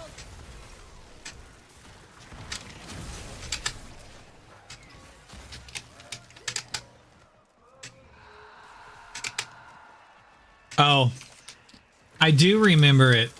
Haha. Well, Okay, the last part. So it's the joke about the new word I invented, which is plagiarism. That means to steal someone else's idea. And then the last person I told that to said I was being condescending and or conceited, and I'm like, and I told them, no, the last person I told that to said I was being conceited. I think I'm better than that. And they said that I was being condescending. That means I talk down to others. And then that's the end of the joke. Because it's a 3-parter that explains what all the words mean. There you go. Hey, old man, how's it going? Not bad. Ah, good to hear.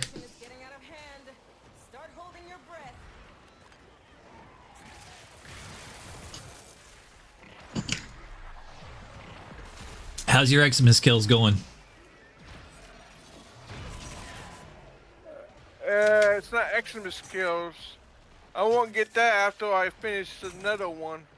Which one are you working on now? I'm waiting on you. Oh, I'm done with mine. We can leave. Oh, yeah. I was just waiting on you. I thought you had like to do eczema skills or something. No. That's after I kill not Tekwat, but the other one. All right, so you got your tech rod killed then? No, the other one, not Tekwat. Oh, you have to kill Scaldra? Yeah. Oh, I'm sorry. Then let's leave here and go kill Scaldra then. I didn't come out empty-handed out as missing anyway. That's good. I was unlocking a weapon if I remember correctly. All right.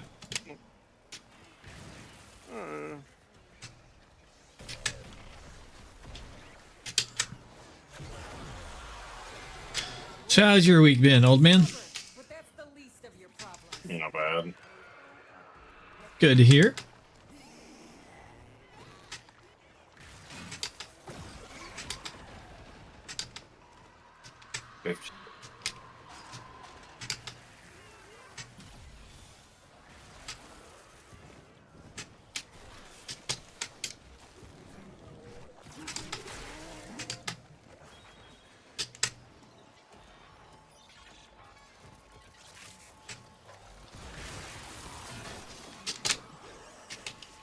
Pizza box.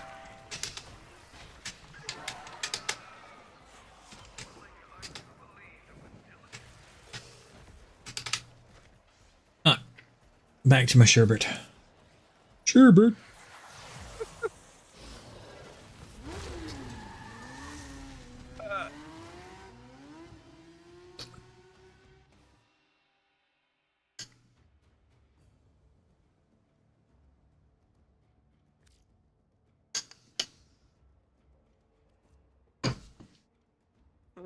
let's see what swimming mod I got.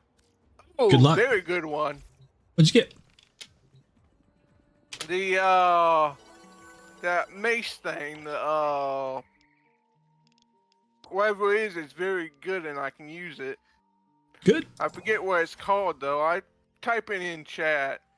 Not the chat, but the in-game chat. Give me a moment. Cool. Yeah.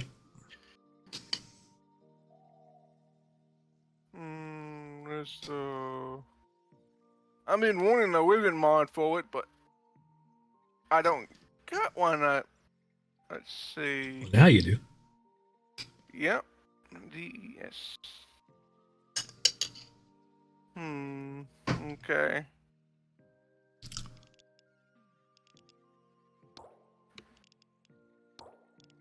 I think I get it. Why? DES. What is it? There's little sword holes in the floor. TR.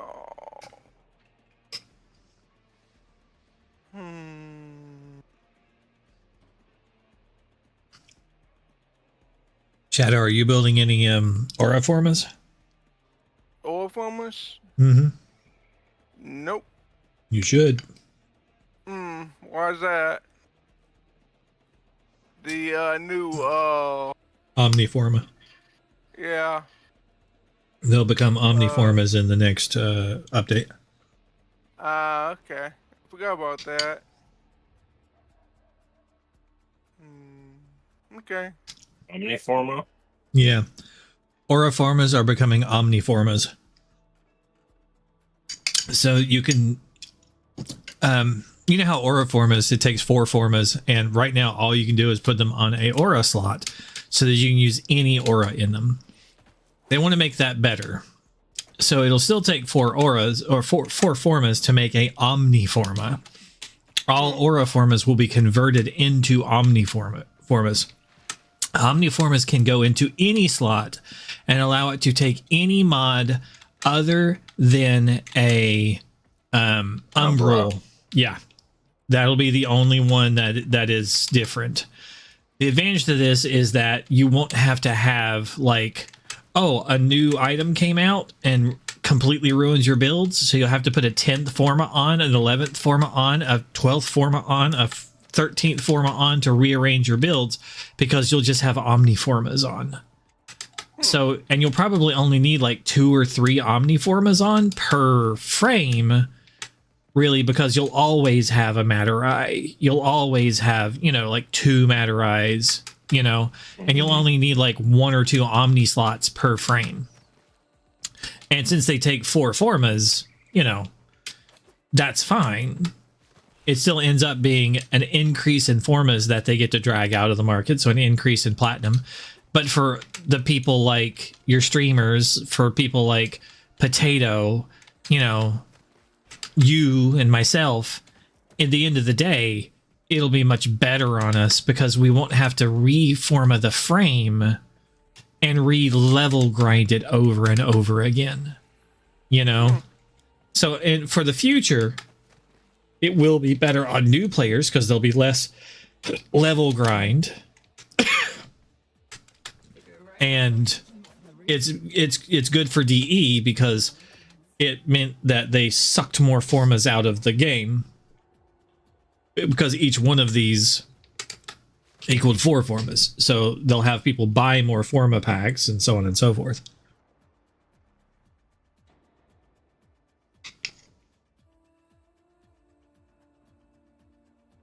So it's a win-win-win. And it takes a thing that's only usable in one spot, unless you use it elsewhere. Good decision.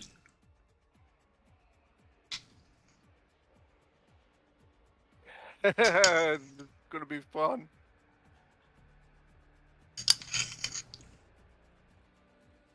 Alright.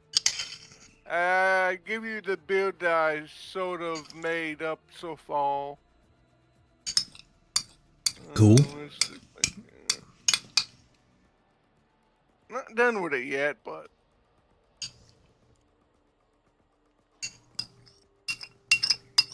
I'm finishing up my Sprite and lime sherbet.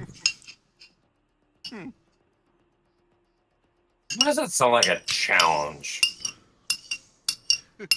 What? One of those weird, like, TikTok challenges, like, yeah, sherbet and Sprite or something. It's good. I've had it ever since I was a kid. The sherbet freezes the Sprite to it in like crystalline form, and it just adds more lime flavor to the Sprite, so it kind of tastes kind of like Jello-ish, like lime Jello. I don't know. It's just more limey.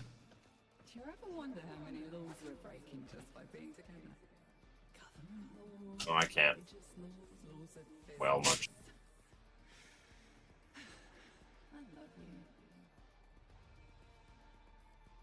My sense of taste anymore consists of peppermint. Like, legitimately, it's like one of the few things I can taste like decently well anymore. Like I'm at a point now. I keep peppermint extract in my truck so I can put it in like hot chocolate. And most people would put like maybe a drop in their drink. I'm like 7.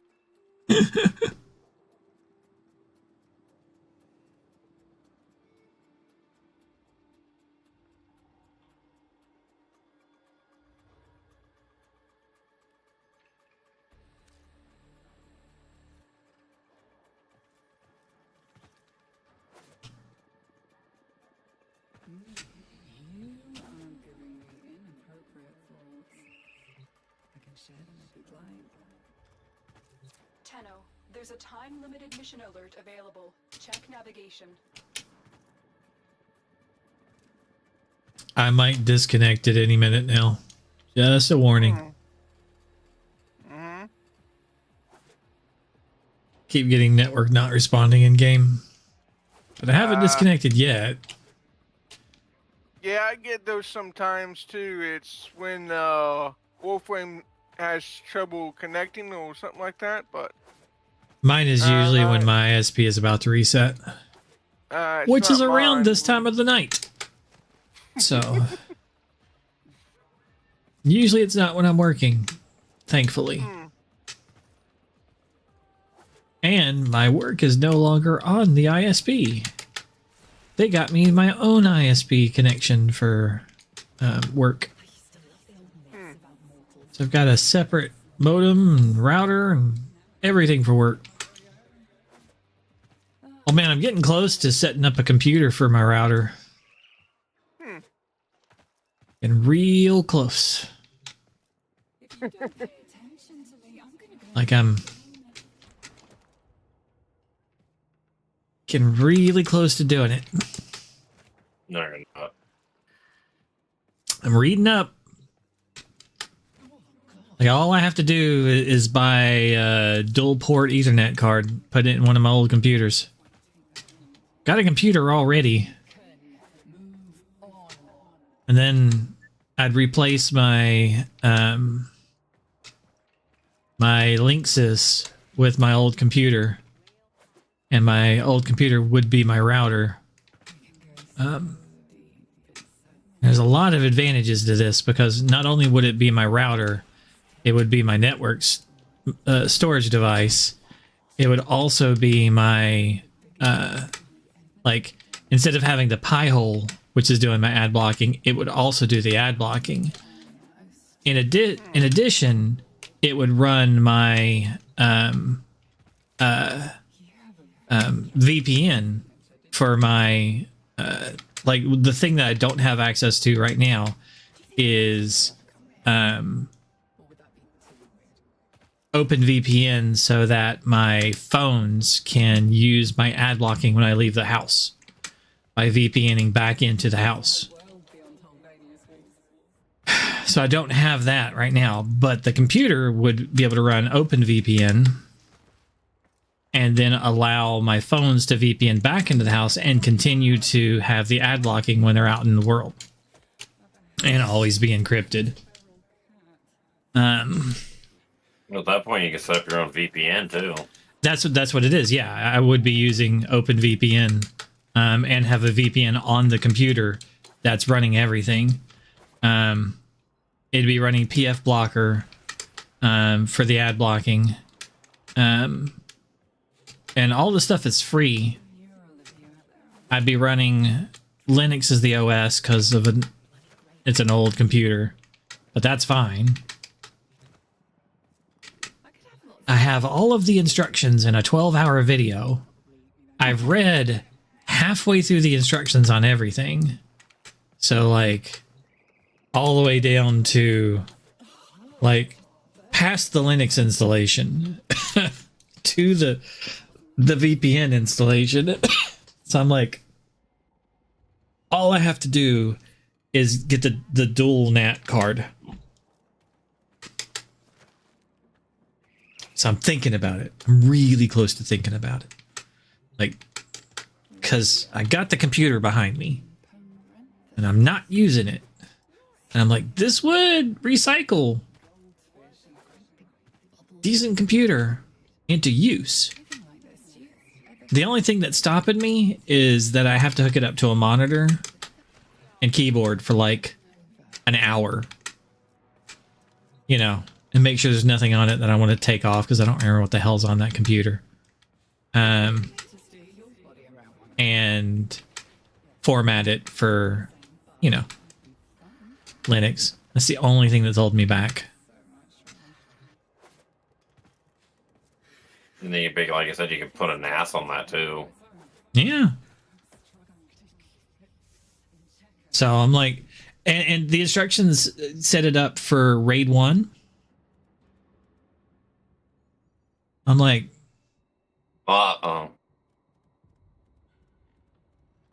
yeah, because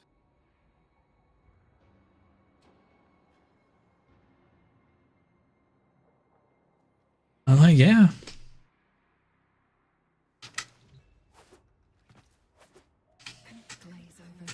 So a single level redundancy. All that, I don't know how much memory that machine has, but I would make sure you have a lot of memory.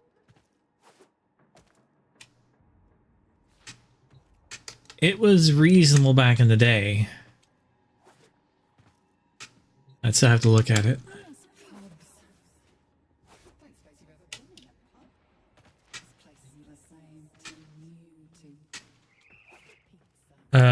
I posted it. It's right above us in Stuff with Letters. It's the How to Do Everything. Lewis Rossman. He has a like 1,000-page walkthrough in text, and then a 12-hour video as he walks you through it step by step too. And okay, back to video games.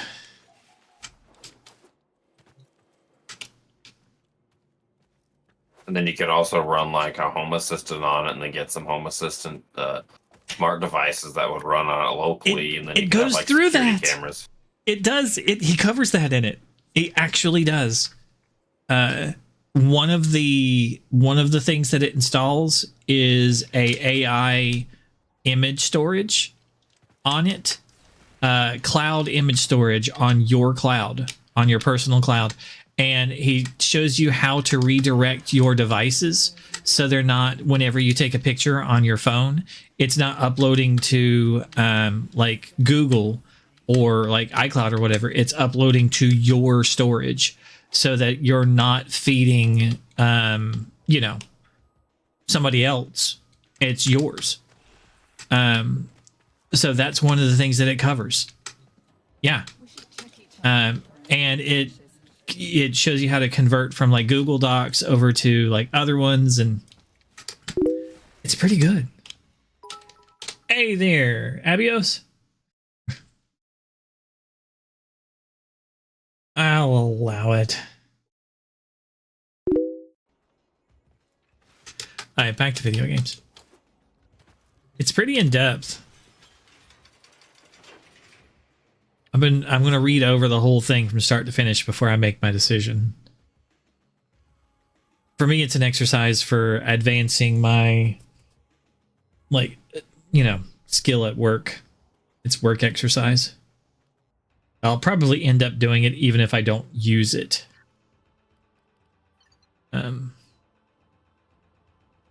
Oh yeah, we're killing guys. That's what we're doing. So you need Scaldra, right? Shadow? So I was just talking to the NPC. Ah. Dang it. You need Scaldra, right? No, the Mag. Forget what her name is, Annie or well. So what do you need for your... Yeah, but what do you need for your calendar mission? I have to kill the Scourge or whatever the name is. Okay. 200 of them, I think, something like Okie that. dokie.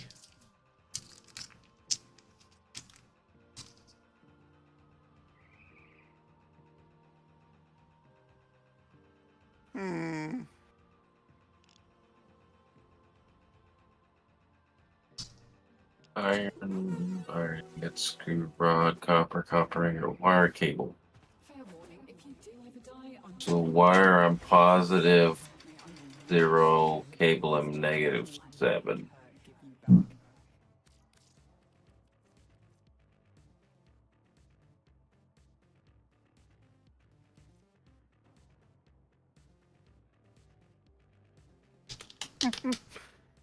Okay.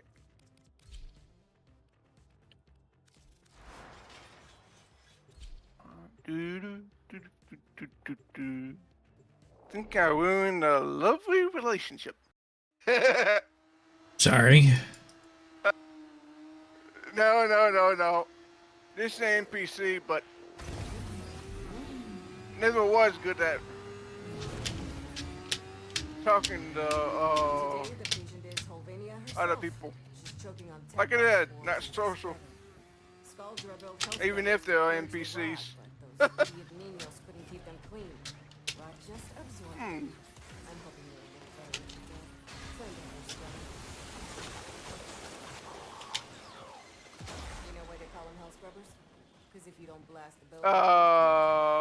You picked the wrong mission.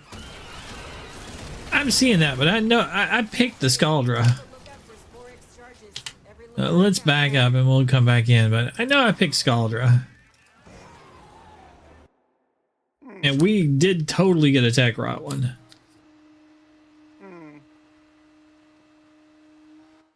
We'll try it again. Okay. Yeah, that was tech rot survival. But Get it? What? I got her in my room. Your person showed up? Yeah. Nice. It does say Scaldra up there. I've been trying to get her in here. Oh, dang it. Well, now they're in, right? Yeah. Well, congrats. Took me a while. Scaldra tried to kill spores in your area, but the tech rot just ate their house scrubbers for lunch. Let's see if we can make the tech rot. Oh. Code I've named Puke.spew. Oh, right. Never mind then. Did I forget to mention that the scrubbers are prone to spore buildup that can spontaneously form? That'll absolutely bump your therapist up a tax bracket. Shoot off any buildup and you shouldn't have a problem.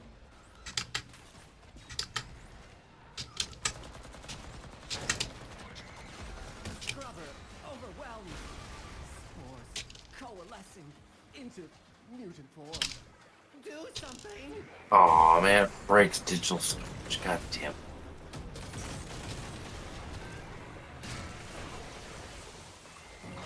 Crap. Copy.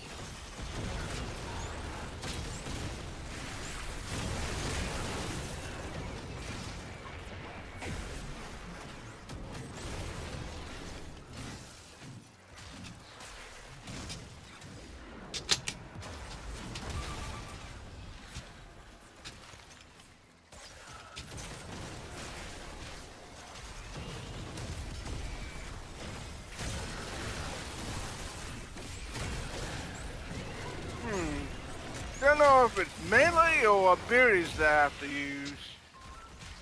Could be both. Worth checking.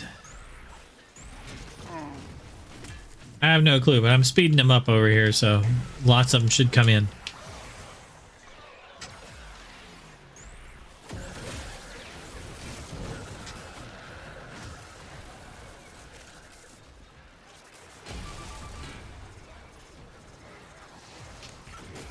Oh no, I just have to kill him. Okay.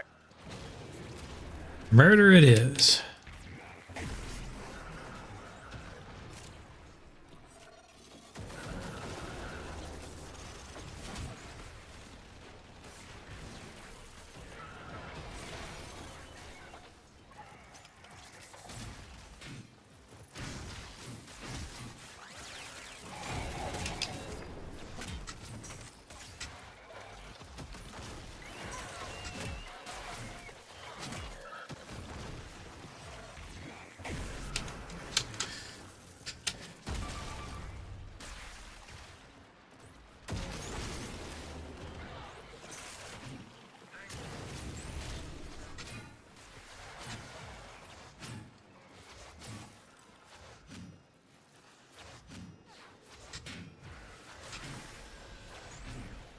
Oh man, you might be happy to know that they're bringing helicoptering back.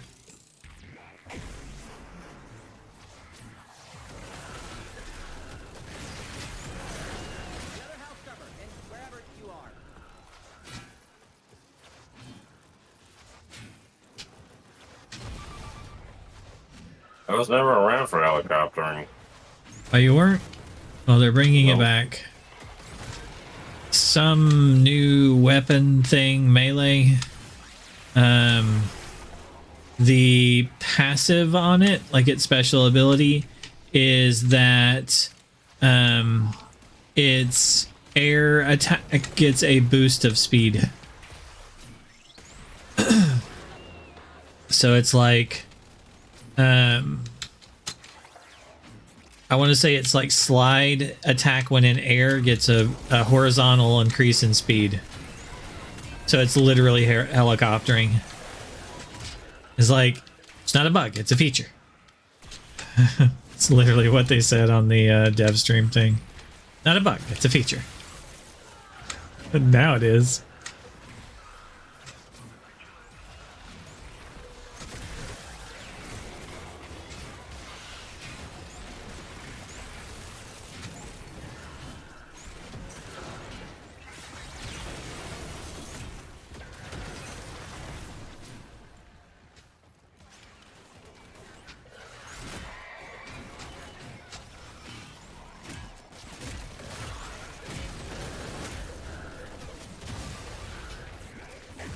Oops, that was the wrong one.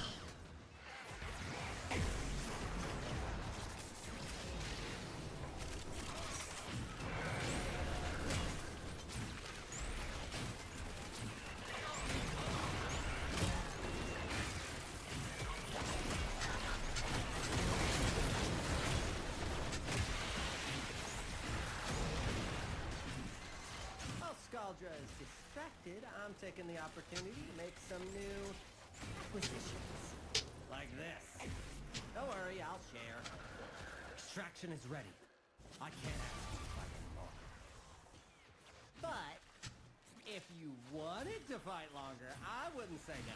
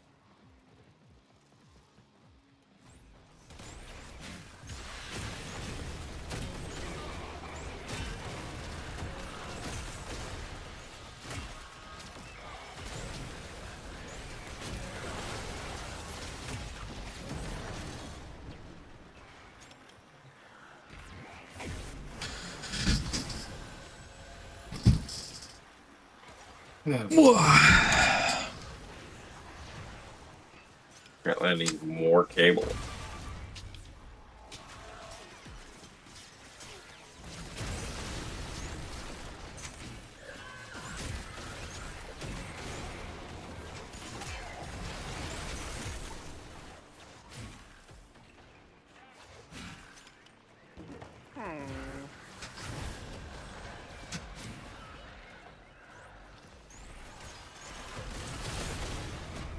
Let me know when you got your kills and we can head to the exit. Yeah, alright, we'll do.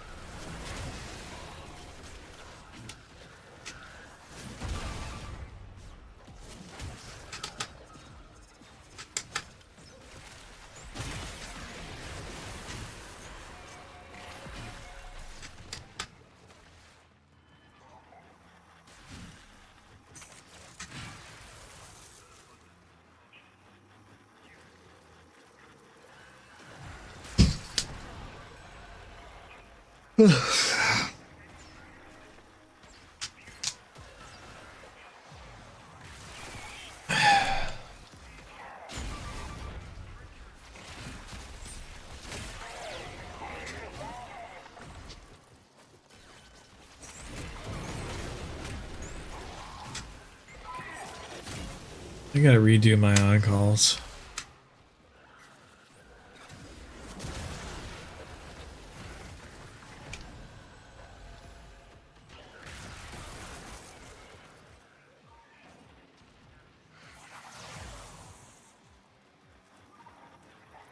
Excuse me.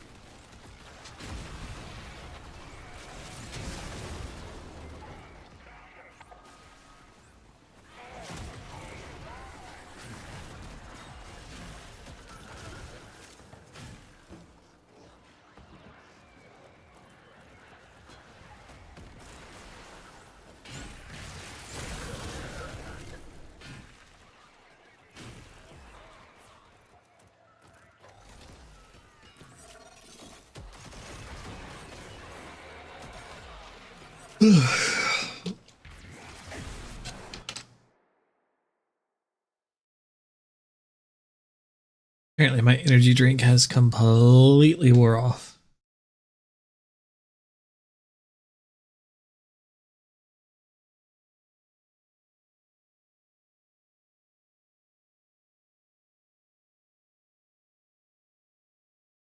Hey, you know how they hug to a chick during a live chat? Somebody says to her, "Oh, what about that shit point that you were doing?" You go, I need to go to bed." Didn't say anything for 3 months. He's back. What a long sleep. A better you starts today. Hey guys, I hate to interrupt you, Nick, so hello there. But anywho, I'm gonna go to bed, and I'll see you guys tomorrow. You know what's very interesting about Pastura? Not much. I can't even remember her name. Even though I've been watching several drama videos about it. But it is quite bizarre that you would have all of the goodwill that was given to her. I didn't have a bad thought about it, did you? I thought, yeah, you do spit on that thing. She's making millions. Good for her. There's an old quote that says that In fact, I think I have it written down here. Let me just read this out for you. The world may envy unearned success, but rarely respects it. The world may envy unearned success, but rarely respects it. She had the best of both worlds. Everyone in the world respected her for it. I've never seen anything like it. She didn't even have to do anything particularly embarrassing like Raygun did for her to kind of crack that matrix where it's like, yeah, that TikTok was good. And then, I don't know, she's more famous than Britney Spears, doing way less work. And, let's be honest, probably sucking even less dicks as well. She was winning in life. She was winning. Do you think, I honestly think that she could have just rode that way forever, especially when she's on podcasts with Mark Cuban and Bill Maher. She's in the old Hollywood elite as well as all of these new big YouTubers as well. She had her foot in new and old media. And she seemed like a really nice chick as well. I think that was a big thing about it, just the fact that she was folksy. And so we thought, yeah, all right, cool. Gen Z has a Dolly Parton. That's great. Everyone loves Dolly. And didn't have to do much. Could have just lived off a podcast for the rest of her life, interviewing other celebrities, as you do when you are that big. You get that big boost for whatever reason. You're picked out of the claw machine of other internet tryhards. That was the other thing that was quite appealing about her as well. Don't think that she had any aspirations of being a big E-celebrity. She just, I don't want to hang out with my mean mole. And it was nice and refreshing to see someone with those nice, simple, folksy aspirations in life, as opposed to the rest of us scum-suckers like me. Please, I can't lose this. I work so hard. So they had this huge advantage, and by that I mean her. Anyway, oh, my Twitter pro now. Anyway, I'm doing it again. She had that. She had what we like to call in the internet biz goodwill. Lots of goodwill. You couldn't ask for more. Didn't have to do much to earn it. Could have coasted that for the rest of her life. Would have definitely made way more money than you would have ever out of a rug pull. Come on. She's around forever. All she has to do is come up with, get her official Huck to a lube. It's just a bottle of me spitting in a bottle. She would have made millions, tens of millions. Wouldn't be surprised if she died with hundreds of millions of dollars in the bank. Now what's going on? Well, she's lost any chances of going back on Mark Cuban's podcast. Mark tried to warn him.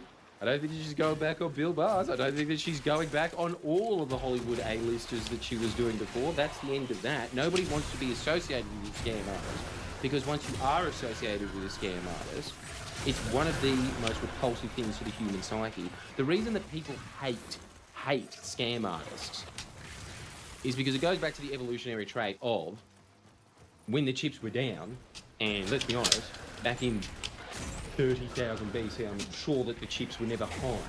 I'm pretty sure it was just, down to the anti-bet all the time. Look, if you had somebody in the tribe that would lie and deceive to steal food, and we all see what those people are like on Survivor, and we all hate them. And that's really what she is. She's just an extension of a Phil on Yay! Survivor. Yeah? Somebody that will actively go behind people's backs to deceive for financial benefit. Nothing is more Angerson to the human body. This is why A Current Affair in Australia has been a #1 rated show for 30 years. Because people respect a murderer for going to those lengths. Yeah? No one respects a con artist. No one respects a dodgy builder that says, yeah, it'll be like 3 times the price that it should be. Everyone hates those people. So she really has now one of the most contemptible images that you could possibly get.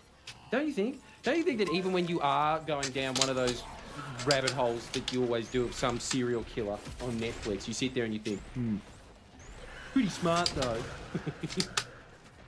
Twisted, but at least he went there. Just this. It's as unremarkable as her rise to fame in the first place. There was really nothing to it. It's gone. And it seems like, as we're leaving, they're always like, yeah, you only have this much time. Putting on, which I think is always the case, and you always try to paint yourself. We all do it, yeah. Like we all try and. We're like, we're not worried about it. We're out. Than what really happened. Just seems like such a waste, doesn't it? No, my Such a still waste. favorite is help Tenno, And it I'm does down sort as of- we're loading into our ship. Bye.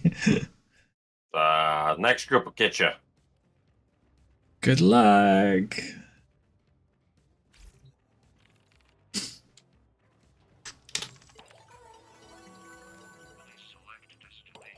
Let's see. I have to kill Tech Rot with abilities.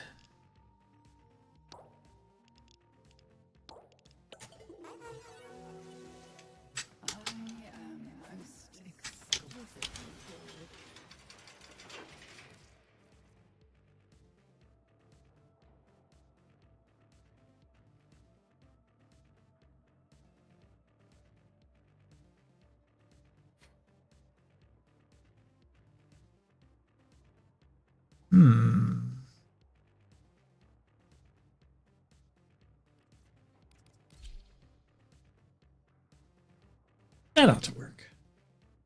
Huh? I have to kill Tech Rot with abilities. I said, this ought to work. What all do I have on this?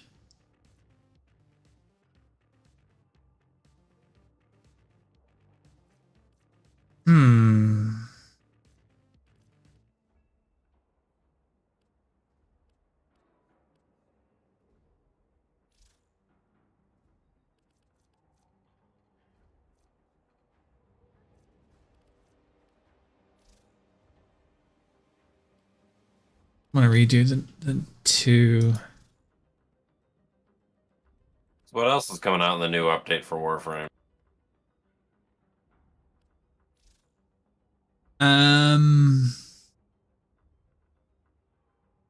Tenno, there's a time-limited mission alert available. Check navigation.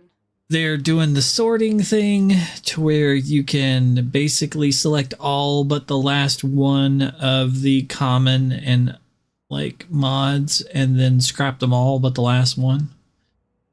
So in one quick action. Oh. Yeah. Nice. It's an advanced sorting feature and you can go to it and you can like adjust. Do you want to do your uncommons, and it won't do anything that's leveled or I think are prime, that kind of thing. But it's that'll be nice to scrap massive amounts of stuff into Endo. Yep, definitely. Yeah. Because I need more Endo. I'm gonna put this one over I here real just quick. don't like, the only reason I would like the feature is because it'd be easier to, like, tone everything into Endo instead of just manually clicking one after other after other. If you just, like, one mod after other, you know what I mean?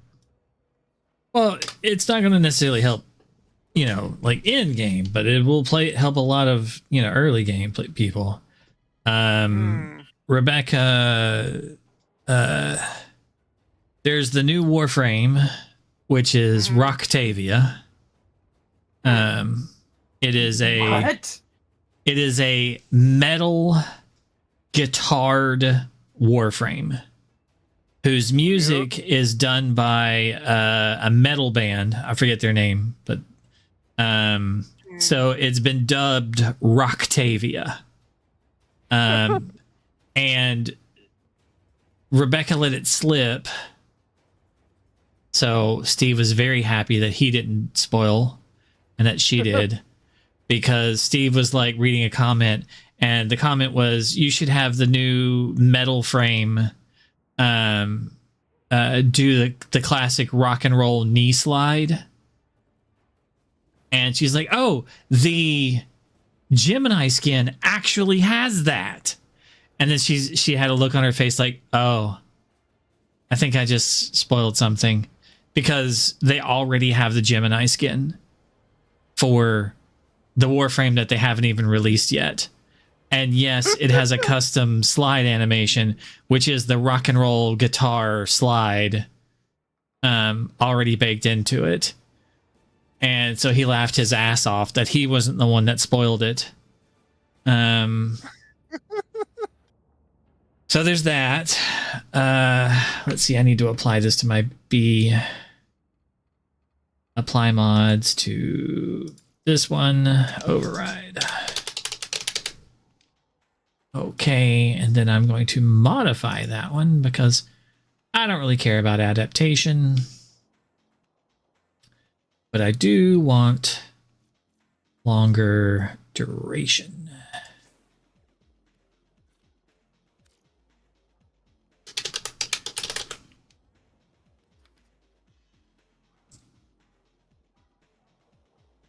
And so I want,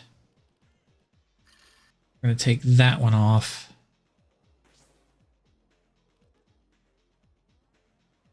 Okay. I'm going to take like that one off.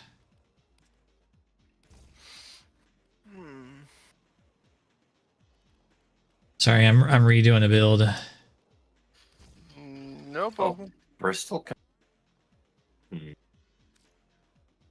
And then we're going to put on overextended. And then reach range.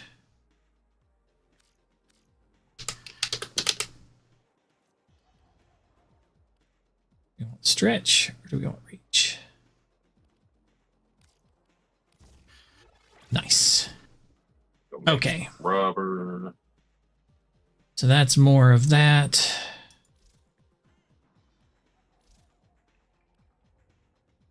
Okay. Perfect.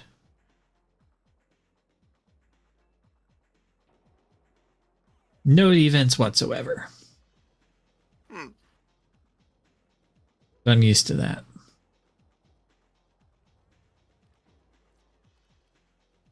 Okay, now I need to go and Helminth on Roar.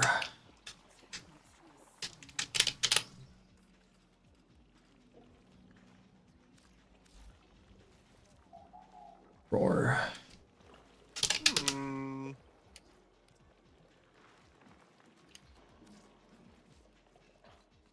Arc Sphere.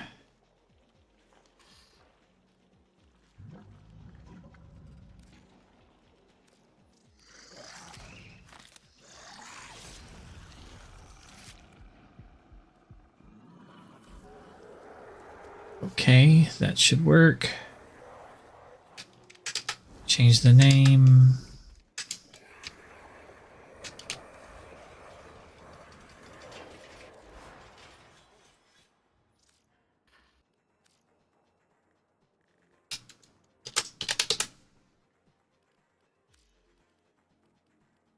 Okay. We have enough for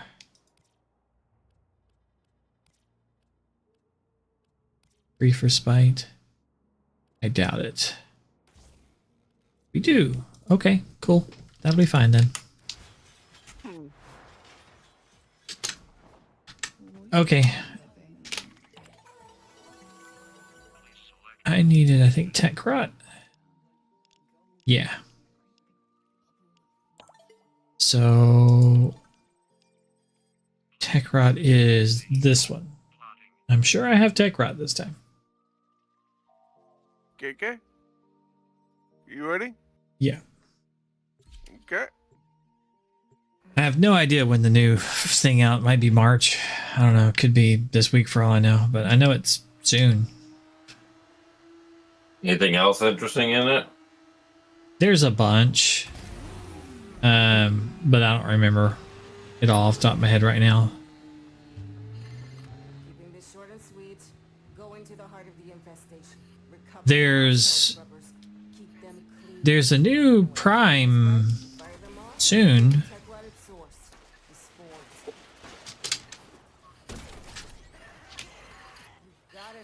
There's always a new prime. It's Lavos Prime. He's coming out soon. I think he's out the same time.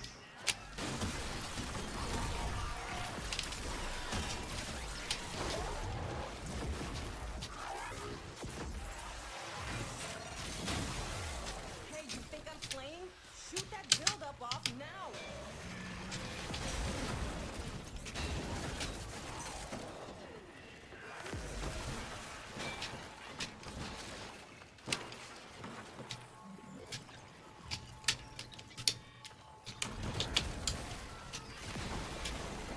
Hey, I need 20 cc's of fix your damn shit! Fix your damn shit.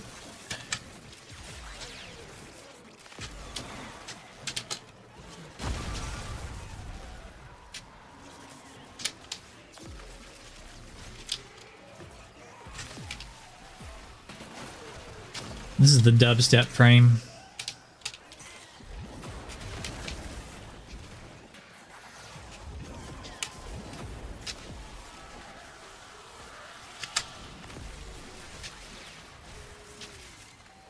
It's working.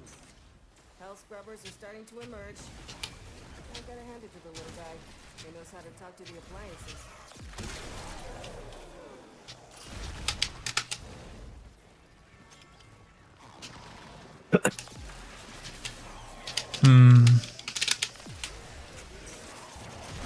That stopped it. I was stuck in walking forward.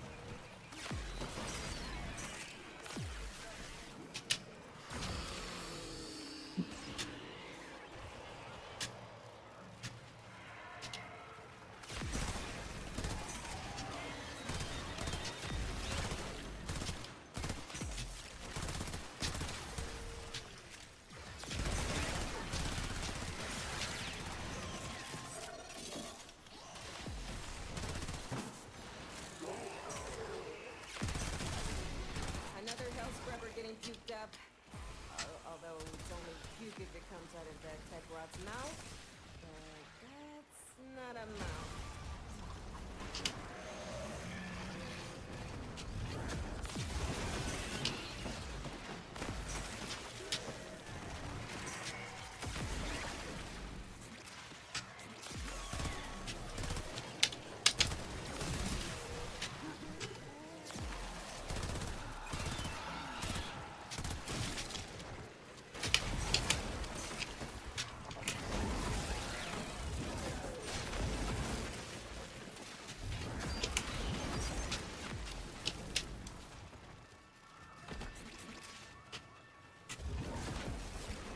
Are really using that much fucking cable?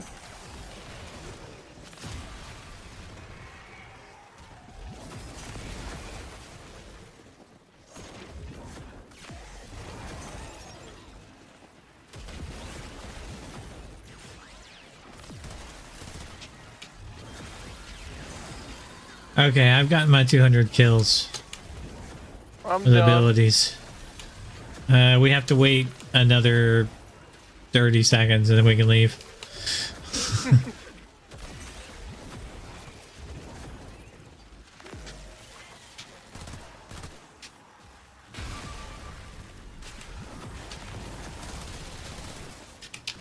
JR electrocutes a lot of stuff.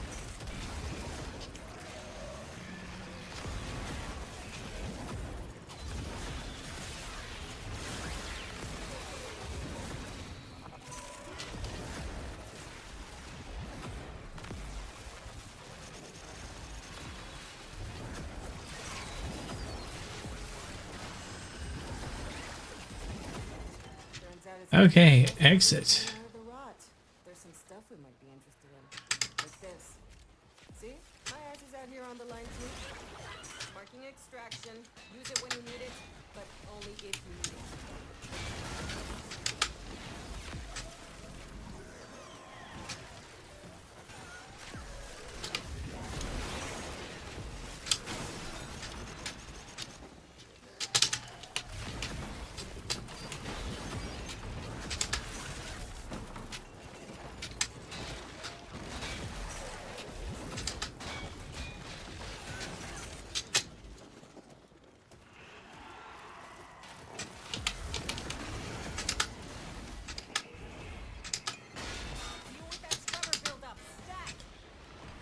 Okay.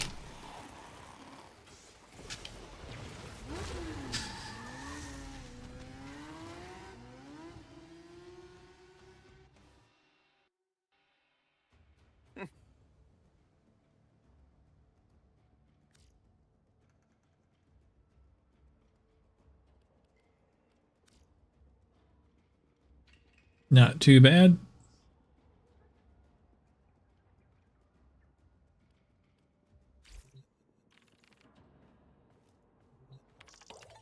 For my next trick.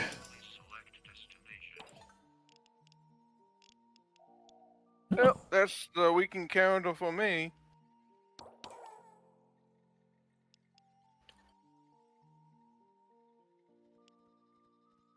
Hmm.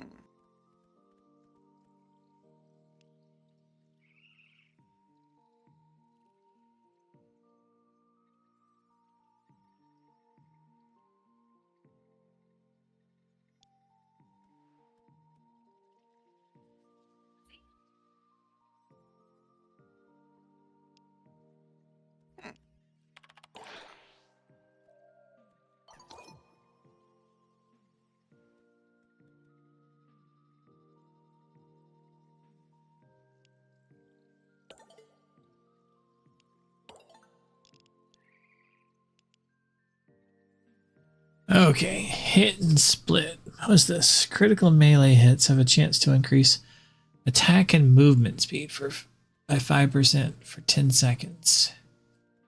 Melee critical a lot. Maybe.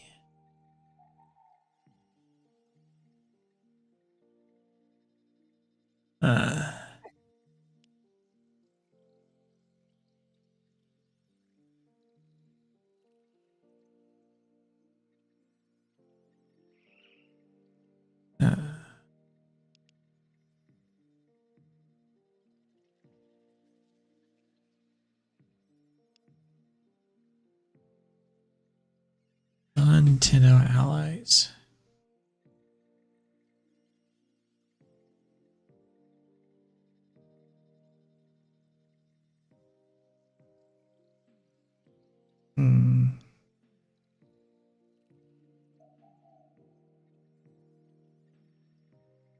Sure, we'll go with the magnetic stuff.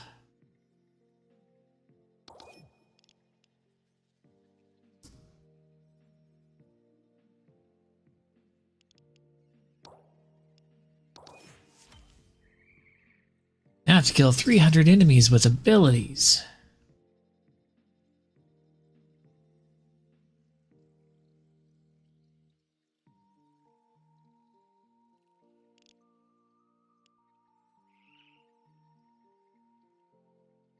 Enemies with abilities. Always a pleasure.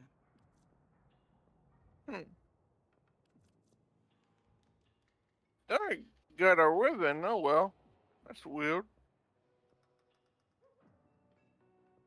Oh, it's random. Okay.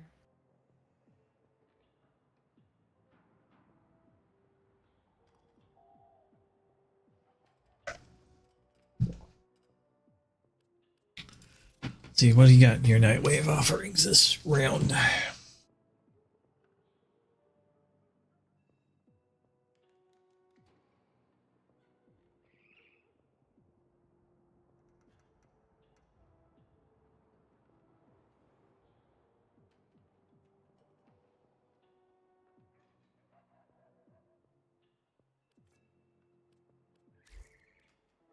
Okay. Nightmare missions. Have you done all your nightmare missions? For the No, I Nightwave? haven't touched them. I think we can do a couple of the nightmare missions. Ta-ta, lovelies. Do you think Lotus will ever come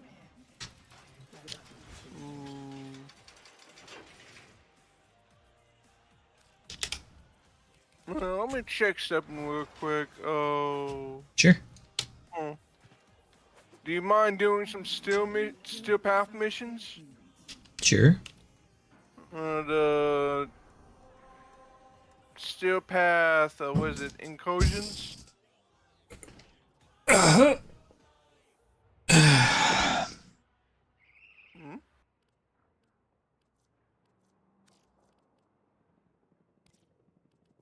what you need to do. I still have the pretty much. excavation, the interception, and the disruption left.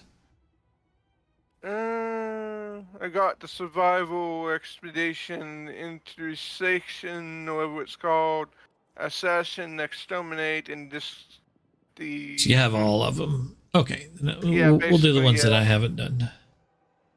Excavation.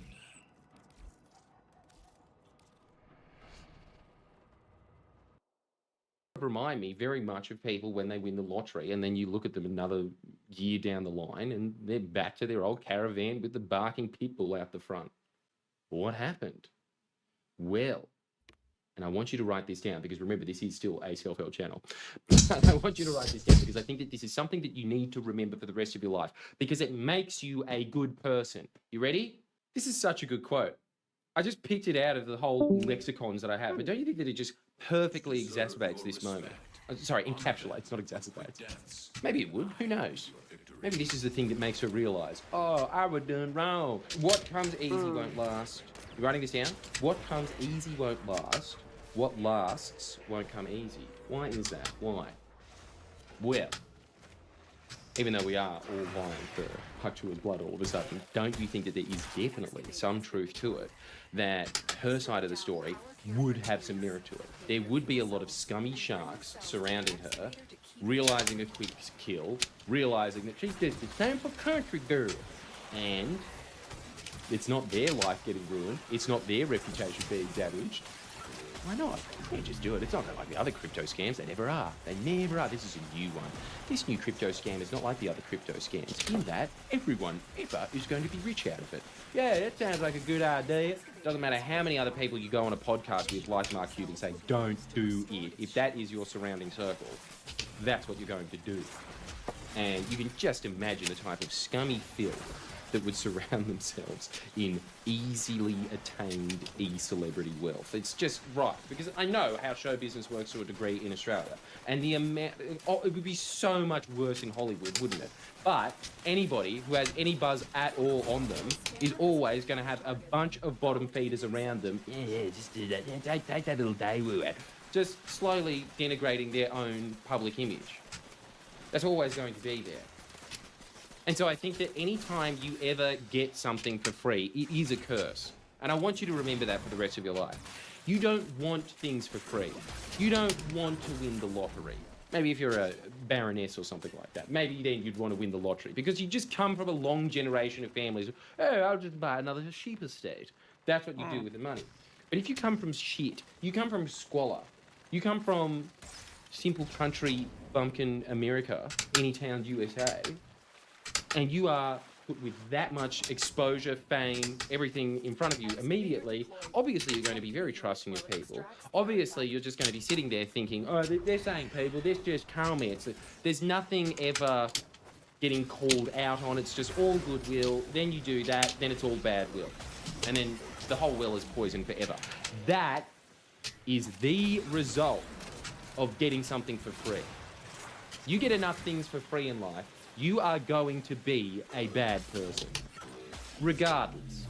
How many Nepo babies have you ever met in your life that when they are, like they get their job in their dad's business or whatever, first off, they're a bad businessman because they never had to work for anything, right? They never actually got any gained experience, which comes from humiliating failure after humiliating failure. So that's all out the window.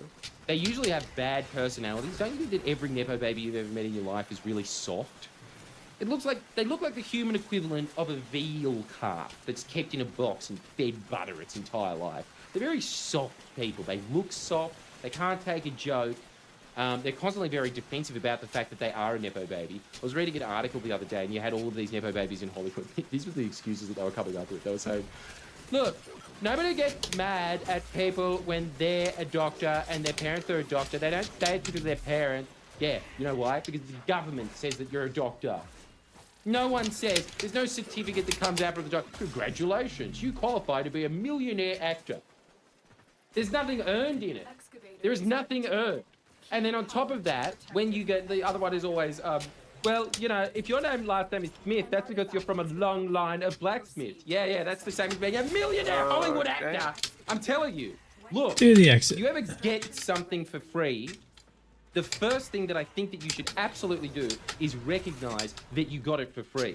And I'm telling you that because of your own merit in life. You, personally, if you ever get something for free and you think that you earned it, you're up for a rude awakening. At some point, the rug will be pulled from you. It will. The only thing that is ever guaranteed in life, in terms of long-term sustained success, is if you had to earn it. If you had to start from nothing. It's pathetic even talking about it in the YouTube world, but that's what I did with my life, right? So I have to use that. But He's right here. obviously, there's way, way better examples out there. He's dead. You know, Mark Boris in Australia is a very good example of that. Or, so, like a self-made millionaire, the reason that everybody respects that is because, as those quotes are saying, it was earned. And people understand that there was hard work involved in that. And in the process of that hard work, they had to become a better person. There was character that was built in it. And that's the thing. Sometimes, you know, if you're a mafia don or something like that, you know, it might make you a worse person. But still, they're kind of respect-worthy in the sense that it was like, no, you know, they killed a lot of people to get there. And so, you know, that is what is creating that, is because you know that you had to create a transformation in yourself. And that's the true reward out of all of this. The bad thing about being handed things to you in your life is that it does slowly poison you.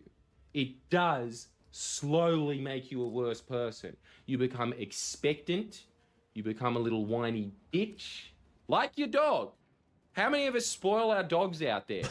Don't you think? I just noticed this the other day. Unless I am giving my dog now cooked meat, it won't eat the raw meat anymore. Now, again, I know there's all these people out there being like, you shouldn't do it. I didn't. You can blame my girlfriend for that one. But not even her. You're watching the video? My mother constantly just feeding it like bacon. And look, it's like, no, this is not happening. Currently, he's ranting. The point is that once they are there, and it's funny. There's no going back. Like, you're kind of just, but this is the way that it's always been. Where's my free thing? I press the button. Why don't I get the free next thing? one And then you're kind of is caught there for the rest of your life. This is Disruption. what happens to a lot of celebrities that lose their celebrity valor. You still see them at events hanging around. What happened to you since you were on Home and Away? You know, I've just been living at my mum's house looking for roles. They can't move on. Because they don't have what actually is the true reward from going after something in life, which is that it transforms I need to you, swap to something your real business quick. does go down. Even if you are involved in a divorce, even weapons. if like they take half of your shit and whatever, it doesn't matter. You can build yourself up because you know how to get there. You are the type of person that will do that. I think that that's what you should look at when you look at Hot Tour. And I think that you should also sign up to Jordan Shanks, where you get up to 3 videos a week. And those 3 videos a week are self-help lessons that are condensed. Here we go. So that you are saving maximum amount of time. And I'm just giving you the little injection that you need every single day to make the most of it. And honestly, I think that that is the best use of money that you could ever have. Everybody always has like a coffee or something, which is way more expensive than the Patreon. And what does that do? It just makes you jittery for the rest of the day. This is kind of just like solidly grounding you every day in the basic lessons of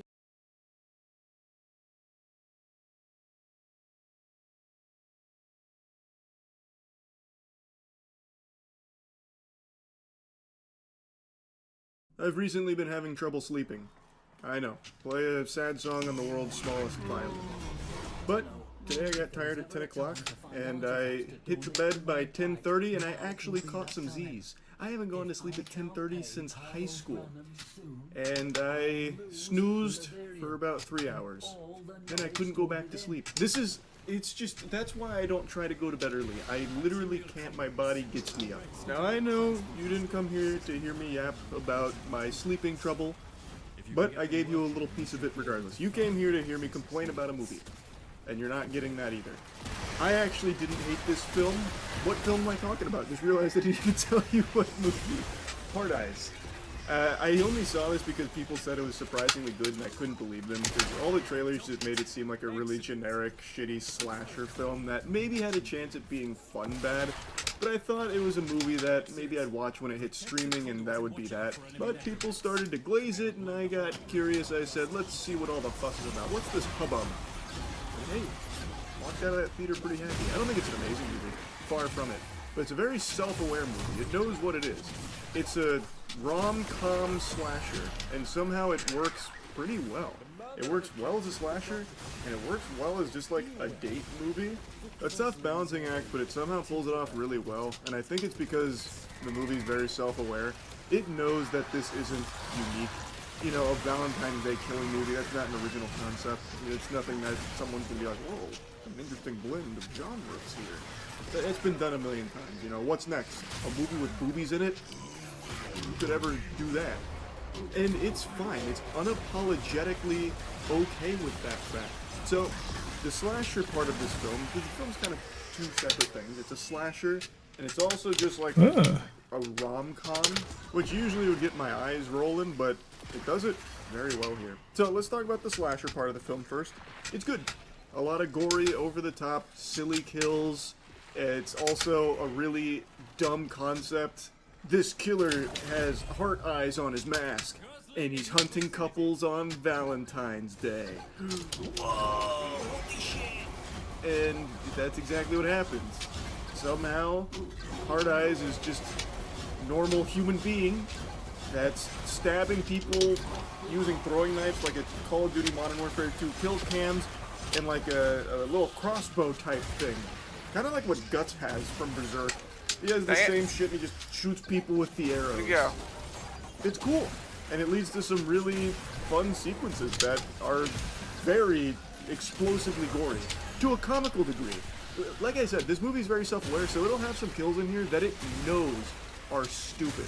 For example, there's a beheading in here that is just like straight out of a cartoon. They get like a blade through their neck, but they're a little off the ground, so then gravity starts yanking on them, and then their head is ripping apart slowly, and it's like spaghetti noodles holding it together as the flesh is ripping. And it's, you know, then the head falls off and lands in their lap. Like, it's very... Like, to me, it seems like they were just having fun when coming up with creative kills, and it's, like, again, there's nothing new here, there's no kills you haven't seen before in other films, it's just executed strongly.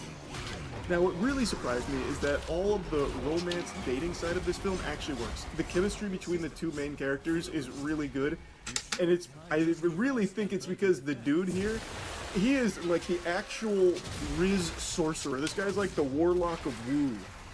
Like, this guy was such a smooth talker, he almost had me sucking farts out his butt.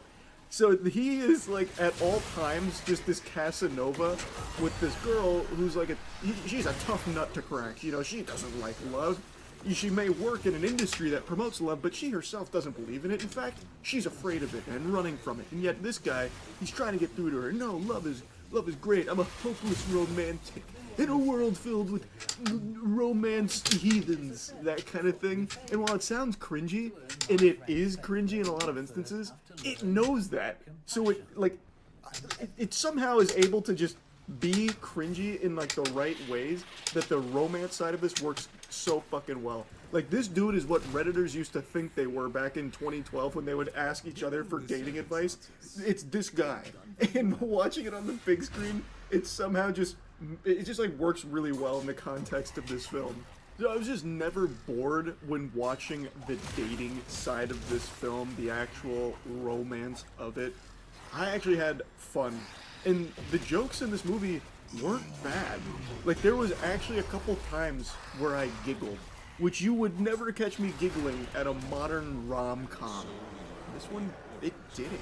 It really, like, it never felt like it was a parody either, which is surprising to me, because that's a very tough thing to, like, skirt the line on, where it becomes so self-aware that it is now a parody of the genre that it's in. It doesn't do that somehow, and that's surprising, because there's a couple times where, like, Hard Eyes is hunting down our two main characters, and they'll make, like, a quip, you know, like a Marvel quip, like, "We're not even dating, can you just go kill somebody else? Jeepers, zoinks!" They don't say the last part, but they do say, like, "Hey, we're not even dating, just can you go kill somebody else?" That kind of thing. And it actually feels in line for these characters. Not to the point where it's satirical, it actually just feels like a quirk that they'd have, where they'd say some shit like that in a really intense situation. The movie just does a good job of making you care about these characters and buy into them. So you actually want to see them succeed against the Hard-Eye Killer. Now, I praised the movie a lot. There's some shit in here that just stinks. And I'm gonna get into spoilers. Full warning. Interception is the last one. So, let's see. Okay, you've been warned. I really hate the ending of the film. Not so much like the kills that happen at the end and like the big climax of it. I hate that the film just wants to be Scream again. It wanted to just be Scream really bad, and I got that DNA sprinkled throughout the whole film, because obviously you're going to pick up on the hints of Scream throughout it. You'll definitely get that aroma. But it really does go hog wild on just wanting to be Scream at the very end. When they reveal that there's multiple Hard-Eye Killers, it's actually a throuple. There's 3 of them and they're all romantically involved, kind of. One of them was just a big fan of the Hard-Eyes Killer, so they let him become one. I guess that doesn't make sense, but okay. I just thought that was so weak and stupid. It wasn't even... Not even, like, stupid to the point where it felt sensical in the film. It just felt kind of lazy, you know? And I really hate that the motivation for the killings is a kink. In fact, they say verbatim, killing couples is our kink. And then they even put, like a fucking Vocaloid on that last word where it goes, kink. And it's like, what? Like, what? Come on. It can't be that dumb. It is that dumb. It did subvert my expectations. I thought it was going to be something like, had my heart broken, so now I'm breaking hearts. Literally. That kind of thing. So I guess, you know, kudos to them for not doing that, but I also don't really like this where it's just a fetish. And it's really weird where, like, one of the Hard-Eyes Killers is saying to the other Hard-Eyes Killer, you know, like, yeah, it makes us so hot seeing these couples so in love, and then we take their life. And then they're like kissing each other, and then she's licking his face going, while they're talking about killing the couples. Like, it's very over the top, which fits in line with the movie, but it just feels like so, like, dumb to the point where, like, it stops being fun, it just starts being dumb. And then he even says some, like, real embarrassing stuff like, yes, mommy, I will kill them, mommy. Oh. And he'll, like, even moan sometimes. I don't know. I just thought the ending was really fucking weak. I did not like that. I do like the final showdown with the Hard-Eyes couple, throuple, whatever. Like, I think that worked well, but man, it was just, it's so stupid. But it didn't make me, like, hate the film. I don't think it ruined the film by any means, but I feel like you could have done something a little different. Maybe. I don't know. Maybe I'm an outlier in that fact. Maybe people will see that and they'll be like, oh, wow, that was crazy. That was amazing. I love that it turned out to just be a weird kink. Yay, yippee. But for me, I just thought, damn, that shit kind of sucks. Another thing I thought that the movie didn't do very well is making the Hard-Eyes Killer scary. Hard-Eyes, throughout this entire film, you could tell was just like a normal person. Not only were they extremely inefficient at their kills, for the most part, like, a lot of it was for the sport of hunting them down, but they were, like, easily overpowered multiple times throughout the movie. Like, from the very beginning, they kind of established that Hard-Eyes is kind of like a bumbling buffoon. So, like, when chasing one of the victims, you know, he'd get his hand hit in the door and be like, ouch, ooh, and he even goes like, ah, you know, like, actually just getting beaten sometimes. Now, he did ultimately end up killing that person, but still, they never established Hard-Eyes as, like, this super strong force, like a very terrifying presence. It was always just a guy with some blades. It was also just not even, like, a good shot with that little crossbow. He misses more times than he hits. He does kill people with it, for sure, but the majority of the time he's not hitting them. And it's also just kind of underwhelming how often Hard-Eyes gets beaten in like a 1v1. So like the girl, when she's getting hunted by Hard-Eyes, the main girl, Hard-Eyes is about to get her and she hits him with like I forgot, like a trash can or something. He's like, ah! And then he's going again, and then she kicks him, and he's like, ooh! And then like starts falling, and then it's on like a merry-go-round. And then she kicks him again, and he's like, ah! And then like flies away, like literally ragdolls Hard-Eyes. And you're watching Hard-Eyes just get like tossed around like fucking dirty laundry, and it's like, this is the killer? How has he even been successful at killing people for so many years? He is getting manhandled right now. So, like, I don't think they did a great job of making Hard Eyes like this really, you know, scary, super adept killing machine. It was just kind of like a dude who sometimes successfully kills people, which is fine. Again, that's not the biggest deal in the world, but I did want to at least mention that. Overall, the movie was so much better than I expected. Like, I understand why people are praising it. I get it. This is a fun movie. I enjoyed it. I wouldn't say it's a great film by any means, but it is like, it's an I wouldn't even call it a bad movie. It's like an enjoyably, like, fun film to sit through if you're willing to just not worry about it being like something new or anything. So yeah, I liked it. I'm surprised I liked it. That's about it. So, yeah.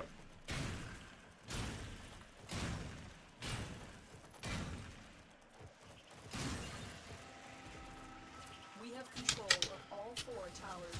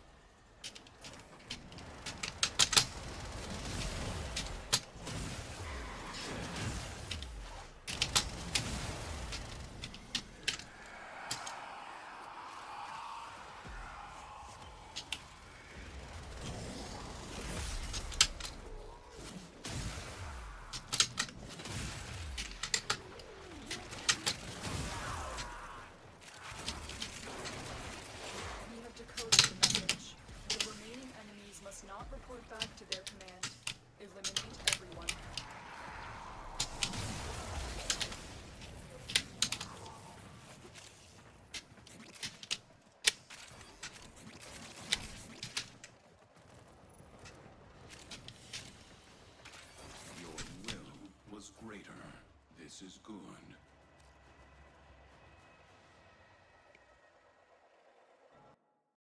Go Valkyr. They're giving me a run for my money in that one. They killed another 150-ish more and had 4% more damage with that. 557 versus 359. So 175, I guess. Yeah. No? Oh, only got 17 kills. What the heck?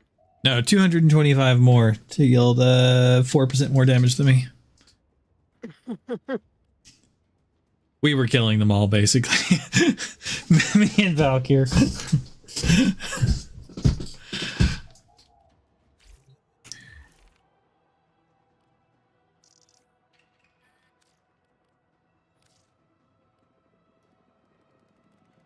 If Valkyr didn't get him, I did.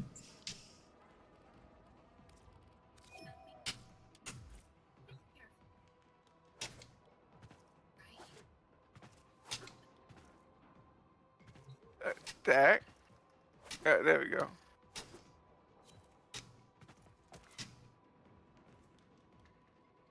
I've already done the other one, so I can't click them. Oh, okay, okay.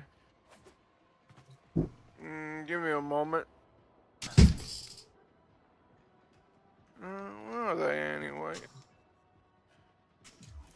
Well, there you go.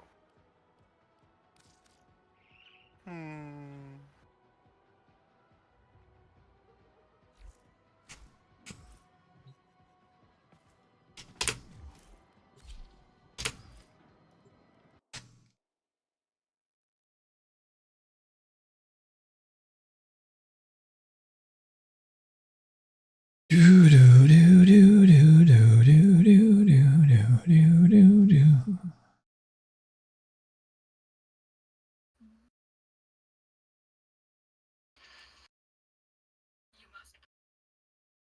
Hunts for supplies. Set off the alarms to start. A steady stream of toxic spores is being released into the area. Hold on. Emergency life support is inbound.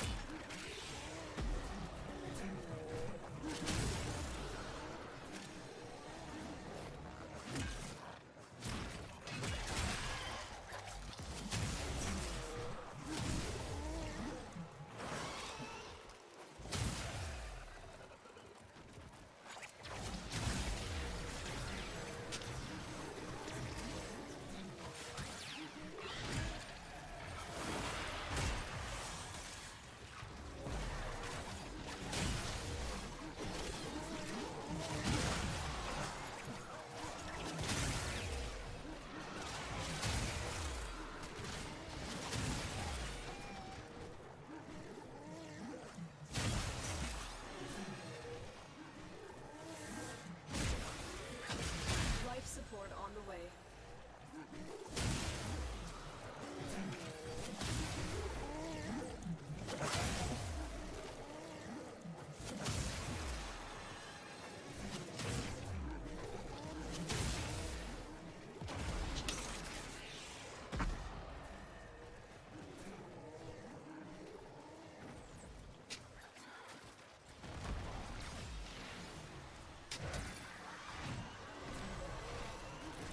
Delivered a life support capsule to the area. Activating it will buy you more time. One down.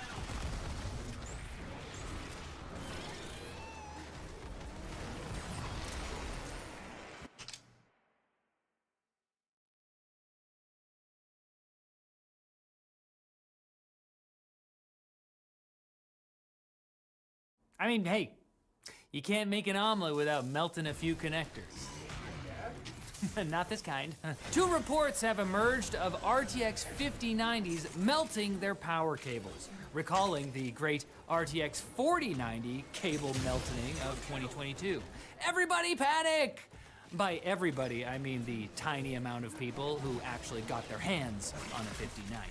The first report came from a Redditor who discovered connector meltage on both the graphics card side and the power supply side, frying the third-party cable he used to hold on.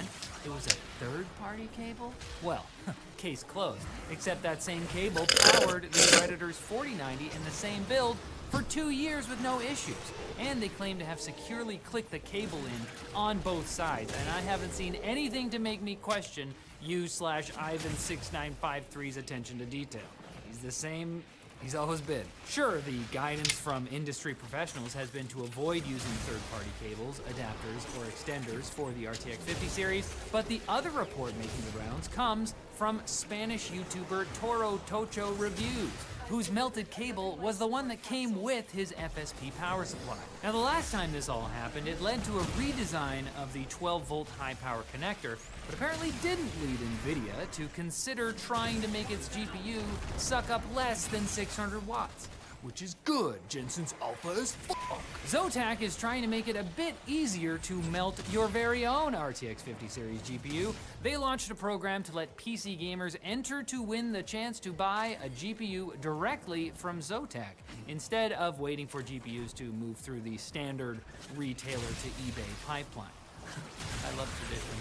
Zotac is running the program through its Discord and will prioritize candidates who actively engage in challenges, discussions, and community activities. Spam, low-effort messages will not count. Zotac can tell when you mean it. Zotac knows your heart. So just try to engage without seeming like you're trying too hard and you'll be set. Now, if this isn't that attractive to you right now because you prefer not to spend your life savings, leaks are pointing to the RTX 5070 Ti being released on February 20th. And I would have said it'll be slightly more affordable if scalpers hadn't said, what about second 2020 GPU shortage? Reviews are going up for Intel's Arrow Lake H processors, the laptop version of the company's disastrous Arrow Lake S desktop chips. And wouldn't you know it, they're actually pretty good. While the desktop Core 9 Ultra 285K struggled to beat its own predecessor, let alone its AMD competitor, the Core Ultra 9 285H is scoring the top spot in multiple reviewers' benchmarks. And while it doesn't have a powerful enough neural processor to secure its Copilot Plus PC status, something I'm sure some people do care about, Intel shares rose this morning on the news that Team Blue actually had something go right for a change.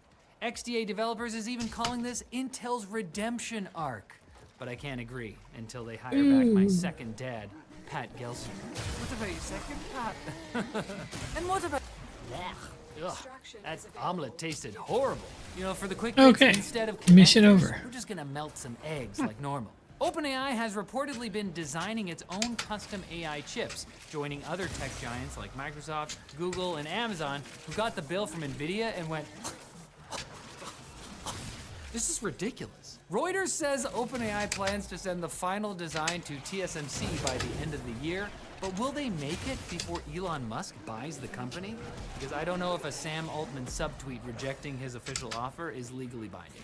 PlayStation Plus subscribers trying to game on the weekend were instead subjected to a PlayStation Network outage that lasted Yeah, the poor so Sony PlayStation players over the weekend. 3 days of PS Plus service, as if that's going to change the fact that they had to sit staring at a blank TV for 20 hours straight. Why did you make them do that, Sony? For PC gamers, though, this just proves that making us sign into the PlayStation Network was always a bad idea. I mean, when it comes to online services, PlayStation is like the Nintendo of consoles that can play Blu-rays. The New York Times has published a report on a disturbing trend among TikTok influencers. Wearing an Apple Watch on your ankle. I hope you made sure your mother was out of the room for this part. She's endured so much already. Apparently, an ankle-mounted watch can sense heart rate better for people with twig-like wrists, skin conditions, or with tattoos that can legitimately obscure the sensor. Step counting may also be more accurate, with the watch placed closer to the body part doing the stepping. So I guess give the ankle watch a try, but stay on the lookout for bounty hunters who mistake it for an ankle monitor.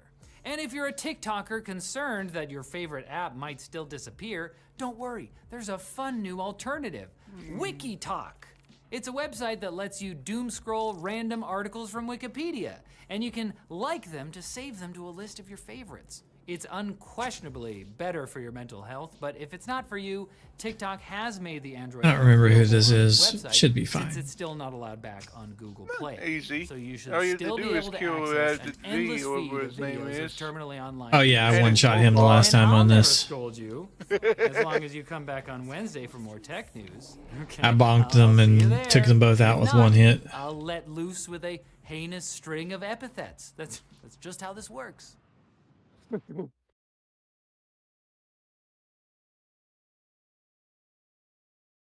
Excuse me. With a mark. You are here to find your mark and eliminate the assigned target. Alid V's newest prototype is a monstrosity forged from the bodies of I hate the fallen poison. Tenno. We cannot allow Don't hit the things. destroy Alid V and his horrid. I mean, it's pretty straightforward. Don't hit the traps, and they won't, affect you. You can just shoot them with your gun before you go in the doors. Alid V sees the power of the Tenno and thinks he can take it for himself. It is a valid strategy. Blasphemy must end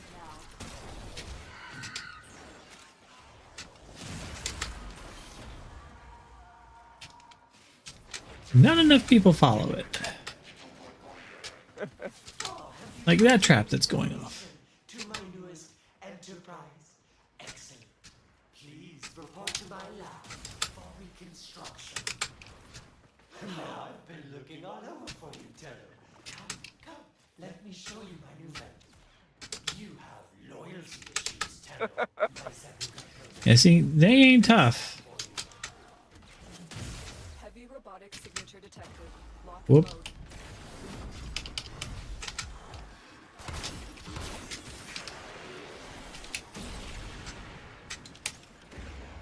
Target down. Assassination contract complete. Great work, Tenno. The assassination target is here. Wipe them out. Stay focused. There's a heavy unit approaching.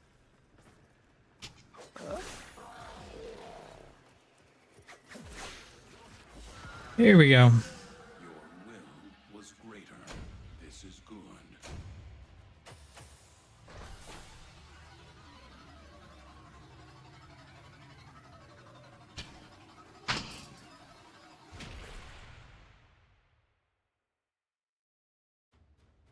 Excuse me.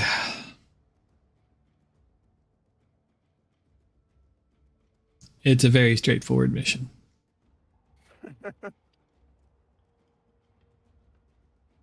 Have you done the motorcycle challenge?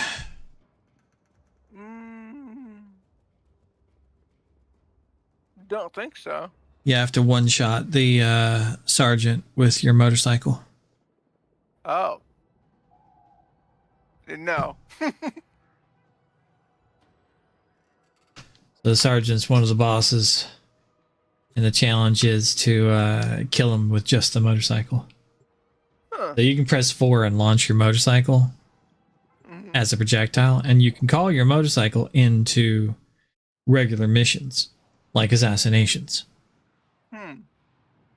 The challenge is to call a motorcycle and then launch it into him, killing him. Your weapons make music, and the enemy calls for a song.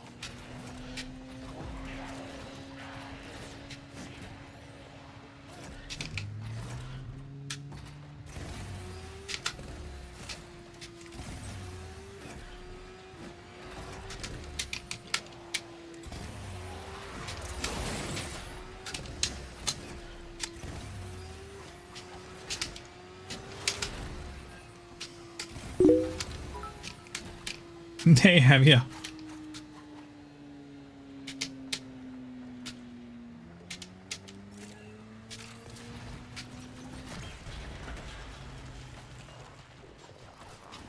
There's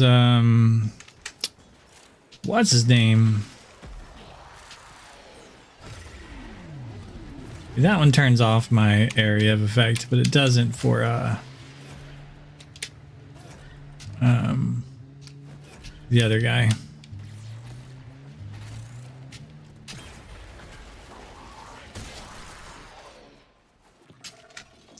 Like if you play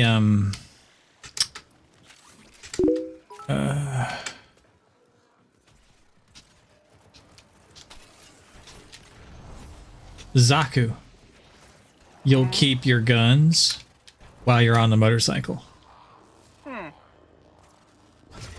Keep going. Nobody knows you're here. That's something I didn't know about. Yeah.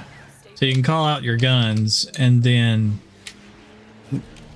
ride the motorcycle to the mission, and the guns will kill everybody as you drive past.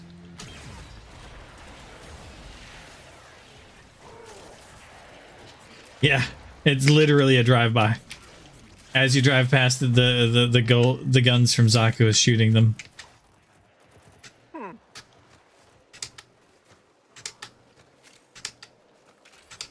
have broken their ranks and they are on the run. Another successful mission. I like do it in another one if we have another mission ahead of us.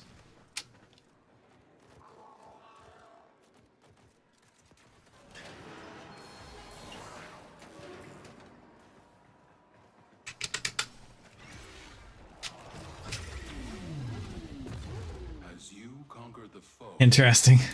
I have holes in my Warframe because of that.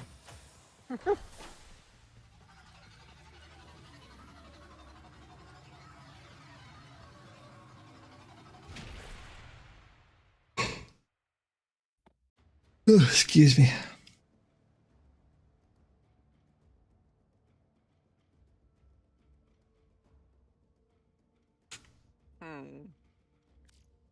It should be all of those.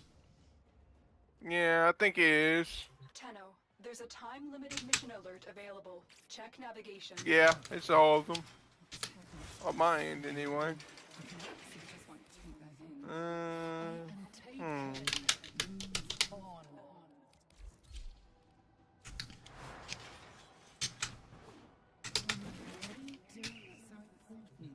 Okay.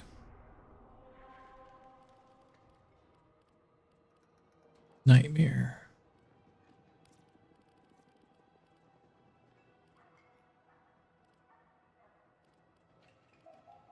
Terminate. Timer enabled. Low gravity. That works.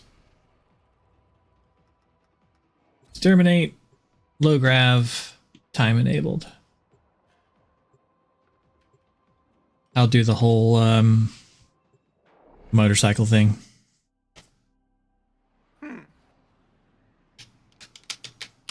As long as we kill things, it adds time to it. So we just have to kill stuff. Eliminate all corpus threats.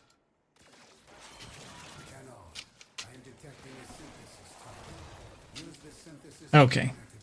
So here we go.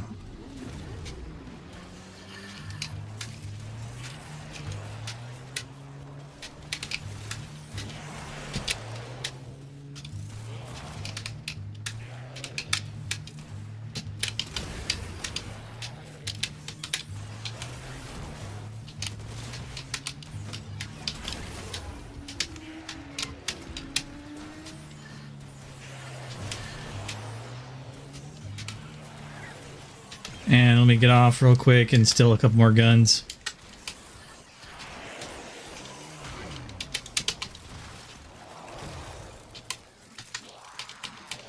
I'm at the door. No.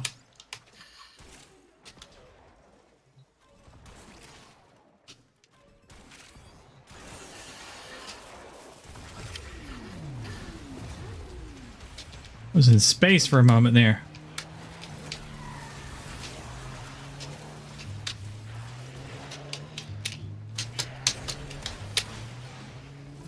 Stay focused. There's a heavy unit approaching. You can't run from me. They are literally running from me.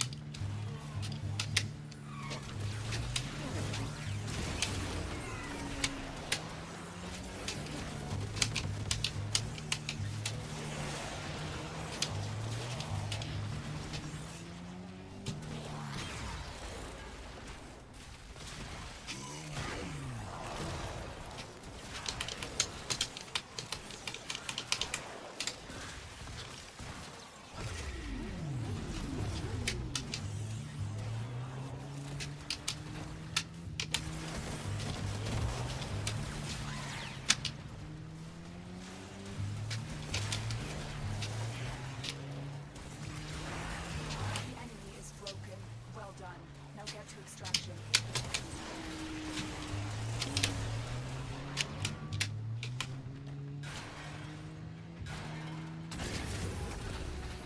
That was a rock.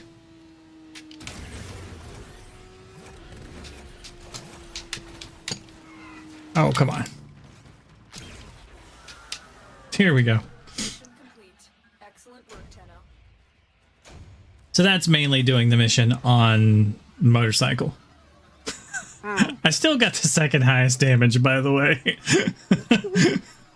I killed the most guys at 209 kills by motorcycle. So I had like I had 209 kills. You had 29 and had 76% of the damage, by the way. You had the most percent of the damage. The next guy had 31 and had 11, and one guy had 1 kill and 1%. I had 209 kills. I killed like all of the enemy. I only had 12% of the damage. But yeah, that's the kills on my motorcycle with Zaku. Just steal their guns, drive through the mission. I think my Zaku is a negative power strength, I think. That's why I didn't do much damage. It's enough to kill them, but it's not a lot of damage. Oh no, I have 150, so it's not negative, but it's not great. But yeah, it's a little silly. It works. Get to the mission quickly, you know.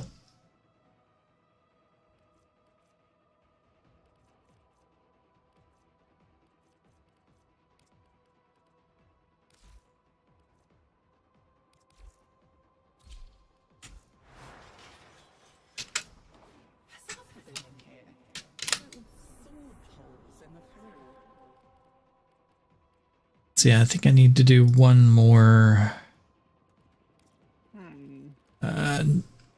of those. There's a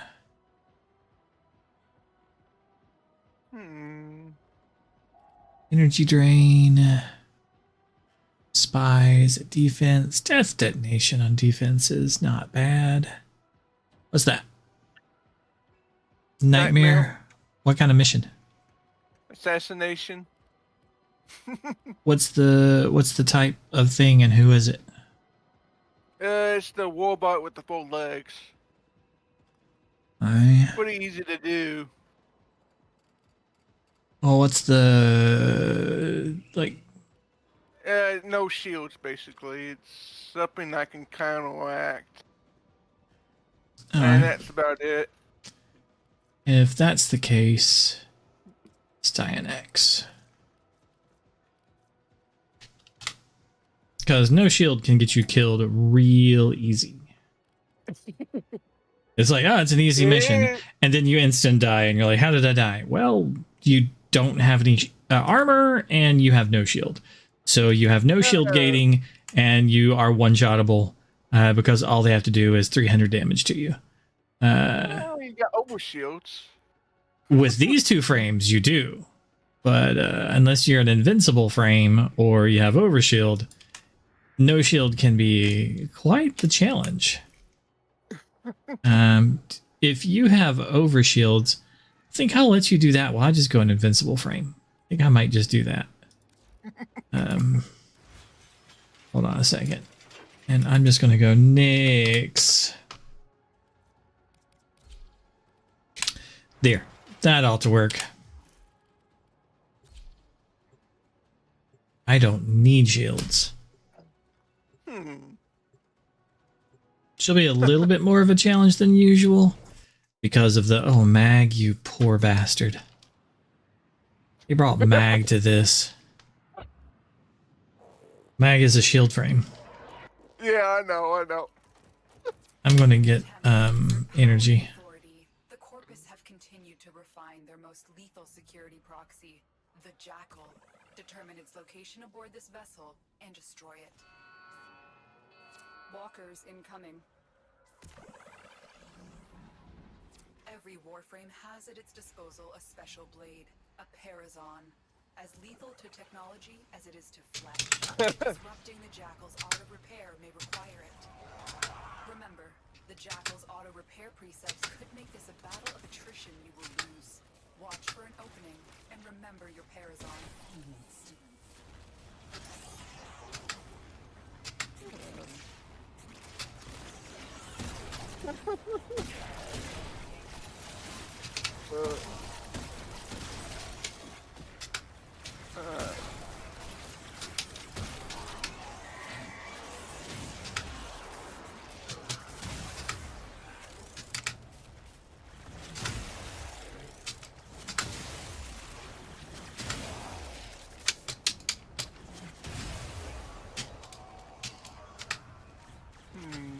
Poor Corpus.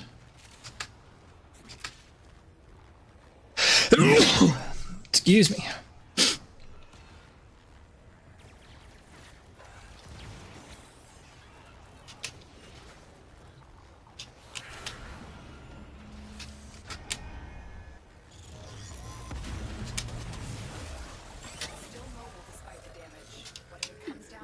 This is a little too easy. Massive flex plates on the torso, but appendages could be a weak I'm invincible, so it can't hurt me.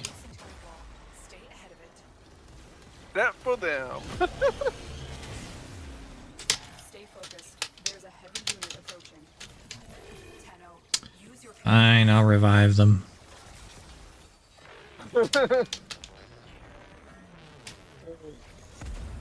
Y'all gotta go into Tenno mode, people. You'll need to disrupt it with your Parazon. Watch for an opening.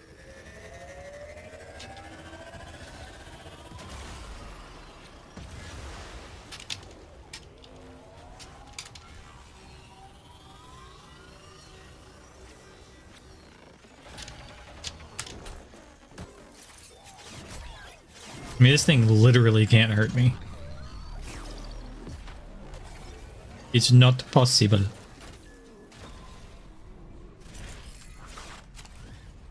Huh.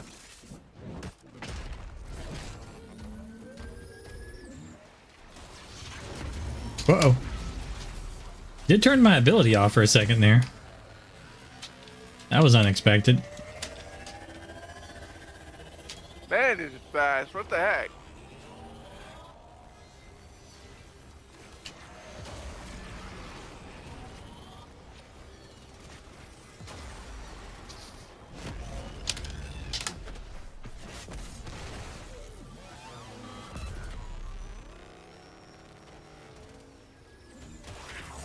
Overdrive presets. Watch for increased attack speed.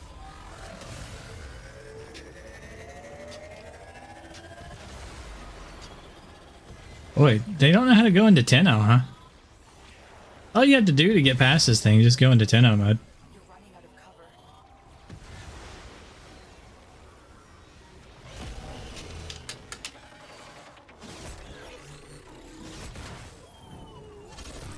Well done, Tenno.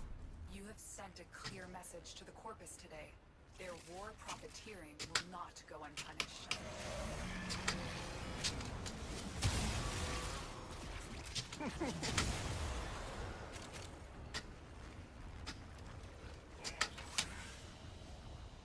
They won't be bothering us anymore. Let's get out of here.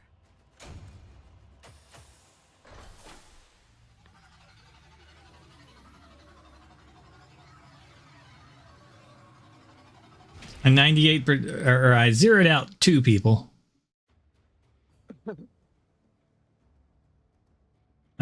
Kimchi got 1% of the damage. Though, as you can see, Warframe can't do math. Because 98% plus 0 plus 0 plus 1 is not 100% of the damage. That. I didn't get a single. Oh, I got a couple of kills with that.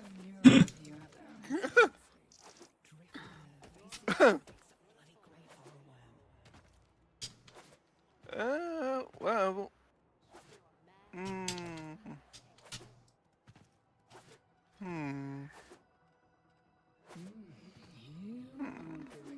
Yeah, for sabotage? Sure. Hmm?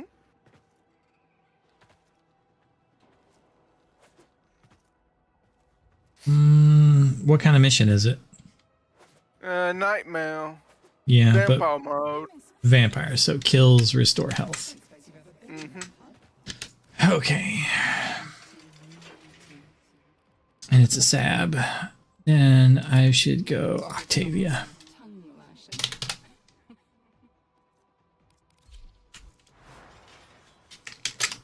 Would you like me to steer your body around one day? Yes, I know it's not the same, but it would be fun. I'd get you in so much trouble.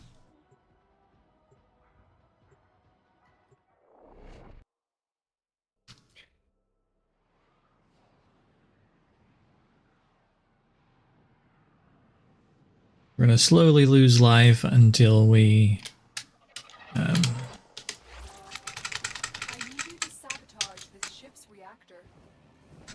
reactor is a complex system. Start Kill with something. the coolant cells. My intel suggests there are rich enemy supply caches in the area, but I am unable to pinpoint their exact location. Search them out if you are willing to shoulder the added risk.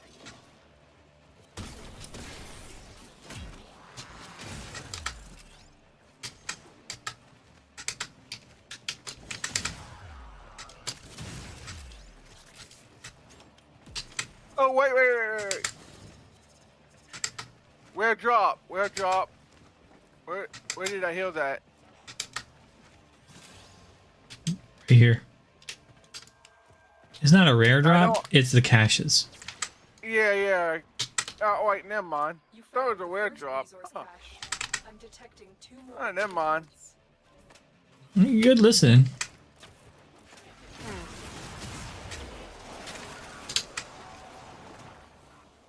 Whoa. Whoa. Jerk. Made me visible. Now is your chance to complete this sabotage. Use whatever you can to make sure it never works again. Coolant cell extracted.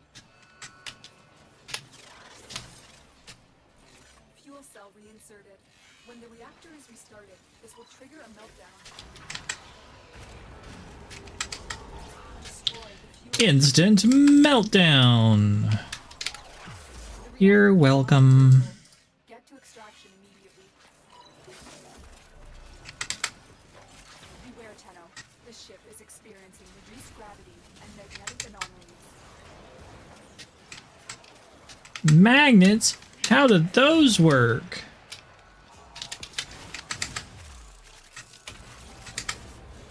The Moonanites, I tell ya.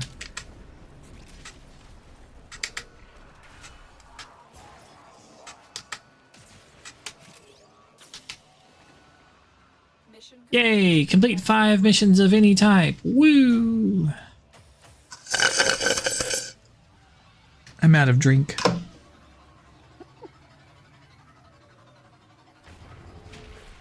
%99% of damage. You have the 1%. Oh yeah, I zeroed out the other 2 people.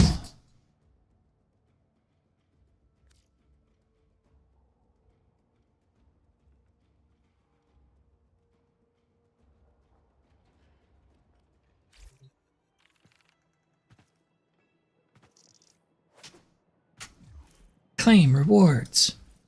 I got a thing. I got a USB drive, yo. Don't stop believing, dreamers. Don't stop believing. Hold on to that VI, yeah. 3 lights, people. Sorry.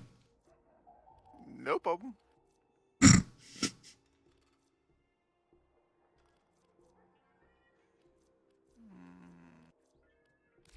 Let's get back to it. Drink. Give me some. Be right back.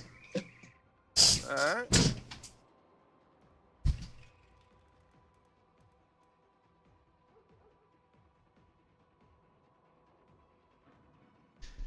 Hey, the routine I made worked. I put in some grow bulbs in the kitchen over the wife's plants. And I set a routine for the outlet that they're on to turn on in the mornings and turn off in the evenings. And it turned off. So they're asleep right now. Then they're gonna run all day along with the sun, or the sun.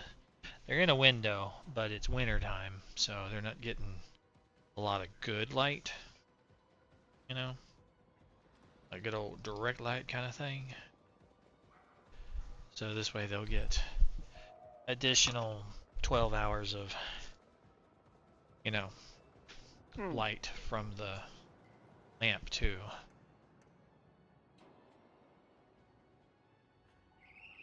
Have it hitting them from both directions. I mean, I could do the lamps overnight.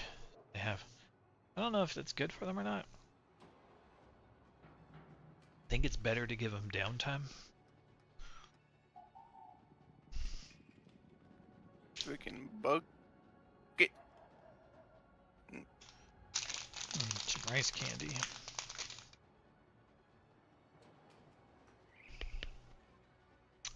That's hard candy.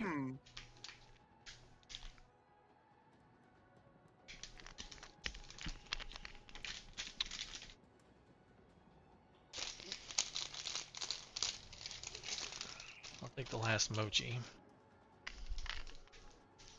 Doesn't look like the wife's eating that anytime soon.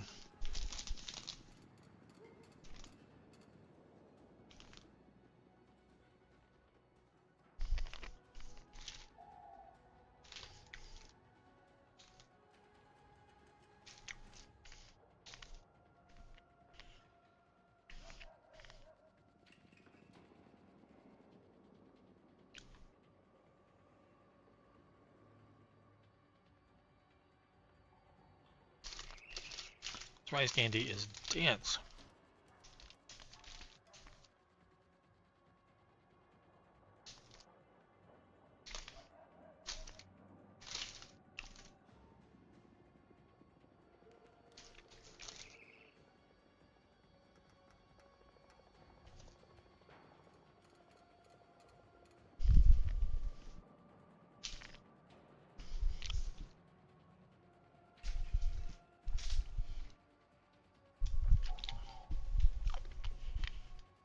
It's not that good though.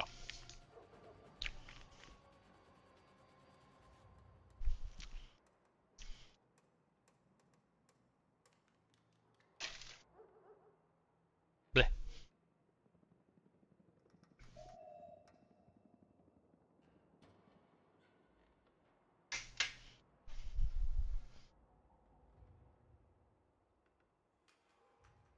I'm just going to throw these away.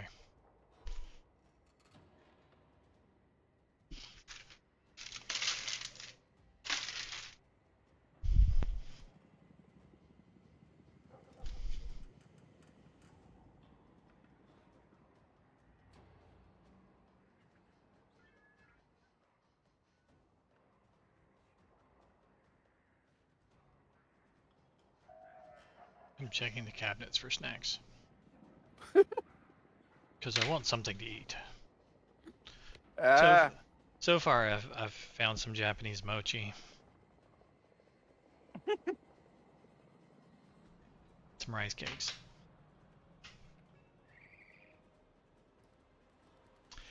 That's going to have to be good enough. So should I eat cheddar or ranch rice cakes? Up to you. You have a vote? What was the selection again? Ooh. Okay, cheddar and ranch. Cheddar. Okay, cheddar it is.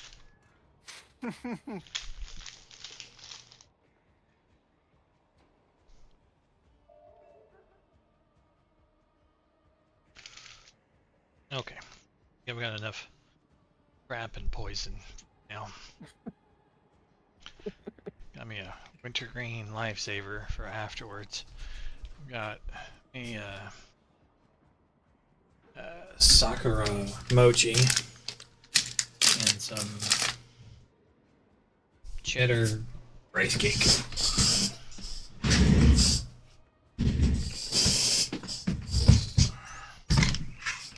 I got rice, and sugar-free chemicals.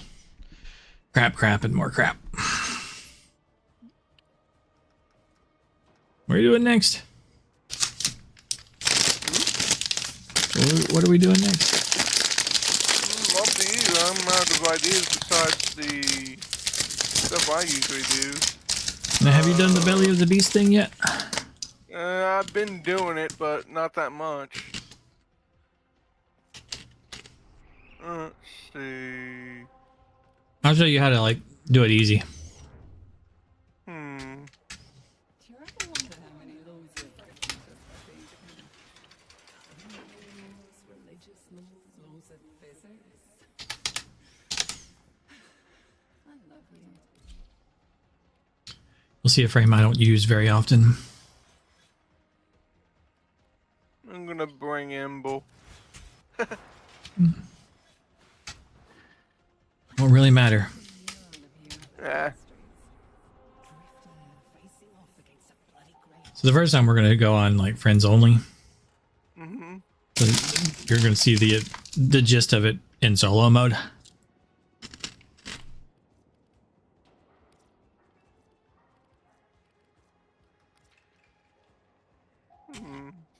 We're on Shield Path.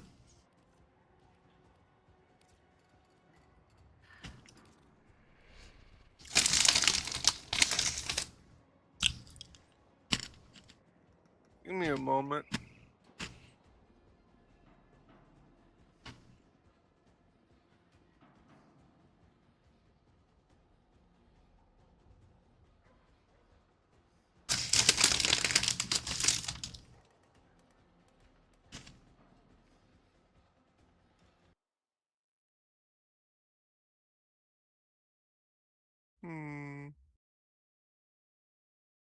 Hello, guys and gals. Me, Mutahar, and I'm not buying no Nvidia cards anymore.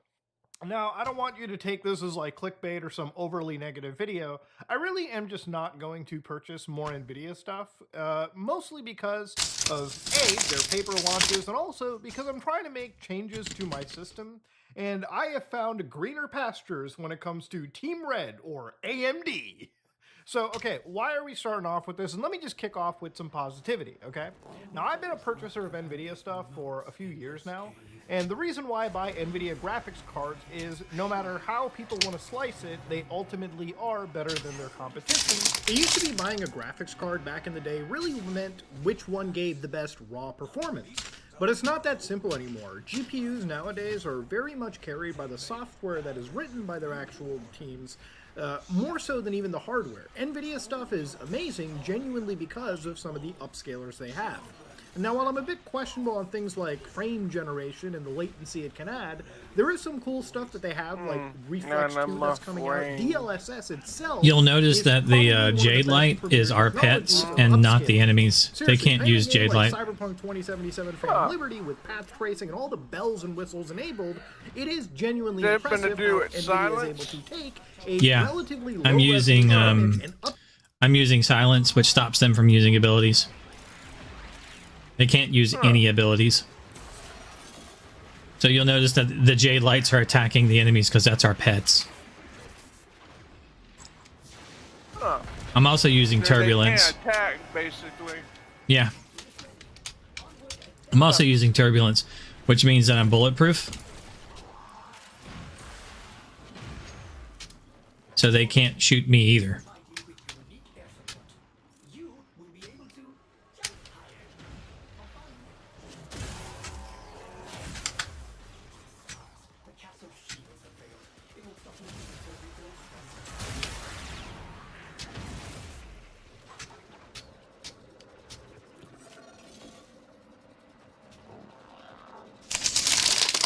Sorry, I wasn't at the capsule here. It was rebooting.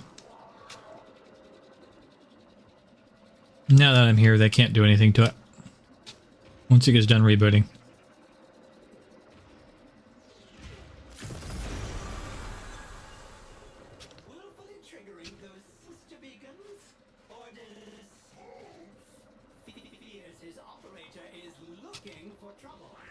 Hurry!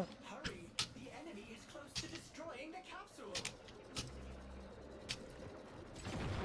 They have cut power to the elevator. Find another charges nearby, or else we will be going nowhere.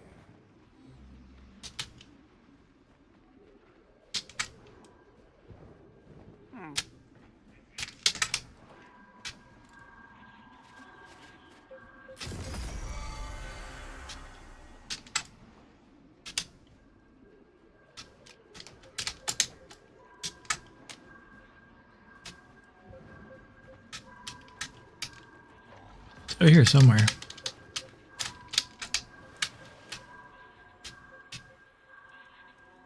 Yeah, that's all three of these found. Let me silence them again.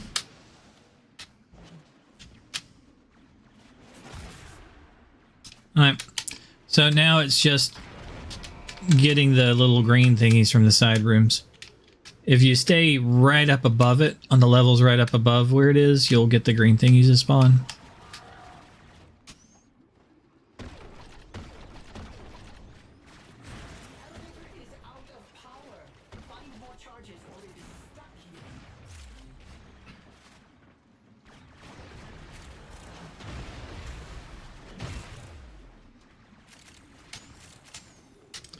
Here's one.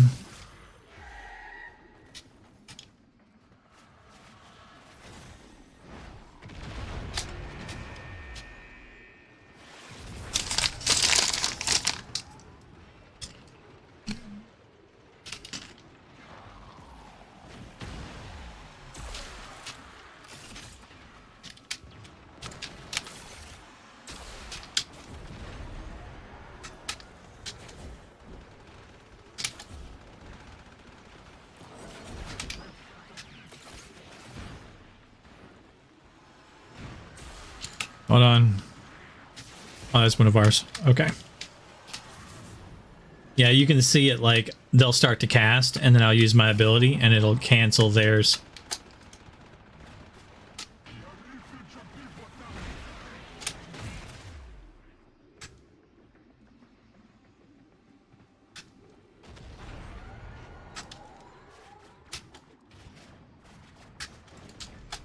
So as you can see, it's pretty chill just in general.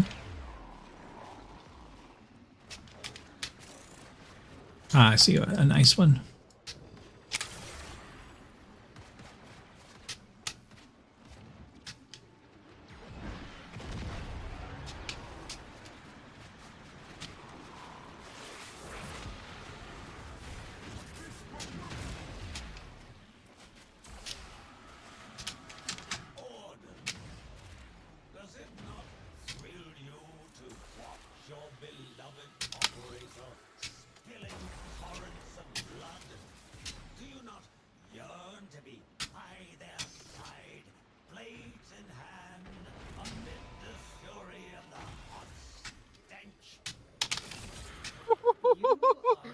Oh, that was this fun.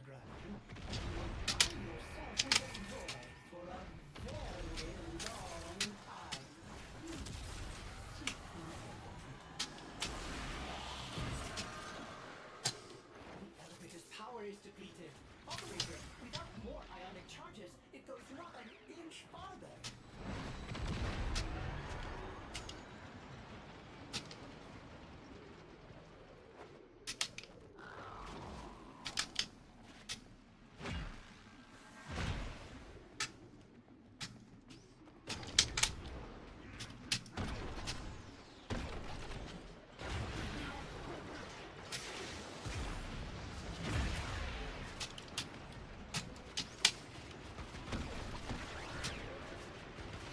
Huh.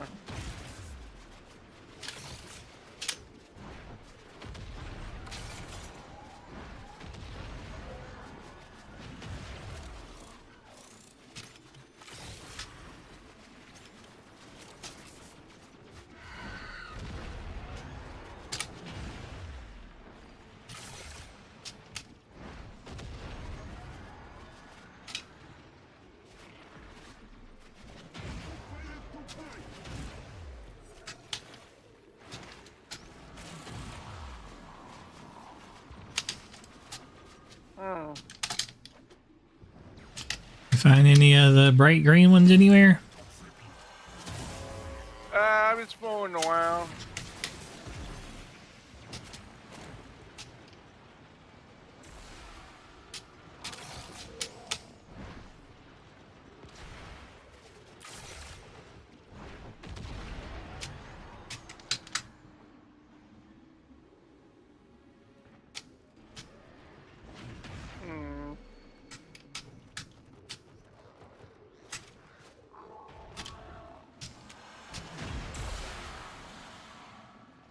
We're almost at the top.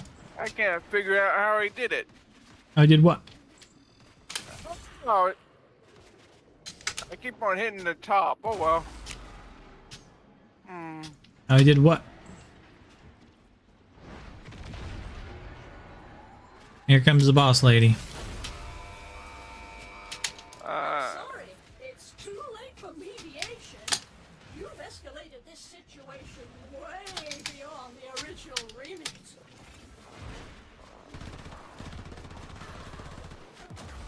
Come.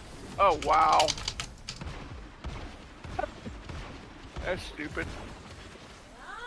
There we go. I'm a lot stronger than I look.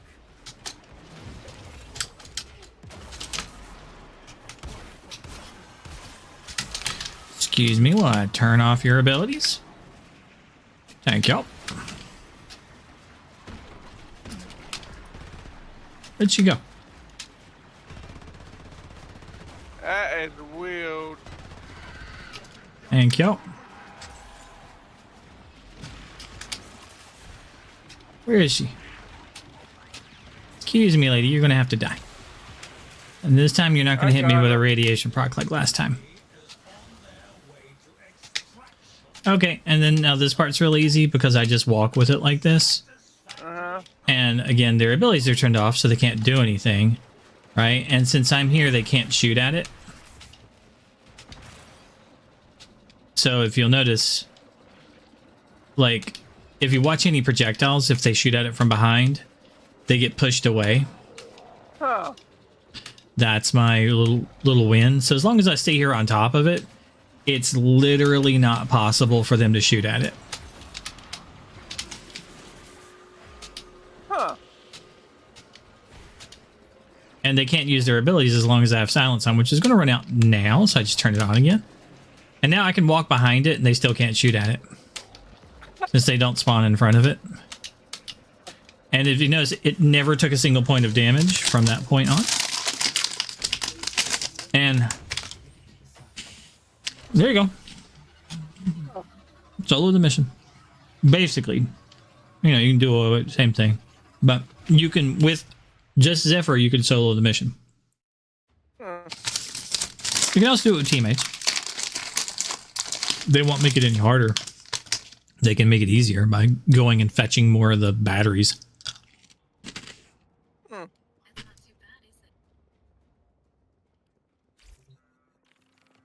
there's more currency for all the goodies.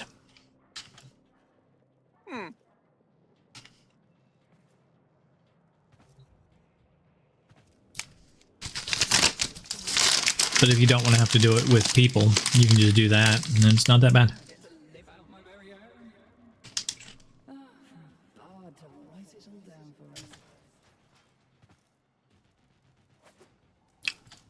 Anybody with silence can turn off their abilities. If your Nyx can do the same thing as Zephyr. Nyx just sucks up all of the bullets. And then if you use silence, you know, they can't use their abilities. So it's just as easy, but Nyx can't jump as high as Zephyr can. That's where Zephyr comes in handy.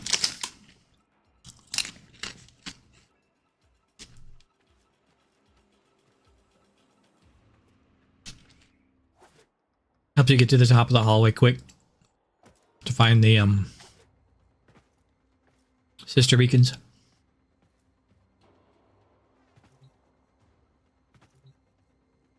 It's 3:30. Do I want to? I think I'm going to end it.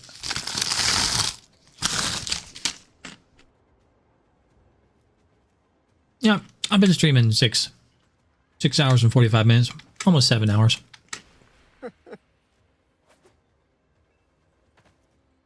I think this is a decent time to cut it, you know. Yeah. Up to you.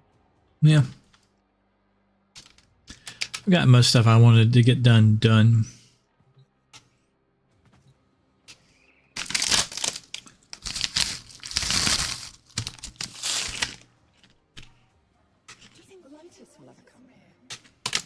Alright. So, hope that everybody stopped by. Taking care. Being safe. And hopefully we can learn from each other while we're at it. We can help each other out. Other than that, have a good one. I'm out.